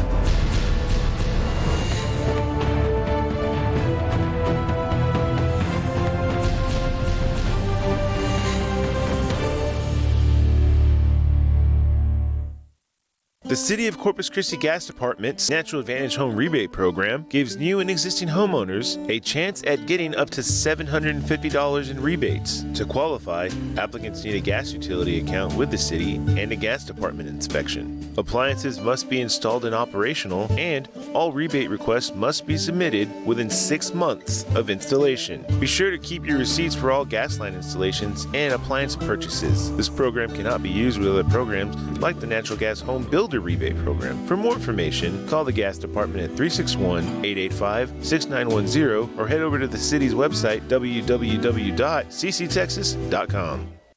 The City of Corpus Christi Health District promotes healthy lifestyles and protects the health and quality for all residents. But did you know they also provide vital records? Folks needing a birth or death certificate can head over to the main health district building on Horn Road near Greenwood. To obtain certified copies of the certificates, you must have proof of identification and be an immediate family member. And the event you're requesting documents for must have occurred in Corpus Christi. If not, contact the city where the birth or death occurred. For complete instructions on obtaining records or to order them online, head over to the city's website, www.cctexas.com, or call the Health District, 361-826-7229.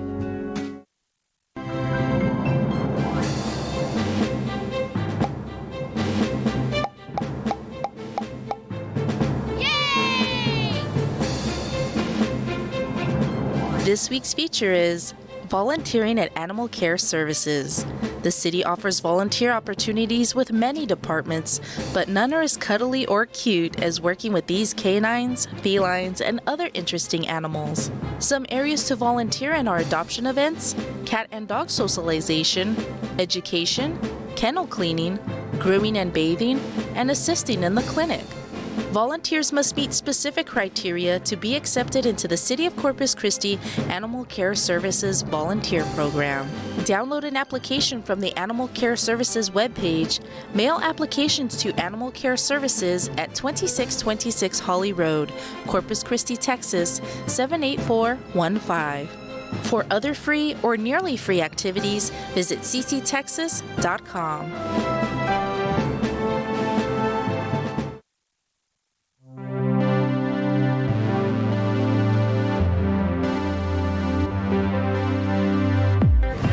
The City of Corpus Christi's Police Department, Code Enforcement, and the Texas National Guard are teaming up to demolish old and dilapidated structures in our neighborhoods. Local law enforcement, National Guardsmen, Officer Blue, and children from a nearby elementary came to watch the Texas National Guard do their work as they demolish an abandoned building on Cheyenne Street. So Operation Crackdown gives the opportunity for the National Guard to come into the communities and help demolish these deplorable homes that are used for illicit activity. This demolition is one of 20 that will take place in our city to rid neighborhoods of criminal activity and structural eyesores. So it's great for the city, it's great for the community, especially when you have an elementary school like we have here in this case. Right across the street, there's this home.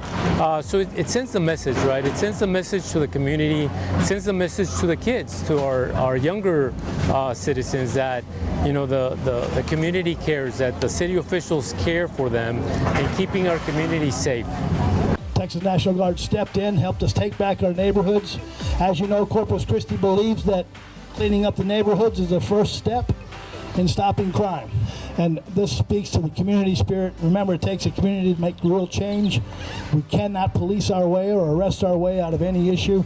We need other resources to make things happen. If you spot an old dilapidated home in your neighborhood, report it to 361-826-2489 or visit our website, www.cctexas.com. Reporting for the City of Corpus Christi, I'm Yvette Garcia-Jones.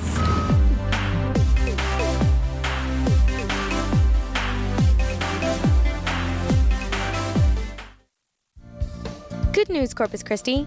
Many residents will soon see increased water pressure. Thanks to water system improvements, water pressure is expected to improve, especially in northwest and south side Corpus Christi. With increased water pressure, even small leaks can become big problems. Check your property and fix any water leaks now before water and your money go down the drain. For more information, visit us at www.cctexas.com/water-pressure. Hi, my name is Jesus Solis, traffic investigator for Corpus Christi Police Department. About every 20 minutes in Texas, someone is hurt or killed in a crash involving alcohol. In March 2017, there were 50 crash-related DWIs and 4 fatalities in Corpus Christi. In Texas, a person is legally intoxicated at 0.08 breath alcohol concentration, or BAC. A person is also intoxicated if impaired due to alcohol or other drugs, regardless of BAC. Drivers under the influence could face up to $17,000 in fines, fees, jail time, and could lose their driver's license. Think twice before you drink and drive. Whether you're the driver or passenger, you could be fined up to $500 for having an open container in a vehicle. Remember, it's illegal to consume any amount of alcohol if you're under the age of 21. Don't drink and drive. Plan ahead for a sober ride. Here's how you can stay safe if you have too much to drink. Designate a driver, call a cab, or spend the night where you are. Stay sober and safe, Corpus Christi. Don't drink and drive. Have you ever wanted to help the city find solutions to problems in our community but don't know how? Look no further. You can volunteer on one of the city's many boards, committees, and commissions that help grow Corpus Christi. Each commission is comprised of citizen volunteers who have a passion for helping our city continue to grow. The City Council can't handle every issue from beginning to end, so that's where the boards, committees, and commissions come in. They focus on specific issues and help to regulate and manage city programs with their advice and expertise. Applicants must be residents in Corpus Christi when they apply and throughout their term. Being a city volunteer takes a lot of time and commitment, but you'll be playing a pivotal role in shaping the future of Corpus Christi. To apply, check out our website, www.cctexas.com.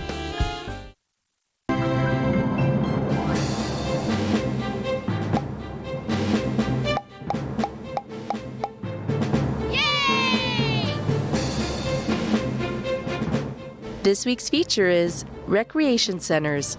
Corpus Christi has 4 recreation centers: Joe Garza, Lindale, Oak Park, and Oso Recreation Center. The recreation centers offer a free after-school program for children 6 to 16 to engage in homework tutorials, arts and crafts, games, and special programs. Summer programs such as the Summer Programs and Recreation for Kids program, or SPARKS, offers activities such as arts and crafts, tournaments, board games, indoor and outdoor play, and guest speakers. Parks and Rec also offers Lunches on Us summer food service program that provides lunch and afternoon snacks free of charge for children 1 to 18 at several locations in the city. In the summer, each rec center is open from 11 a.m. to 4 p.m. Monday through Friday, and during the school year, 3 to 7 p.m. Monday through Friday. For more information, call 361-826-PLAY or visit cctexas.com.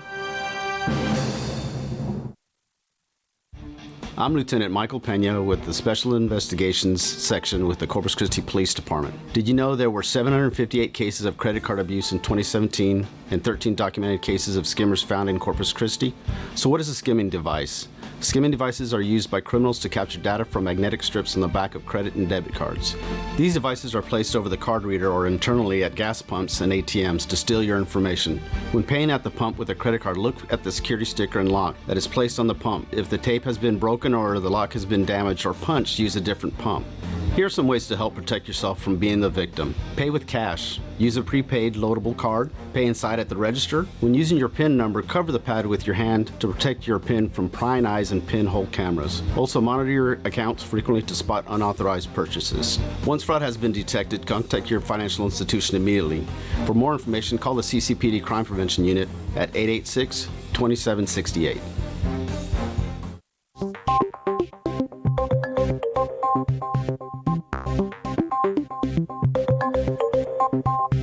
The city's Health Department strives to make Corpus Christi a healthier place. Aside from informing you on how to be healthy, they also inspect local venues for safety regulations. The Health Department health inspectors go anywhere there's a kitchen that is used to serve the public. They also go to areas you may not be aware of. Everyone's affected by the public health inspector because we do inspections on food service establishments, daycares, both adult and child, swimming pool inspections, septic facilities, both commercial and residential, and we also do public health nuisance complaints. So we fall under Municipal Ordinance 19, and we also fall under Ordinance 38, which is for the mobile food vendors. So those are the mobile food trucks that you see out and about, and all this relates to the Texas Health and Safety Code, Chapter 438. From making sure restaurant kitchens are clean to checking for bacteria in local pools, the city health inspectors have a big job to do. We have 7 inspectors, which cover 7 districts. So it's not just the city of Corpus. We also look at restaurants or other facilities throughout the whole county of Nueces.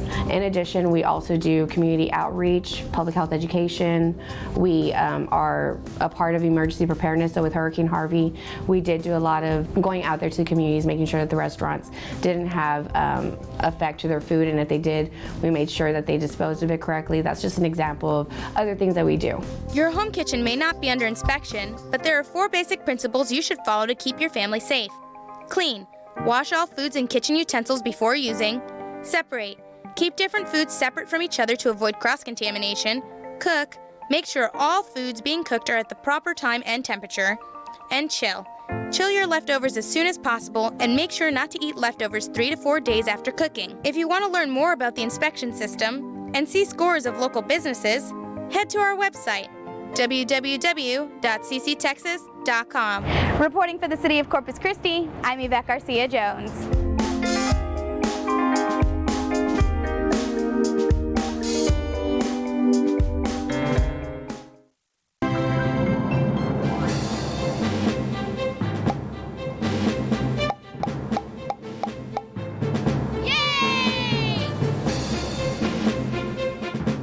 This week's feature is a walk along the bayfront.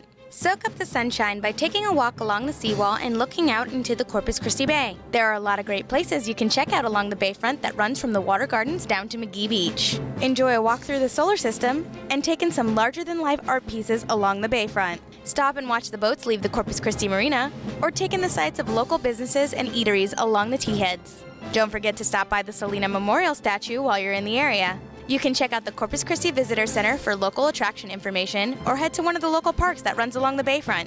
If you don't feel like walking, you can grab a rideshare bike from one of the bike racks conveniently set up along the bayfront. Your first hour of the ride is free. For more information, visit us at www.cctexas.com.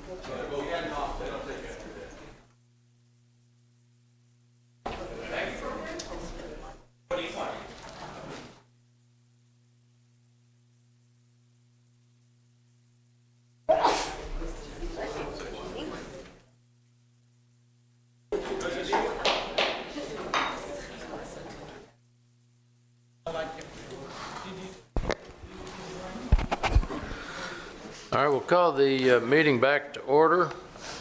Finish the executive session.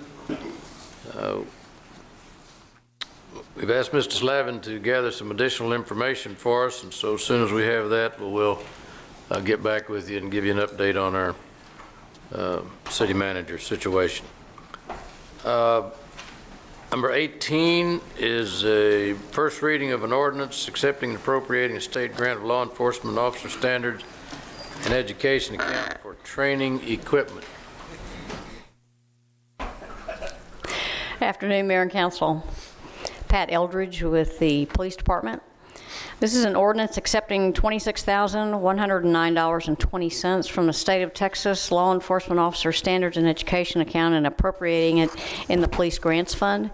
Each year, the legislature provides for funding for every law enforcement agency in the state of Texas according to how many officers you have on a certain date. And all of these funds go towards the training of both sworn and civilian personnel. I believe this is, probably the 15th year that we've had this.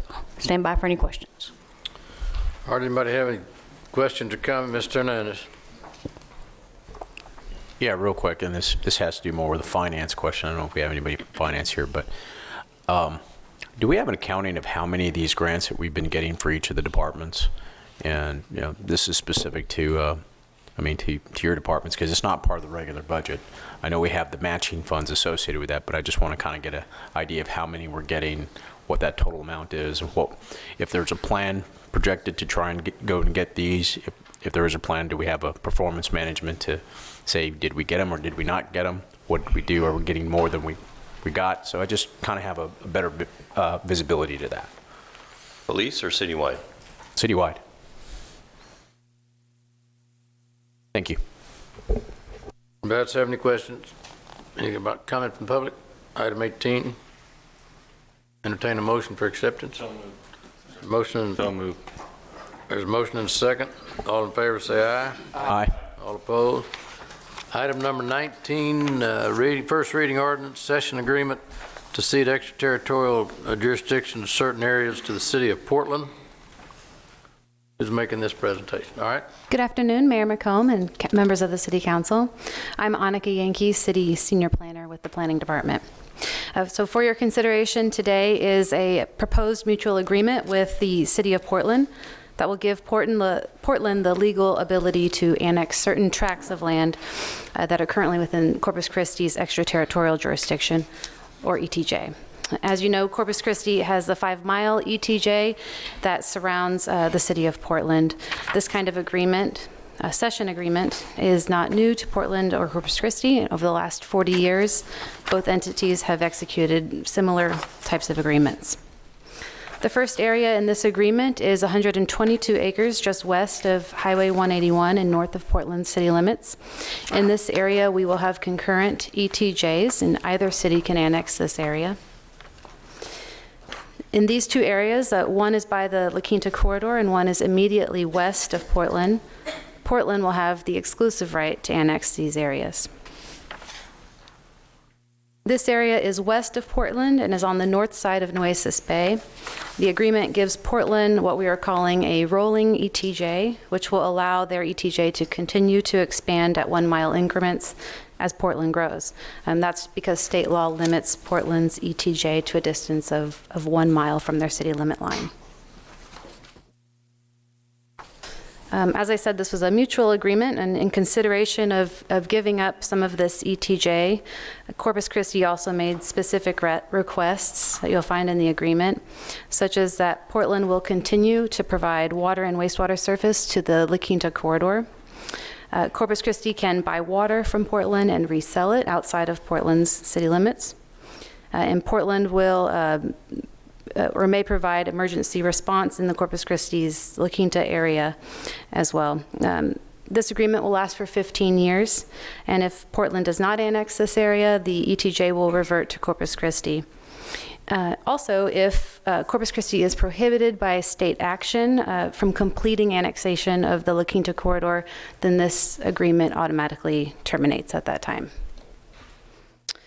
The City Council of Portland has already authorized their city manager to execute this agreement, and they will be looking at ratifying it shortly after if you should approve this. I'm available for any questions. All right, anybody have any comments or questions on it? Mr. Hernandez. No, I didn't see a copy of the agreement in our documents. Do we have that copy? And as I'm understanding, Portland hasn't gotten approval from their council yet. Is that correct? Is that what you said?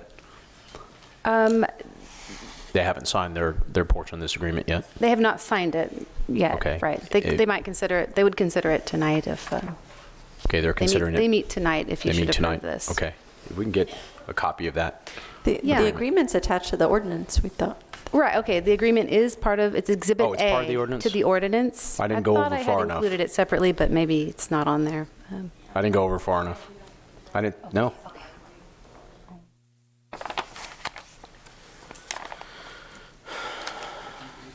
No, it's not. Electronically?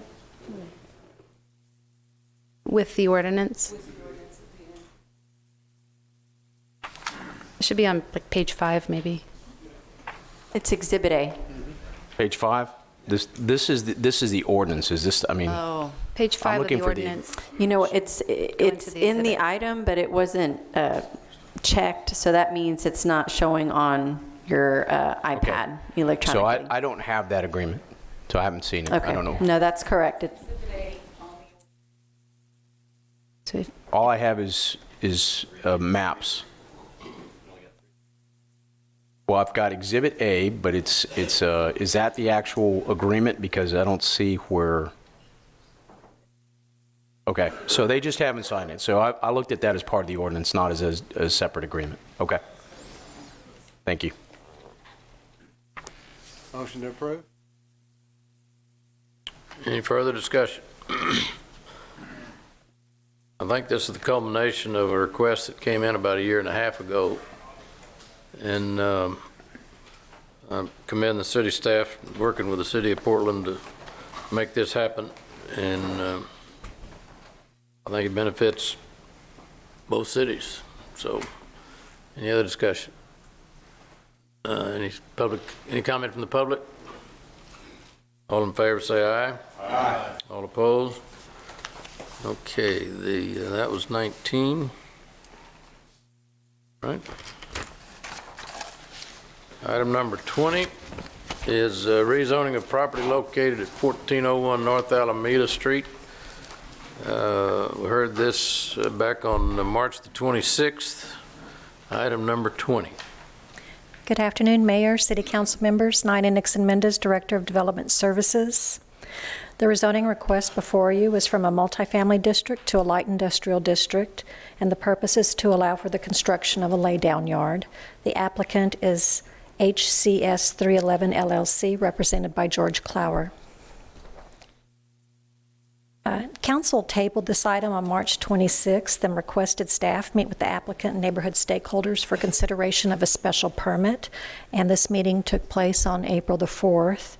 Staff has prepared special permit conditions with the input of all parties.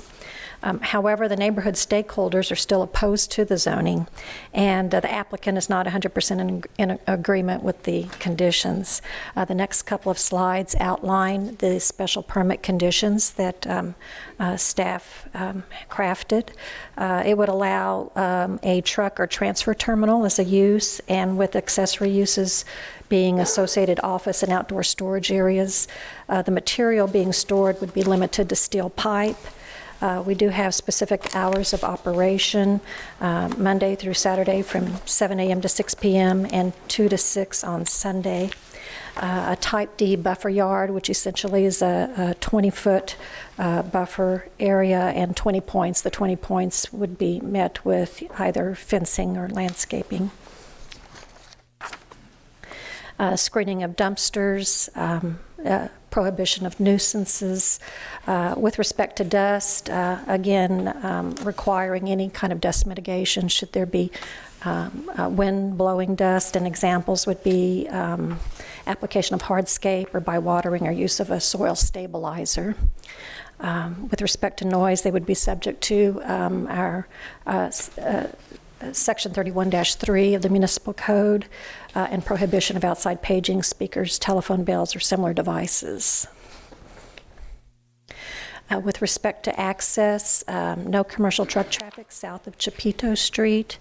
Again, this was in an effort to prohibit cut-through traffic of commercial vehicles. Driveway access to or from Chapito Street is prohibited, and no exiting of commercial truck traffic to the south onto Sam Rankin Street or south onto North Alameda Street from the subject property. Again, the lighting would need to be downward pointing.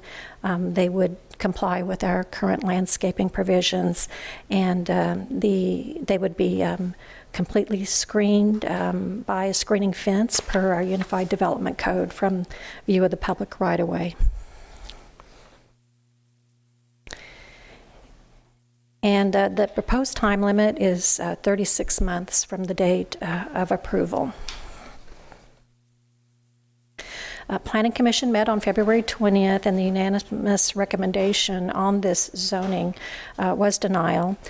Staff recommends denial of the special permit. The use is inconsistent with the comprehensive plan and the adjacent zoning and may have a negative impact on neighboring properties.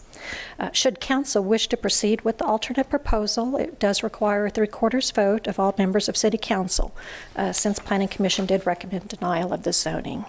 I stand by for questions. Okay, this is a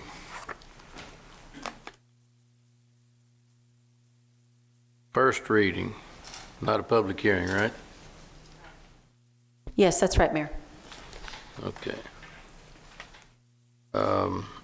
Any comments from the public on the recommendation? Let's see, got a planning commission staff and we got a planning commission and a staff recommendation denial, but the planning staff, the planning commission and the staff both recommending the special permit, or just the planning staff? No, sir, the City Council recommended the alternate proposal. They directed staff to go back and craft conditions related to a special permit, and that's what we brought forward.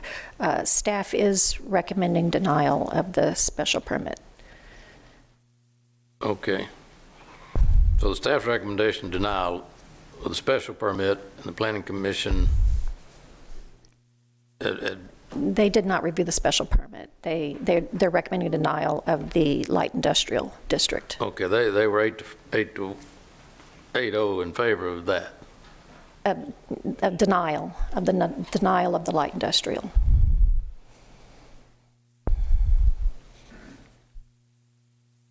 Oh, okay.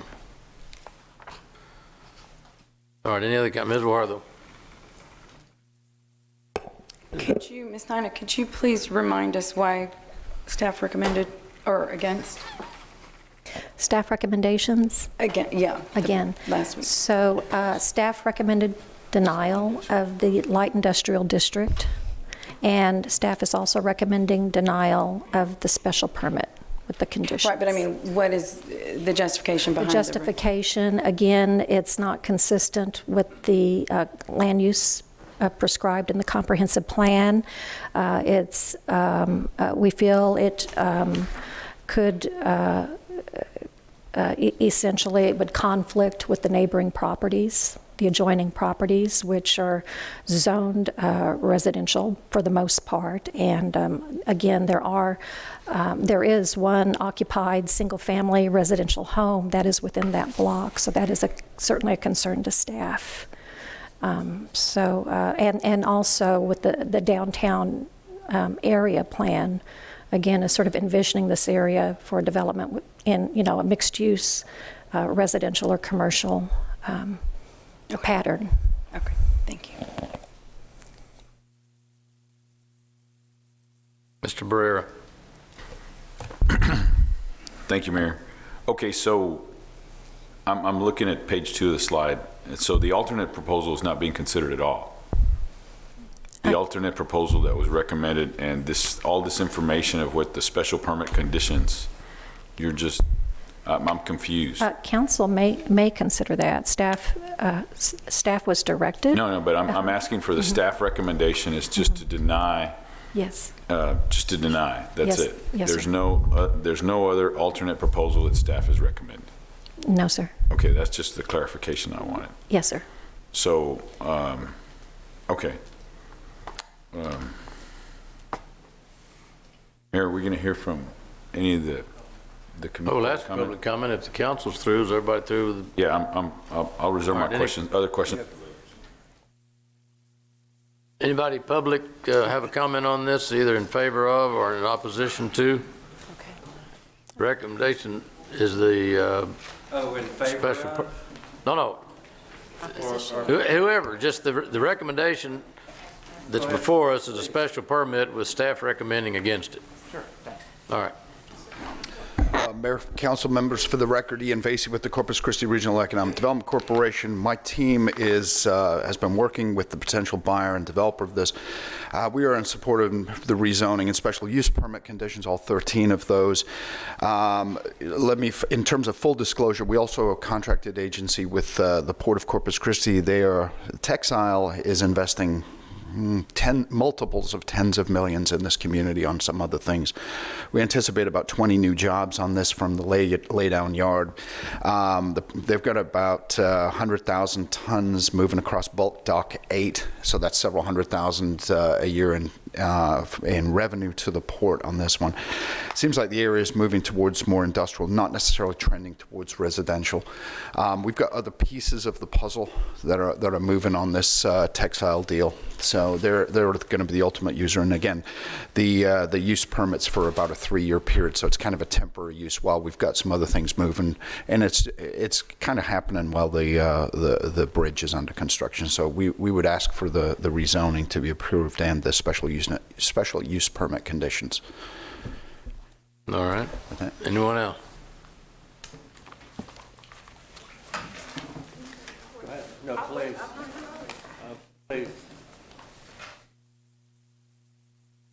Because if you say something I want to rebut, then I may not have that opportunity, so I'll wait. I doubt you will. All right. I'll wait. All right, well, either somebody get up, we're going to close it. All right, so I'm up. All right, let's go. So, my name is Barry Wolfson. I live at 5114, or work at 5114 Balcones Woods Drive in Austin, Texas, Suite 307, 78750. And I have prepared for Councilman Roy, this is your district, and of course I've also prepared for Mayor McCombs, and I think, Mayor McCombs, I might be that one knucklehead from out of the city that you said that in the Citgo comments that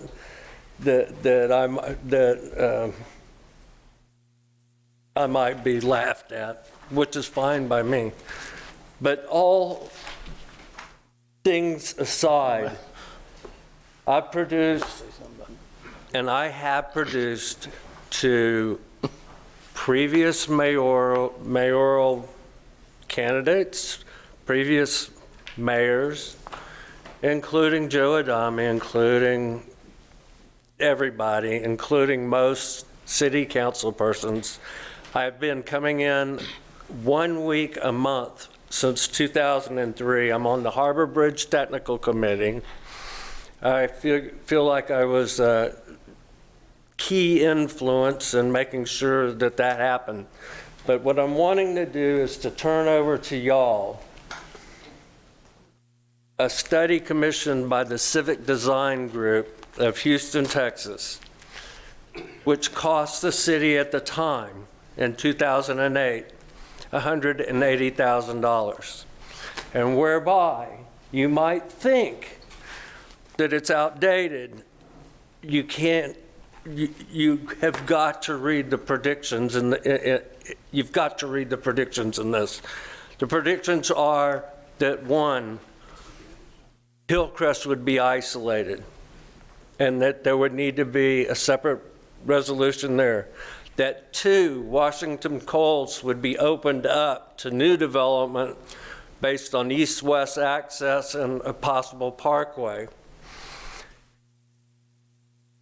And multiple more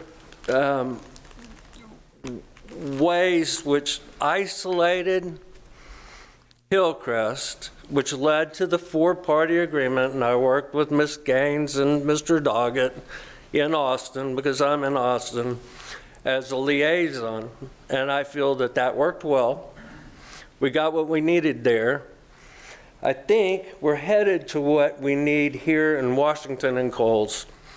I'll try and cut this short, real short. I was a former commercial mortgage banking. Mayor, are you allowing more than 3 minutes today? Finish your thought, and then we'll. Okay. I'm a former CMBS, commercial mortgage-backed security broker out of New York, and have underwritten multiple projects in multiple cities. And the bottom line is that this is a beautiful new suspension bridge, colorfully lit project, which will draw a master plan community to that area. And in my opinion, putting an eyesore back on the site of an eyesore, of which was Northside Village, is a death bell. All right. Thank you very much. Thank you. Appreciate it. My name's Nancy Foley, well, Reverend Nancy Foley. I'm the pastor of St. Paul United Methodist Church. I live at 4309 Woodland Creek Drive. I sent a letter, and I'm not going to try to repeat everything that I put in there to the council. I would like to make a correction to that letter. It was supposed to be the boundary of Coke, and those were the two words that were somehow omitted, Coke and Winnebago, as far as the voluntary acquisition properties. One of the reasons I stood is we're trying to live into the hope and the dream that was promised. It's difficult to live into the hopes and dreams that have been promised through the various plans, the Downtown Development Plan, the CAD Livability Plan, and the other one. There were three that I mentioned in my letter. It's hard to live into that dream. It's all I've seen and heard about since I came here 2 years ago, and even entertained the idea of a lay-down pipe yard. I drove down to Robstown, I looked at the yard, and it is incompatible to the vision that and the hope that we have for that neighborhood to be developed into something beautiful. There's going to be a trailhead on the north and the south side of the bridge. There's going to be a walking path and an observation deck midway. And I don't know about you, but I don't want to stand on that deck and look down on a pipe yard. I know that money matters and that communities need to make money, but I also know that once investments are made, it's going to be difficult for us to say to Texile, well, your 3 years is up, you've got to go, because then they would have invested money, then they would have invested infrastructure, and it's just not the neighbor we need right now. because people who are looking and watching and planning to develop and planning to come in, they're going to be influenced by it. We've been in that neighborhood 135 years at one location or another. And we just want, and then on Sundays, I don't want any operation. I noticed that the operations in Robstown were Monday through Friday, 7 to 3. I don't want any Sunday operation because I don't know what we're going to do as far as activities and plans. Those things are fluid. And so if we are doing something inside of the hours that would be permitted in a special use permit, we have to contend with the noise. I also have known truckers and have friends that own 18-wheelers. When they get lost, when they get confused, they go whichever way they need to go to get oriented and to get back to where they belong. You cannot guarantee us that 18-wheelers will not come through our community. It looks nice in writing, and it's a nice plan. But how do you sustain that? How do you upkeep it? How do you ask them then to move because they have violated that trust? They can't control the truckers, and we're concerned about what it's going to do to our neighborhood. Thank you. Thank you. Ms. Warthoe? Anybody else? Come on, Reverend.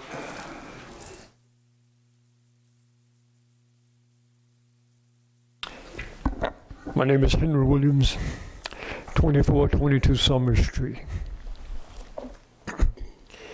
No, to the mayor and the council. Regarding the zoning change, I would like to stand in agreement with the Planning Commission and those who are gathered here that the zoning change not take place. Washington Coles is an established historic neighborhood in Corpus Christi defined by modest single-family homes, residential streets and blocks, historic churches, landmarks such as the Old Bayview Cemetery and Solomon Coles High School. The Planning Commission and the staff recommended the denial of the zoning change. I stand in agreement with this and with those who are gathered here. Okay. That the zoning plan change not take place. It stands in opposition to the vision of the people for the future of the neighborhood. I would also like to propose that there is a parcel of land in near proximity that could also be used for the laydown yard for the pipe. Okay. And that land is located between Port Avenue to the east and the New Harbor Bridge alignment. There's a parcel of land there. And I would recommend, that those who are interested in the zoning change for the laydown pipe yard, that they would see if that parcel of land could meet their needs. And Mayor, Council, thank you very much. Thank you, Mr. Williams.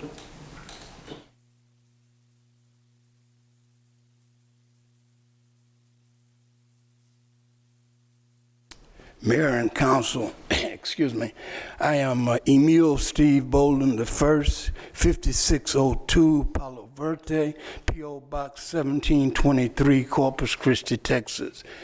I'm here to remind you of a 40-year-ago plan brought to leadership Corpus Christi 2 that said we will razz and remove. Then I remind you of a 20-year master plan that said we will razz and restructure. The restructured plan was to raise high rise. I think that the thinking of the people that make the decision was that people that look like me would not be able to afford to live in high rises that were proposed. But I think what has happened is that with the advent of $70,000 and $80,000 a year jobs for operational people at these plants, people that look like me that have lived in the area for 134 years plus will be able to afford to live in those high rises, so it won't be removed. And even if the ethnic structure of the high rises do not look like me, because our church has been in this community for 135 years, we will attract Methodists of all ethnicity. And our church, instead of dwindling, because the majority of the people that attend our church are aged like me, 73 years old and older, I think that you should consider the fact that we need to have an area structured for all people. Thank you.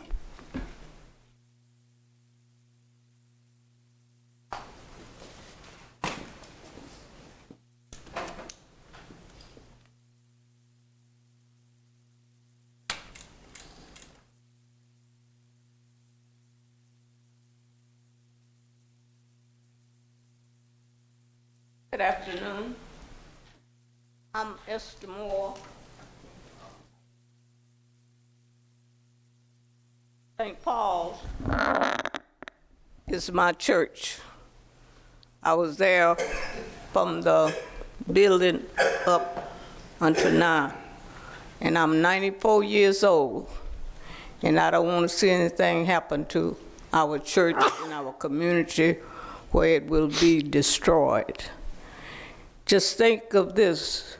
If you have a neighborhood and where you have purchased land, many people around you, and they building these fancy houses, and I'm a little old lady, and I've been saving my pennies and nickels and dimes, so I bought that land, and now all I can afford is a little shack. You would want me to be denied the privilege of having a place to stay just because my house is not suitable for yours. So I'm standing with my church. And as I say, I've been there ever since the ground was built. And let us be in peace and be in harmony and not destroy what we have put our sweat and blood into. Give us a chance. And you, wherever you are doing or whatever you need to do, there are other places that you could go and seek to put your building or whatever you need to do. So please, please, give us a chance to stay and be in our house, our St. Paul United Methodist Church, for many, many more years, and for children that will come along behind us. Don't tear our church down, please. Thank you.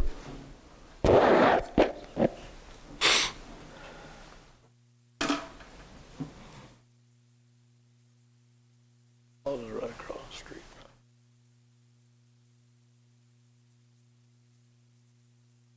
My name is Eddie Jackson Mathis, and I live at 4721 Angela Drive in the Molina. And I I'm not going to repeat some of the things other people have said. I belong to St. Paul United Methodist Church. And in driving around the community, there are many other places near the refineries where property can be purchased for this pipe laydown place. St. Paul is right next door to this property. Our lot ends at Chapito, which is where theirs begin and go in the other direction. I drive across town just as many other people do in our community, and we are all voters. We live here, we pay taxes here, we do all the things that good citizens do. We have people who live, we have 8 families in 01, 4 families in 05, 2 families in 08, 1 family in 04. These are zip codes, by the way. 1 in 07, 2 in zip code 10, 6 in zip code 11, 13 families in zip code 12, 15 in zip code 13, 12 in zip code 15, 14 in zip code 16, I'm in zip code 16, and 3 in 17, and 3 in 18. So you can see we come from almost everywhere in this town. We are, as you can tell, some are young, some are middle-aged, and some are old like I am, along with Brother Emil and Sister Esther. We vote, like I said, we pay taxes, and we really want our voice to be heard and to be understood. This is a master plan that was presented to us as a church a long time ago, and now you think of changing it. We're very faithful people. God leads us where we need to go. We want you to understand how important this is for a neighborhood to be around our church again. This is very important to us. Even though we get up every morning, every Sunday, or for meetings and other things and drive to the church, the whole idea was this community was going to come back to life and people were going to be residential in that neighborhood. Every other council has voted for that and worked on that being the possibility. We can sit in our parking lot and look at City Hall. So would you like for all the industrial areas to be, for City Hall to be able to look and see all the industrial area of all the industry that could be put in that area right from City Hall? I don't think so. Anyway, thank you very much. Thank you.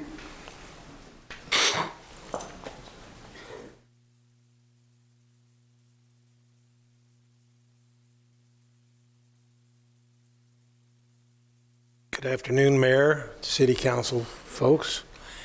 My name is Maury Wolfson. I live at 3535 Santa Fe. I represent Block Realty Company in Wolfson Properties. We own approximately 21 and a few more in this general area that everybody's been talking about.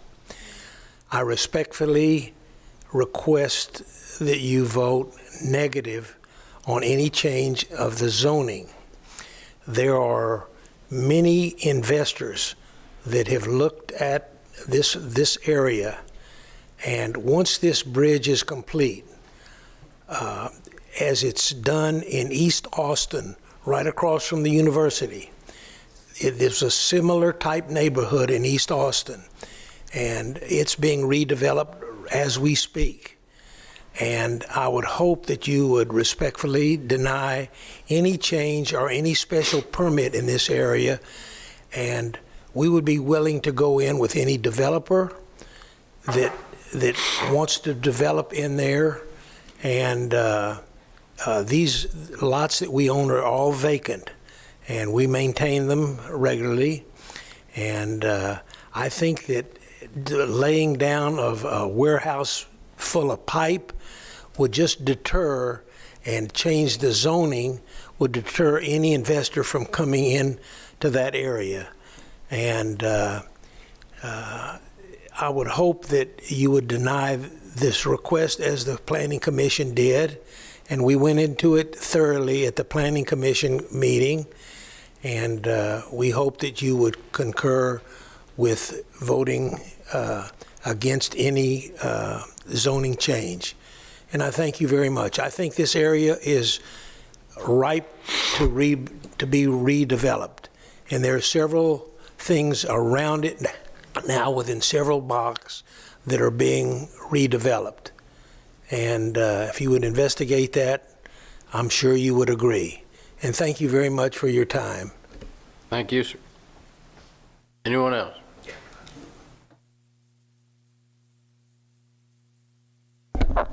So I'm Adam Carrington. I live at 2949 Riverbend Court. I am the very proud pastor of Brooks AME Worship Center in the Hillcrest community.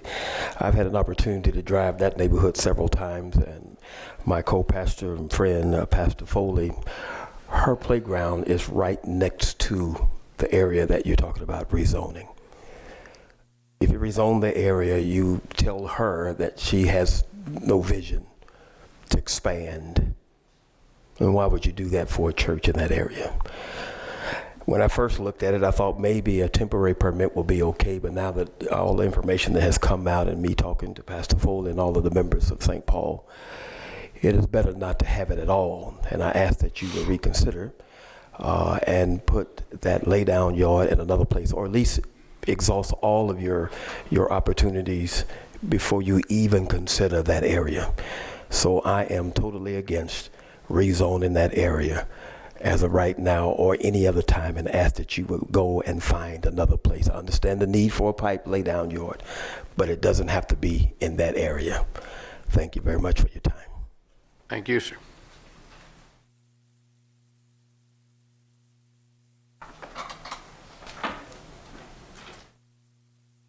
Mayor, members of the council, my name is Errol Summerlin. I live in Portland, Texas, but I'm a member of the Citizens Alliance for Fairness and Progress and have worked with the Hillcrest and Washington and Coles neighborhoods for 30 years almost. The downtown area development plan was the result of a community-driven project, okay?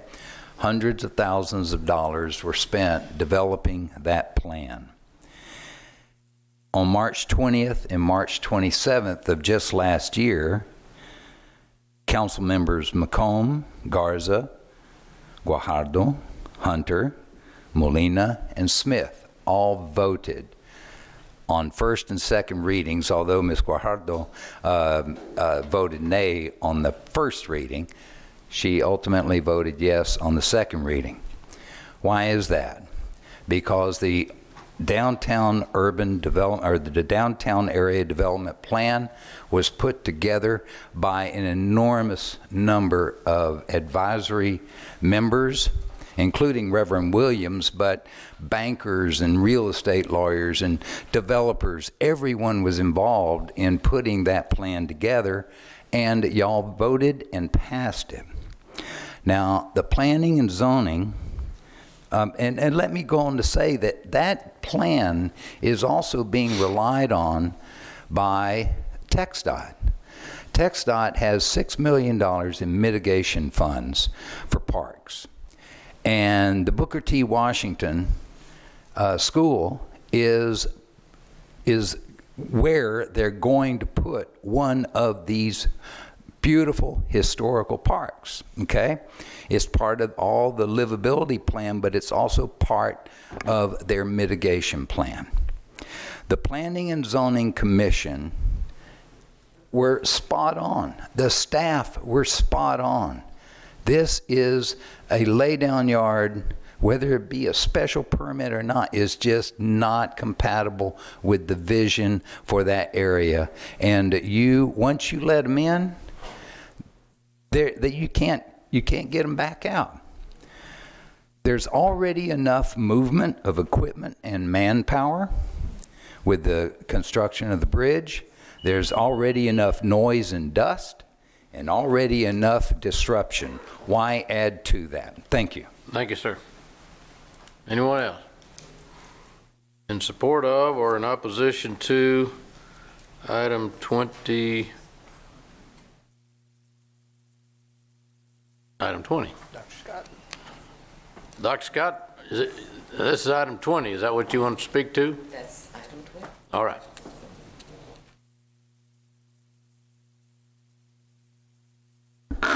Thank you very much. My name is Gloria Scott. I live at 4422 South Alameda. I want to echo what you've just heard, and I'm pleased that there are people who've spoken against this, and it's good to have the recollection of the persons who initially voted that this area should be a different kind of place from the city council. The light industrial, in quotation, area and the pipe lay down, or whatever it's called, is totally obnoxiously on the other side of anything for human beings in this area. For the playground, the company helped us put there, not for the church. The church did it there. Linda Baumheckel was the pastor and led it, but it was for the whole community, so the children who lived in all the places around there would have a place to come and play, a playground. And that is how it functions. It also was a place that people who lived in the community, all the houses torn down in the old, quote, projects, that my husband and I worked very hard with that. Mr. Knowles, many of us worked with those families over the years. And they all were removed to other places under a theory of something that was going to happen and never did. It is just inhumanable, that's a word, to do this. And I ask you all please to vote against this light industrial. It can go elsewhere. I don't care where else it goes. At this point, I don't want to try to identify a place for it. But there are enough technicians, and Mr. Wolfson, I'm glad to meet you since you're the man who bought out from under us a lot of the property we tried to hold on to behind the church, the two houses behind the church, right. We came in to buy it, and they said, oh, Mr. Wolfson bought that underneath. So we were trying to, at that time, to hold the properties so that we could invest in them and hold them to be done properly. So I'm simply saying, I had a lot else to say, but that's all. Please vote against this, and as a first reading, at this first reading, give your indications, and we will be continuing to ask you and help you think it through by the second reading so that it's a vote against it and bring you more evidence. And I know you've seen all the pictures. Maybe one day we could invite some of you to go over and walk through with us and see, and I could treat you to lunch somewhere over there. Be glad to do that. Thank you. All right, thank you. Anybody else on item 20? Yes, sir.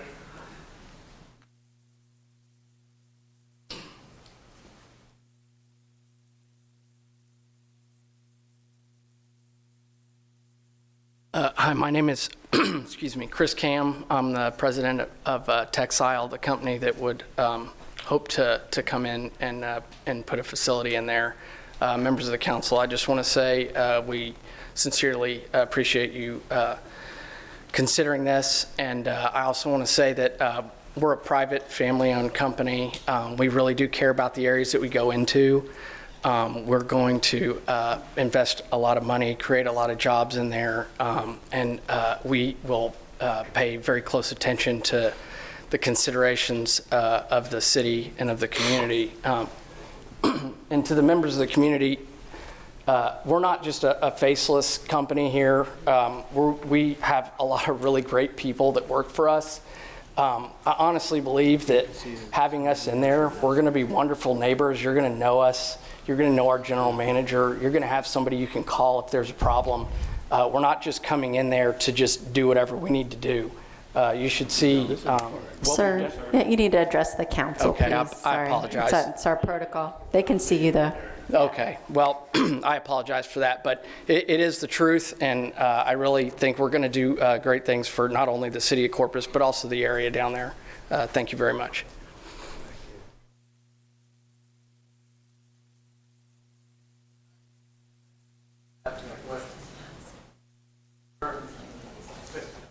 Turn your mic on, sir. Mayor. Mayor, turn on your mic, please. So what? Okay. Yes, sir. The yard you're wanting to put in here is it just a lay-down yard, or is it related to the Harbor Bridge? It's a lay-down yard. Not related to the Harbor Bridge? No, sir. Okay, that's all I need to know. Thank you. Anybody else?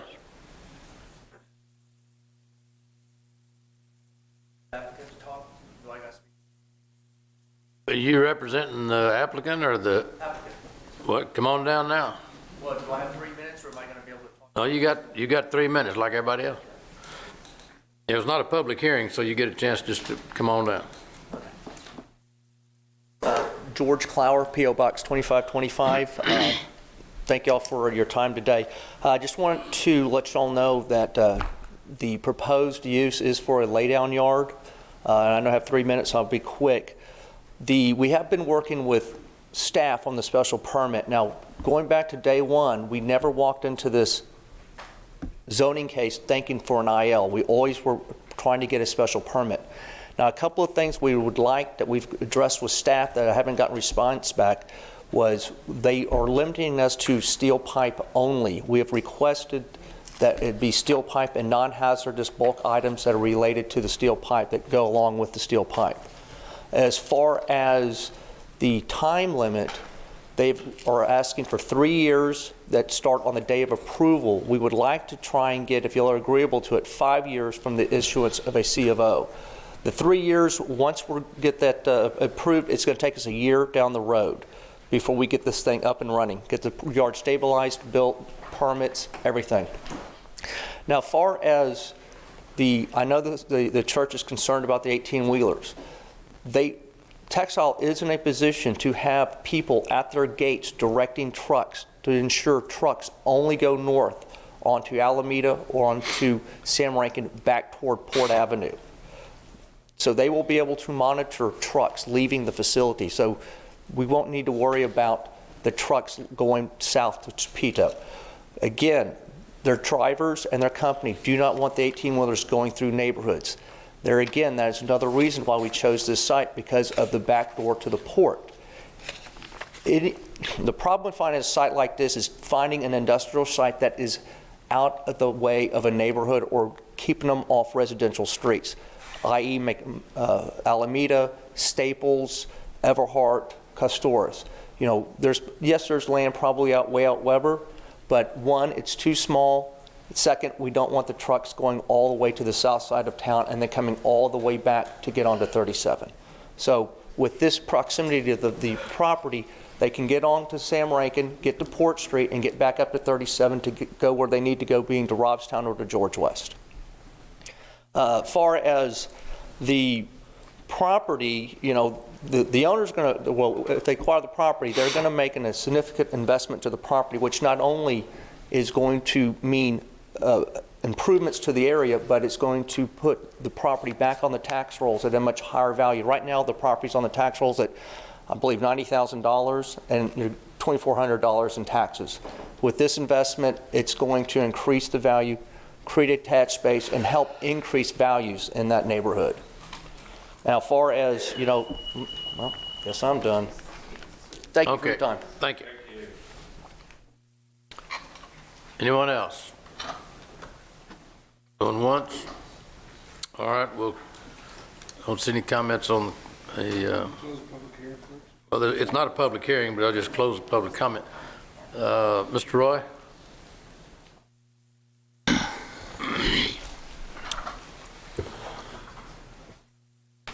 I've had an opportunity to walk the area several times. I actually, Pastor Adam Carrington and myself and some other, I think Lamont and some other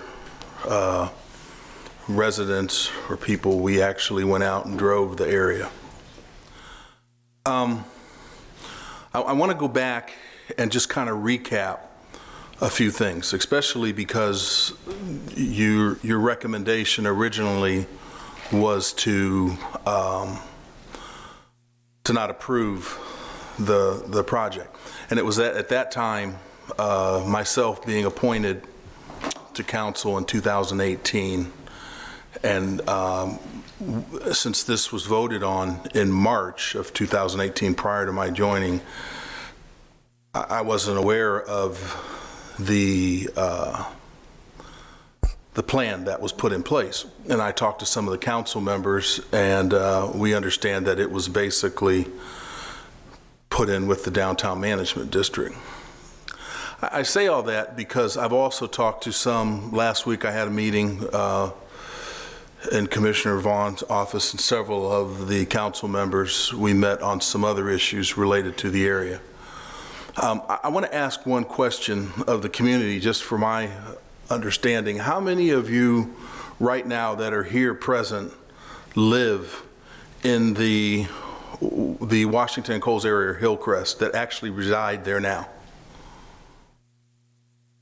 Okay, so I got three members. Oh, I'm sorry. The reason we don't. Well, there are reasons why we don't live there. We will.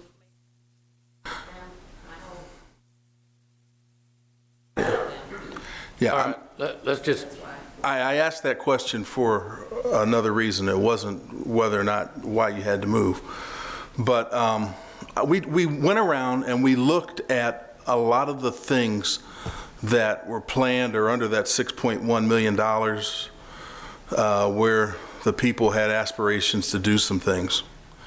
And you know, I understand, and I understand the fact that, first of all, I have a concern with the city when we go out and we enter these plans and we put a lot of nice things down on paper, and we have these beautiful buildings and we have these beautiful structures and high rises and that, but we haven't addressed the means on how we actually get to that point.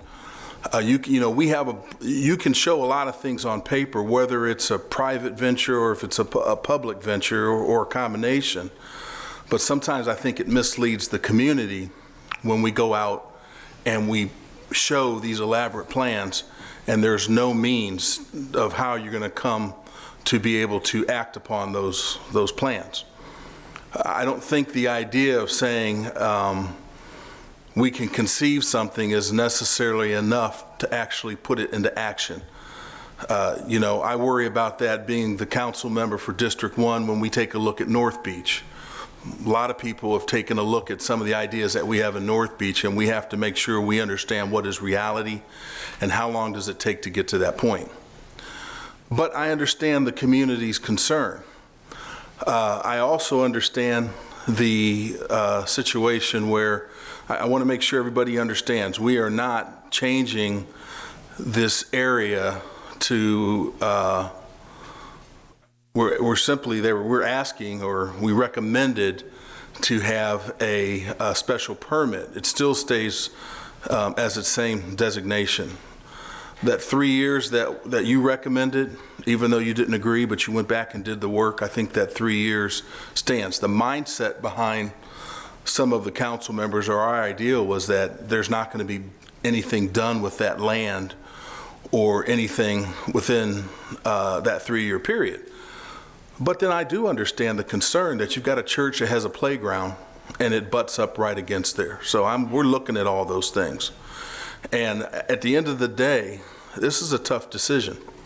But I have to, myself being the council member for that district, at this point, I have to make the recommendation to turn this, suggest to turn this down.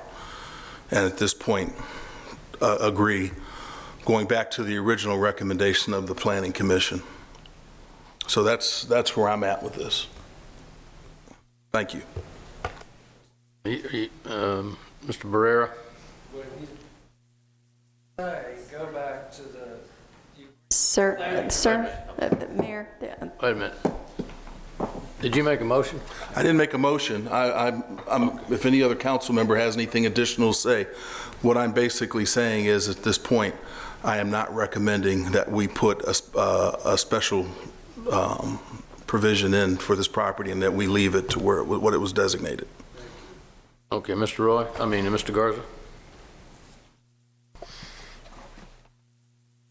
I'm going to support Councilman Roy's recommendation. I'm going to say a couple of comments, and they're not going to go over very well, but this is the way I feel. There's a certain portion in your presentation that shows a bunch of vacant lots in just a few areas that are actually populated. My grandfather used to have a store right there across the street from that site on the corner of Sam Rankin, and I guess it's Ramirez.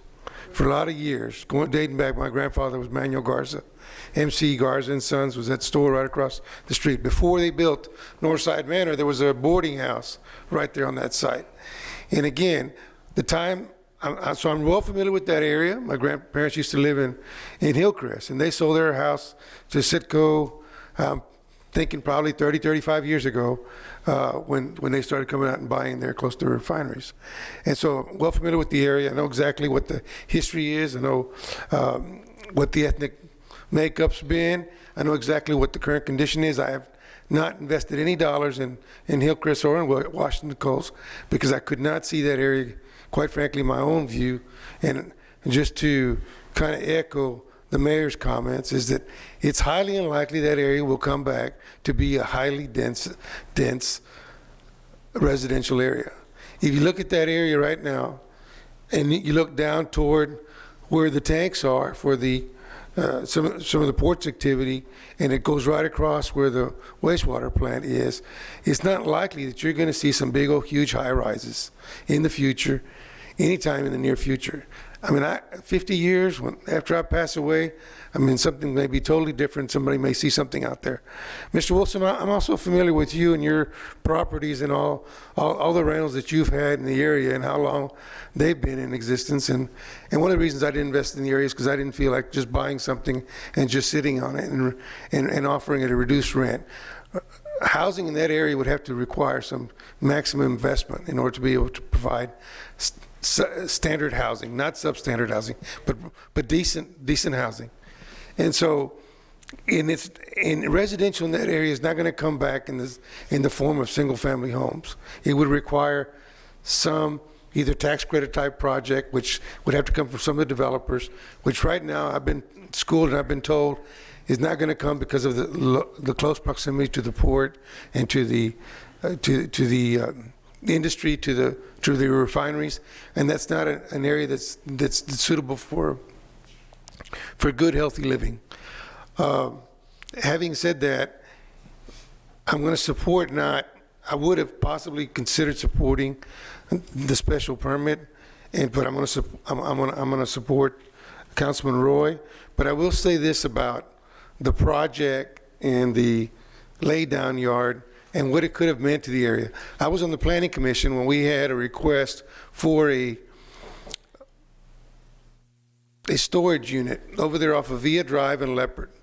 That area is about Ketty Corner, just down the street from the new Oak Park School.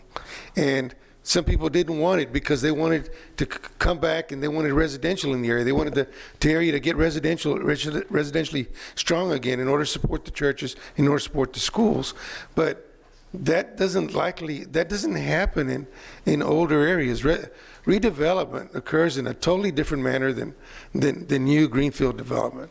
And so you've got to be open for other opportunities. This particular request is an opportunity for there to be some revenue generated by something that's taxable on an empty lot, on a lot that is just growing weeds and that just looks terrible. Even if they have pipe in there, if it's screened by fencing and by landscaping, you don't see the pipe. You'll see worse than that, looking past it over to the tank farms and over to the wastewater plant. It's likely, again, like I said, it's going to take 15 to 20 years before there's any semblance of what that master plan was drawn up and all the beautiful renderings. I hope I'm wrong, I really do, but I don't think that that's likely to happen. I just think that there's going to, you've got another 3 years, I'm just talking about right now, you're going to have another 3 years to go between now and the time the bridge comes down.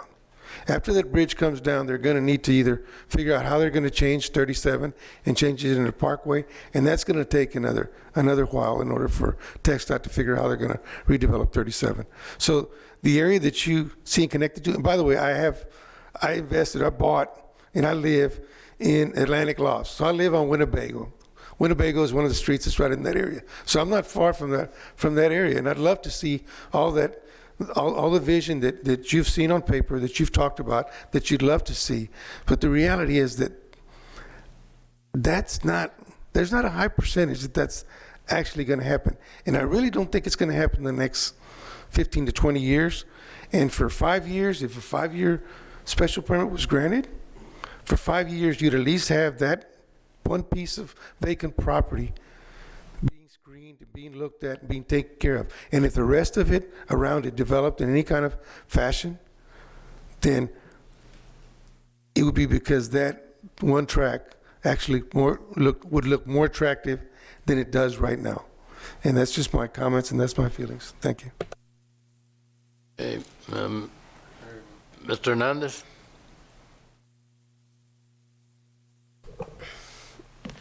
You know, we were given some information last time this came up when we directed you to come back with information about how these areas are financed or not financed. I would ask that our planning department, now I know that's not you, but take a look at those area development plans to really verify that as to if they're realistic in nature with regards to investment and from any federal program, because it just seems unrealistic. But you know, when we have the bridge coming out there, you have the wastewater treatment plant, and you have I-37, it's going to be basically cordoned off from everything else. So I would ask that we take a real hard look at what our area development plans for those areas look like. And I will be supporting our Councilman Roy on this. Thank you. Mr. Pereira? Thank you, Mayor.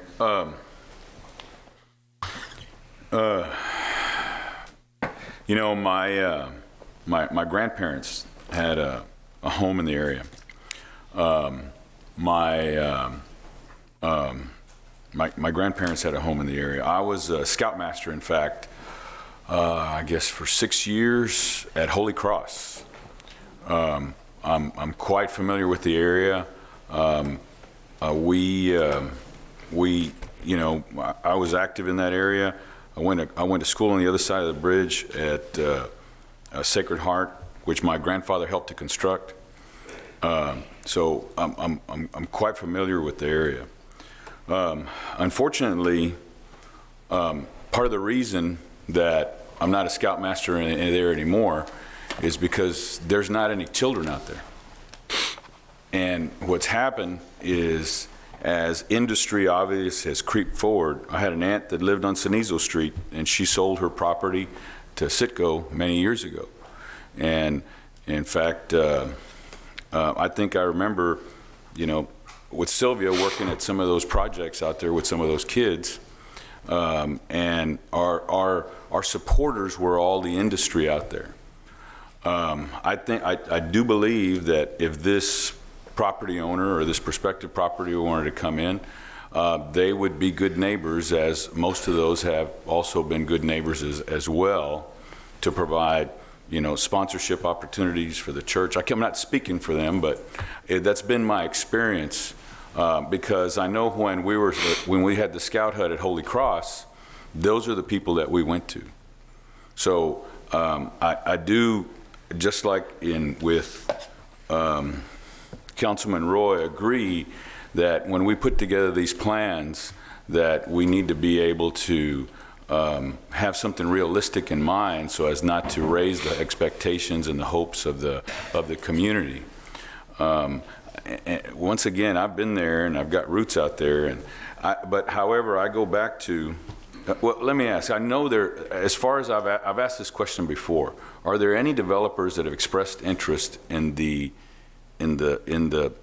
to move forward with any of the plans that was approved last year? Well, to find, I'm sorry, my question is directed to staff. I'm going to call on the planning department. Thank you. Good afternoon, Karen Costanza with the Planning Department. We have fielded some conversations. It's early days and not really in a position to speak to any detail or with confidence as to what might come out. But the answer is yes, it's related to the Opportunity Zone program. Okay, thank you. Now, but once again, the challenge is that we've got a property owner that we have to respect their rights and their ability to sell the property, and then once again, our opportunity to collect ad valorem and then to be able to improve a blighted area. I respect Councilman Roy, however, I won't be voted for him, and I still stand by my recommendation that we issue a special permit for 5 years, because the market is what drives, is what's going to drive the investment into that area, the market. And if in 5 years that area is more valuable to the property owner then, or the people that are interested in purchasing this land, then I'm sure that they would digress to say, somebody's going to come and buy my property, want to build a high-rise for housing, then if it's competitive enough, I'm sure that they would. So I would vote against staff recommendation. In fact, I would be so bold as to move right now as to go against staff recommendation and issue a light industrial with a special permit of 5 years. You can still make it. Yeah. Thank you. Point of clarification, would that be an RM1 with a special permit? RM1. So the base zoning would be RM1 with a special permit. RM1 meaning, what does that do? Residential multifamily. Okay, I understand, yes. Okay.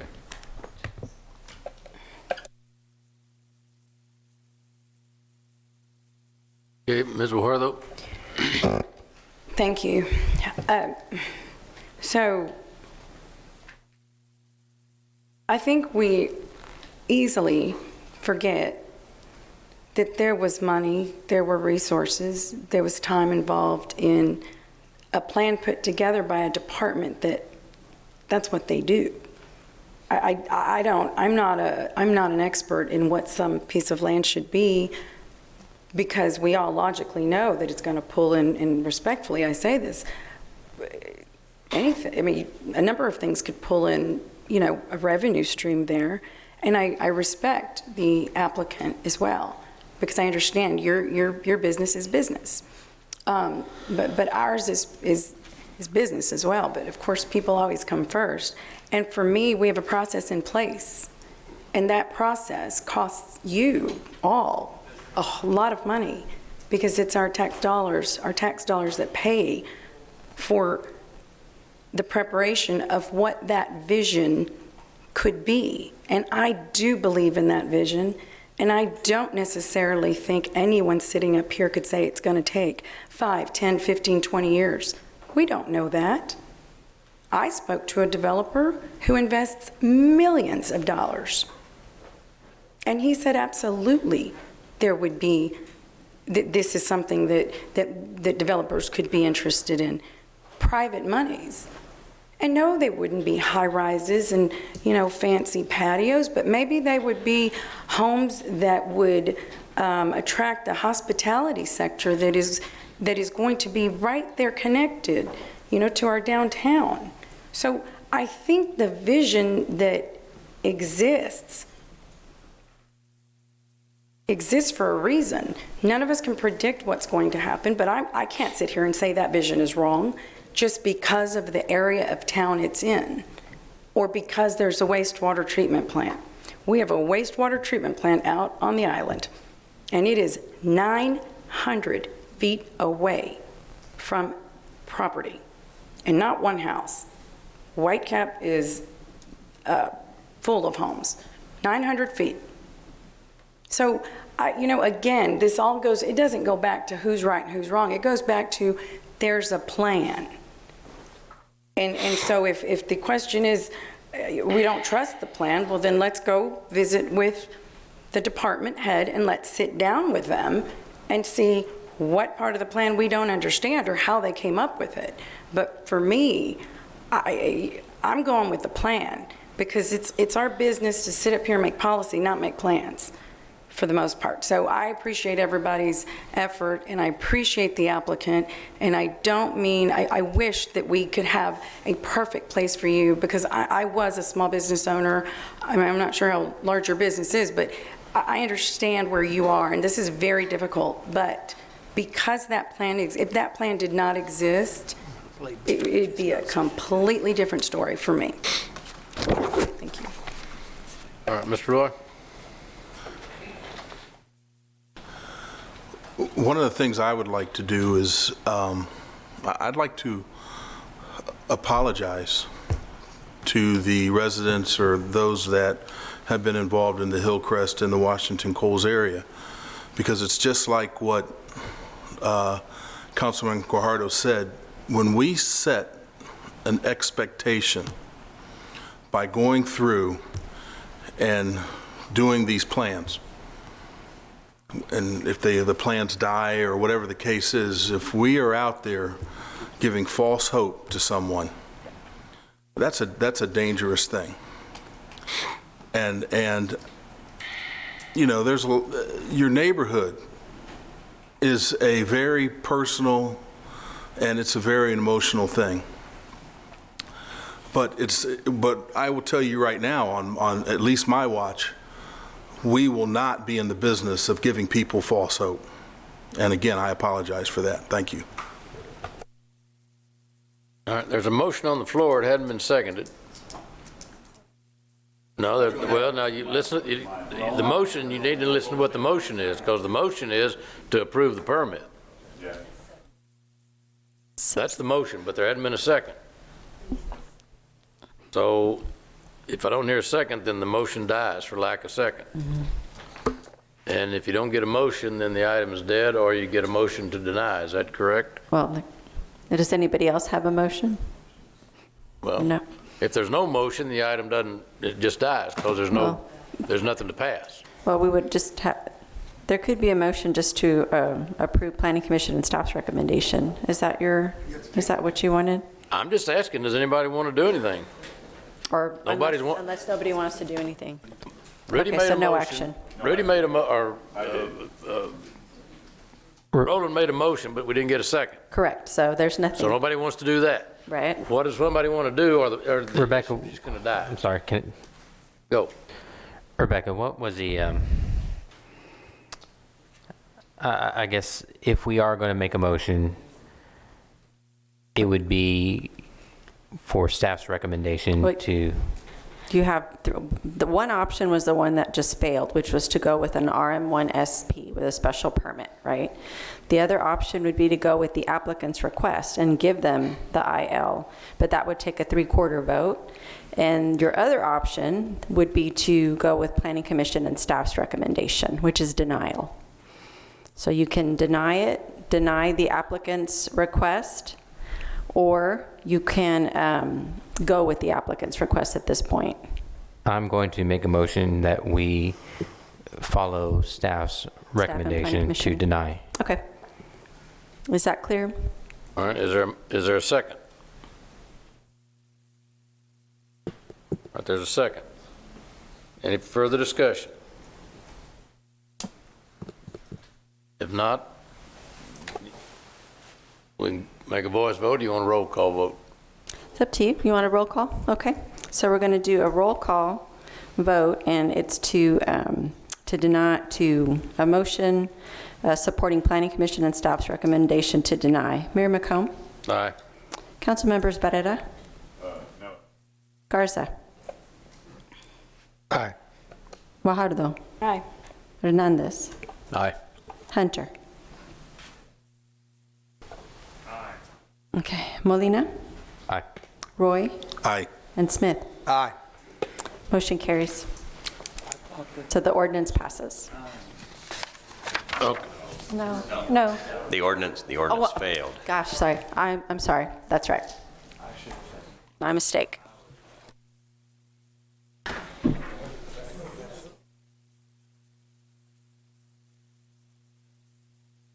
Okay. All right, item... We need to go to 14 to take Huh? care of. We missed 14, Joe. We did? Yeah, that's the North Park.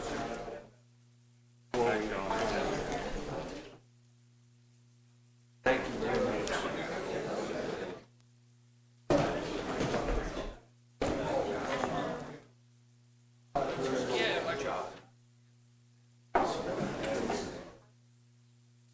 Well, let's find out.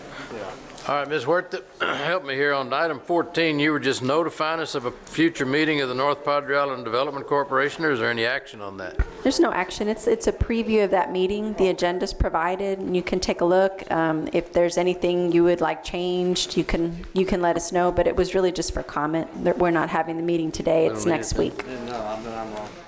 All right, basically, it's just telling us we got a meeting set up for... That's right.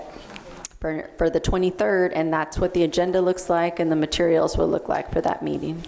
All right, so now we'll go back to agenda item number 21. Huh? Happen. All right, we're 21, yes, sir. We're agenda item number 21. And who's going to present this one? All right. Mom.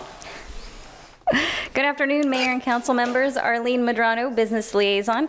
Item number 21 before you is a first reading ordinance, and it's the next approval required for the amendment to the TERS number 2 project plan. This morning, the Tax Increment Reinvestment Zone number 2 board met and unanimously passed a resolution amending the TERS number 2 project and finance plan. That amendment removes the deadline of February 29, 2019 for release of funds for Park Road 22 Bridge. There have obviously been changes since that date was set, and so we are amending the plan to remove that. There was a question this morning regarding the removal of the language stating, quote, funds are to be held contingent on the completion of the canals, end quote. Item number 22, the next item on the agenda for today, is a first reading ordinance of the Park Road 22 developer agreement, which states that that the construction contract for Park Road 22 Bridge will be awarded only after the third-party canal is completed. I stand by for any questions. All right, so I move for approval. There's a motion, and there's a second for approval. Mr. Smith? I just want to be clear. So, Mr. Medrano, what we're saying here is we are not going to start construction on a bridge until the canal is complete. Is that correct? Correct. Okay. And the monies we're talking about have been authorized in the past, so Yes. we're not adding any additional money Correct. to what we've talked about. So it's within our previous authorization, and we will only start construction once the canal is built. Yes, sir. Okay. All correct. Thank you very much. Thank you. Okay. But that's an item 22. Yes. And we're on item 21. Yes. Okay. So They're related. It doesn't have to be an item 21. That's correct. Okay. There's a motion and a second on item 21. Any further discussion? All in favor say aye. Aye. All opposed? Okay, item 22. Tell us what that is, and that does have the provision that... Tell us what the provision is. Mark Van Vleck, Assistant City Manager. It actually has the provisions that she just covered. This is the agreement between the city and the developer dealing with the construction of the bridge on Park Road 22 as well as the canals. It ensures that we have the funding available and we go out for a rebid on the bridge before they start construction of the canal. Once that is confirmed that we have sufficient funding, we don't award the contract. It specifically says, I believe, 240 days that we will hold it in abeyance for the award until they finish the portion of the canal up to the bridge. At that point, when that is substantially complete, we will award the contract for the bridge. Once the bridge is completed, we will notify them to go ahead and finish the portion to make sure that the water then flows. So they will remove essentially the cofferdams holding it on each side. And I stand by for any questions. Okay, Mr. Smith? Mr. Van Vleck, so the definition of substantially complete includes the bulkheading? That is correct. Yes, so sir. It will be the canal and the bulkheading? That is correct. Okay. Yes, sir. Thank you. Mr. Hernandez?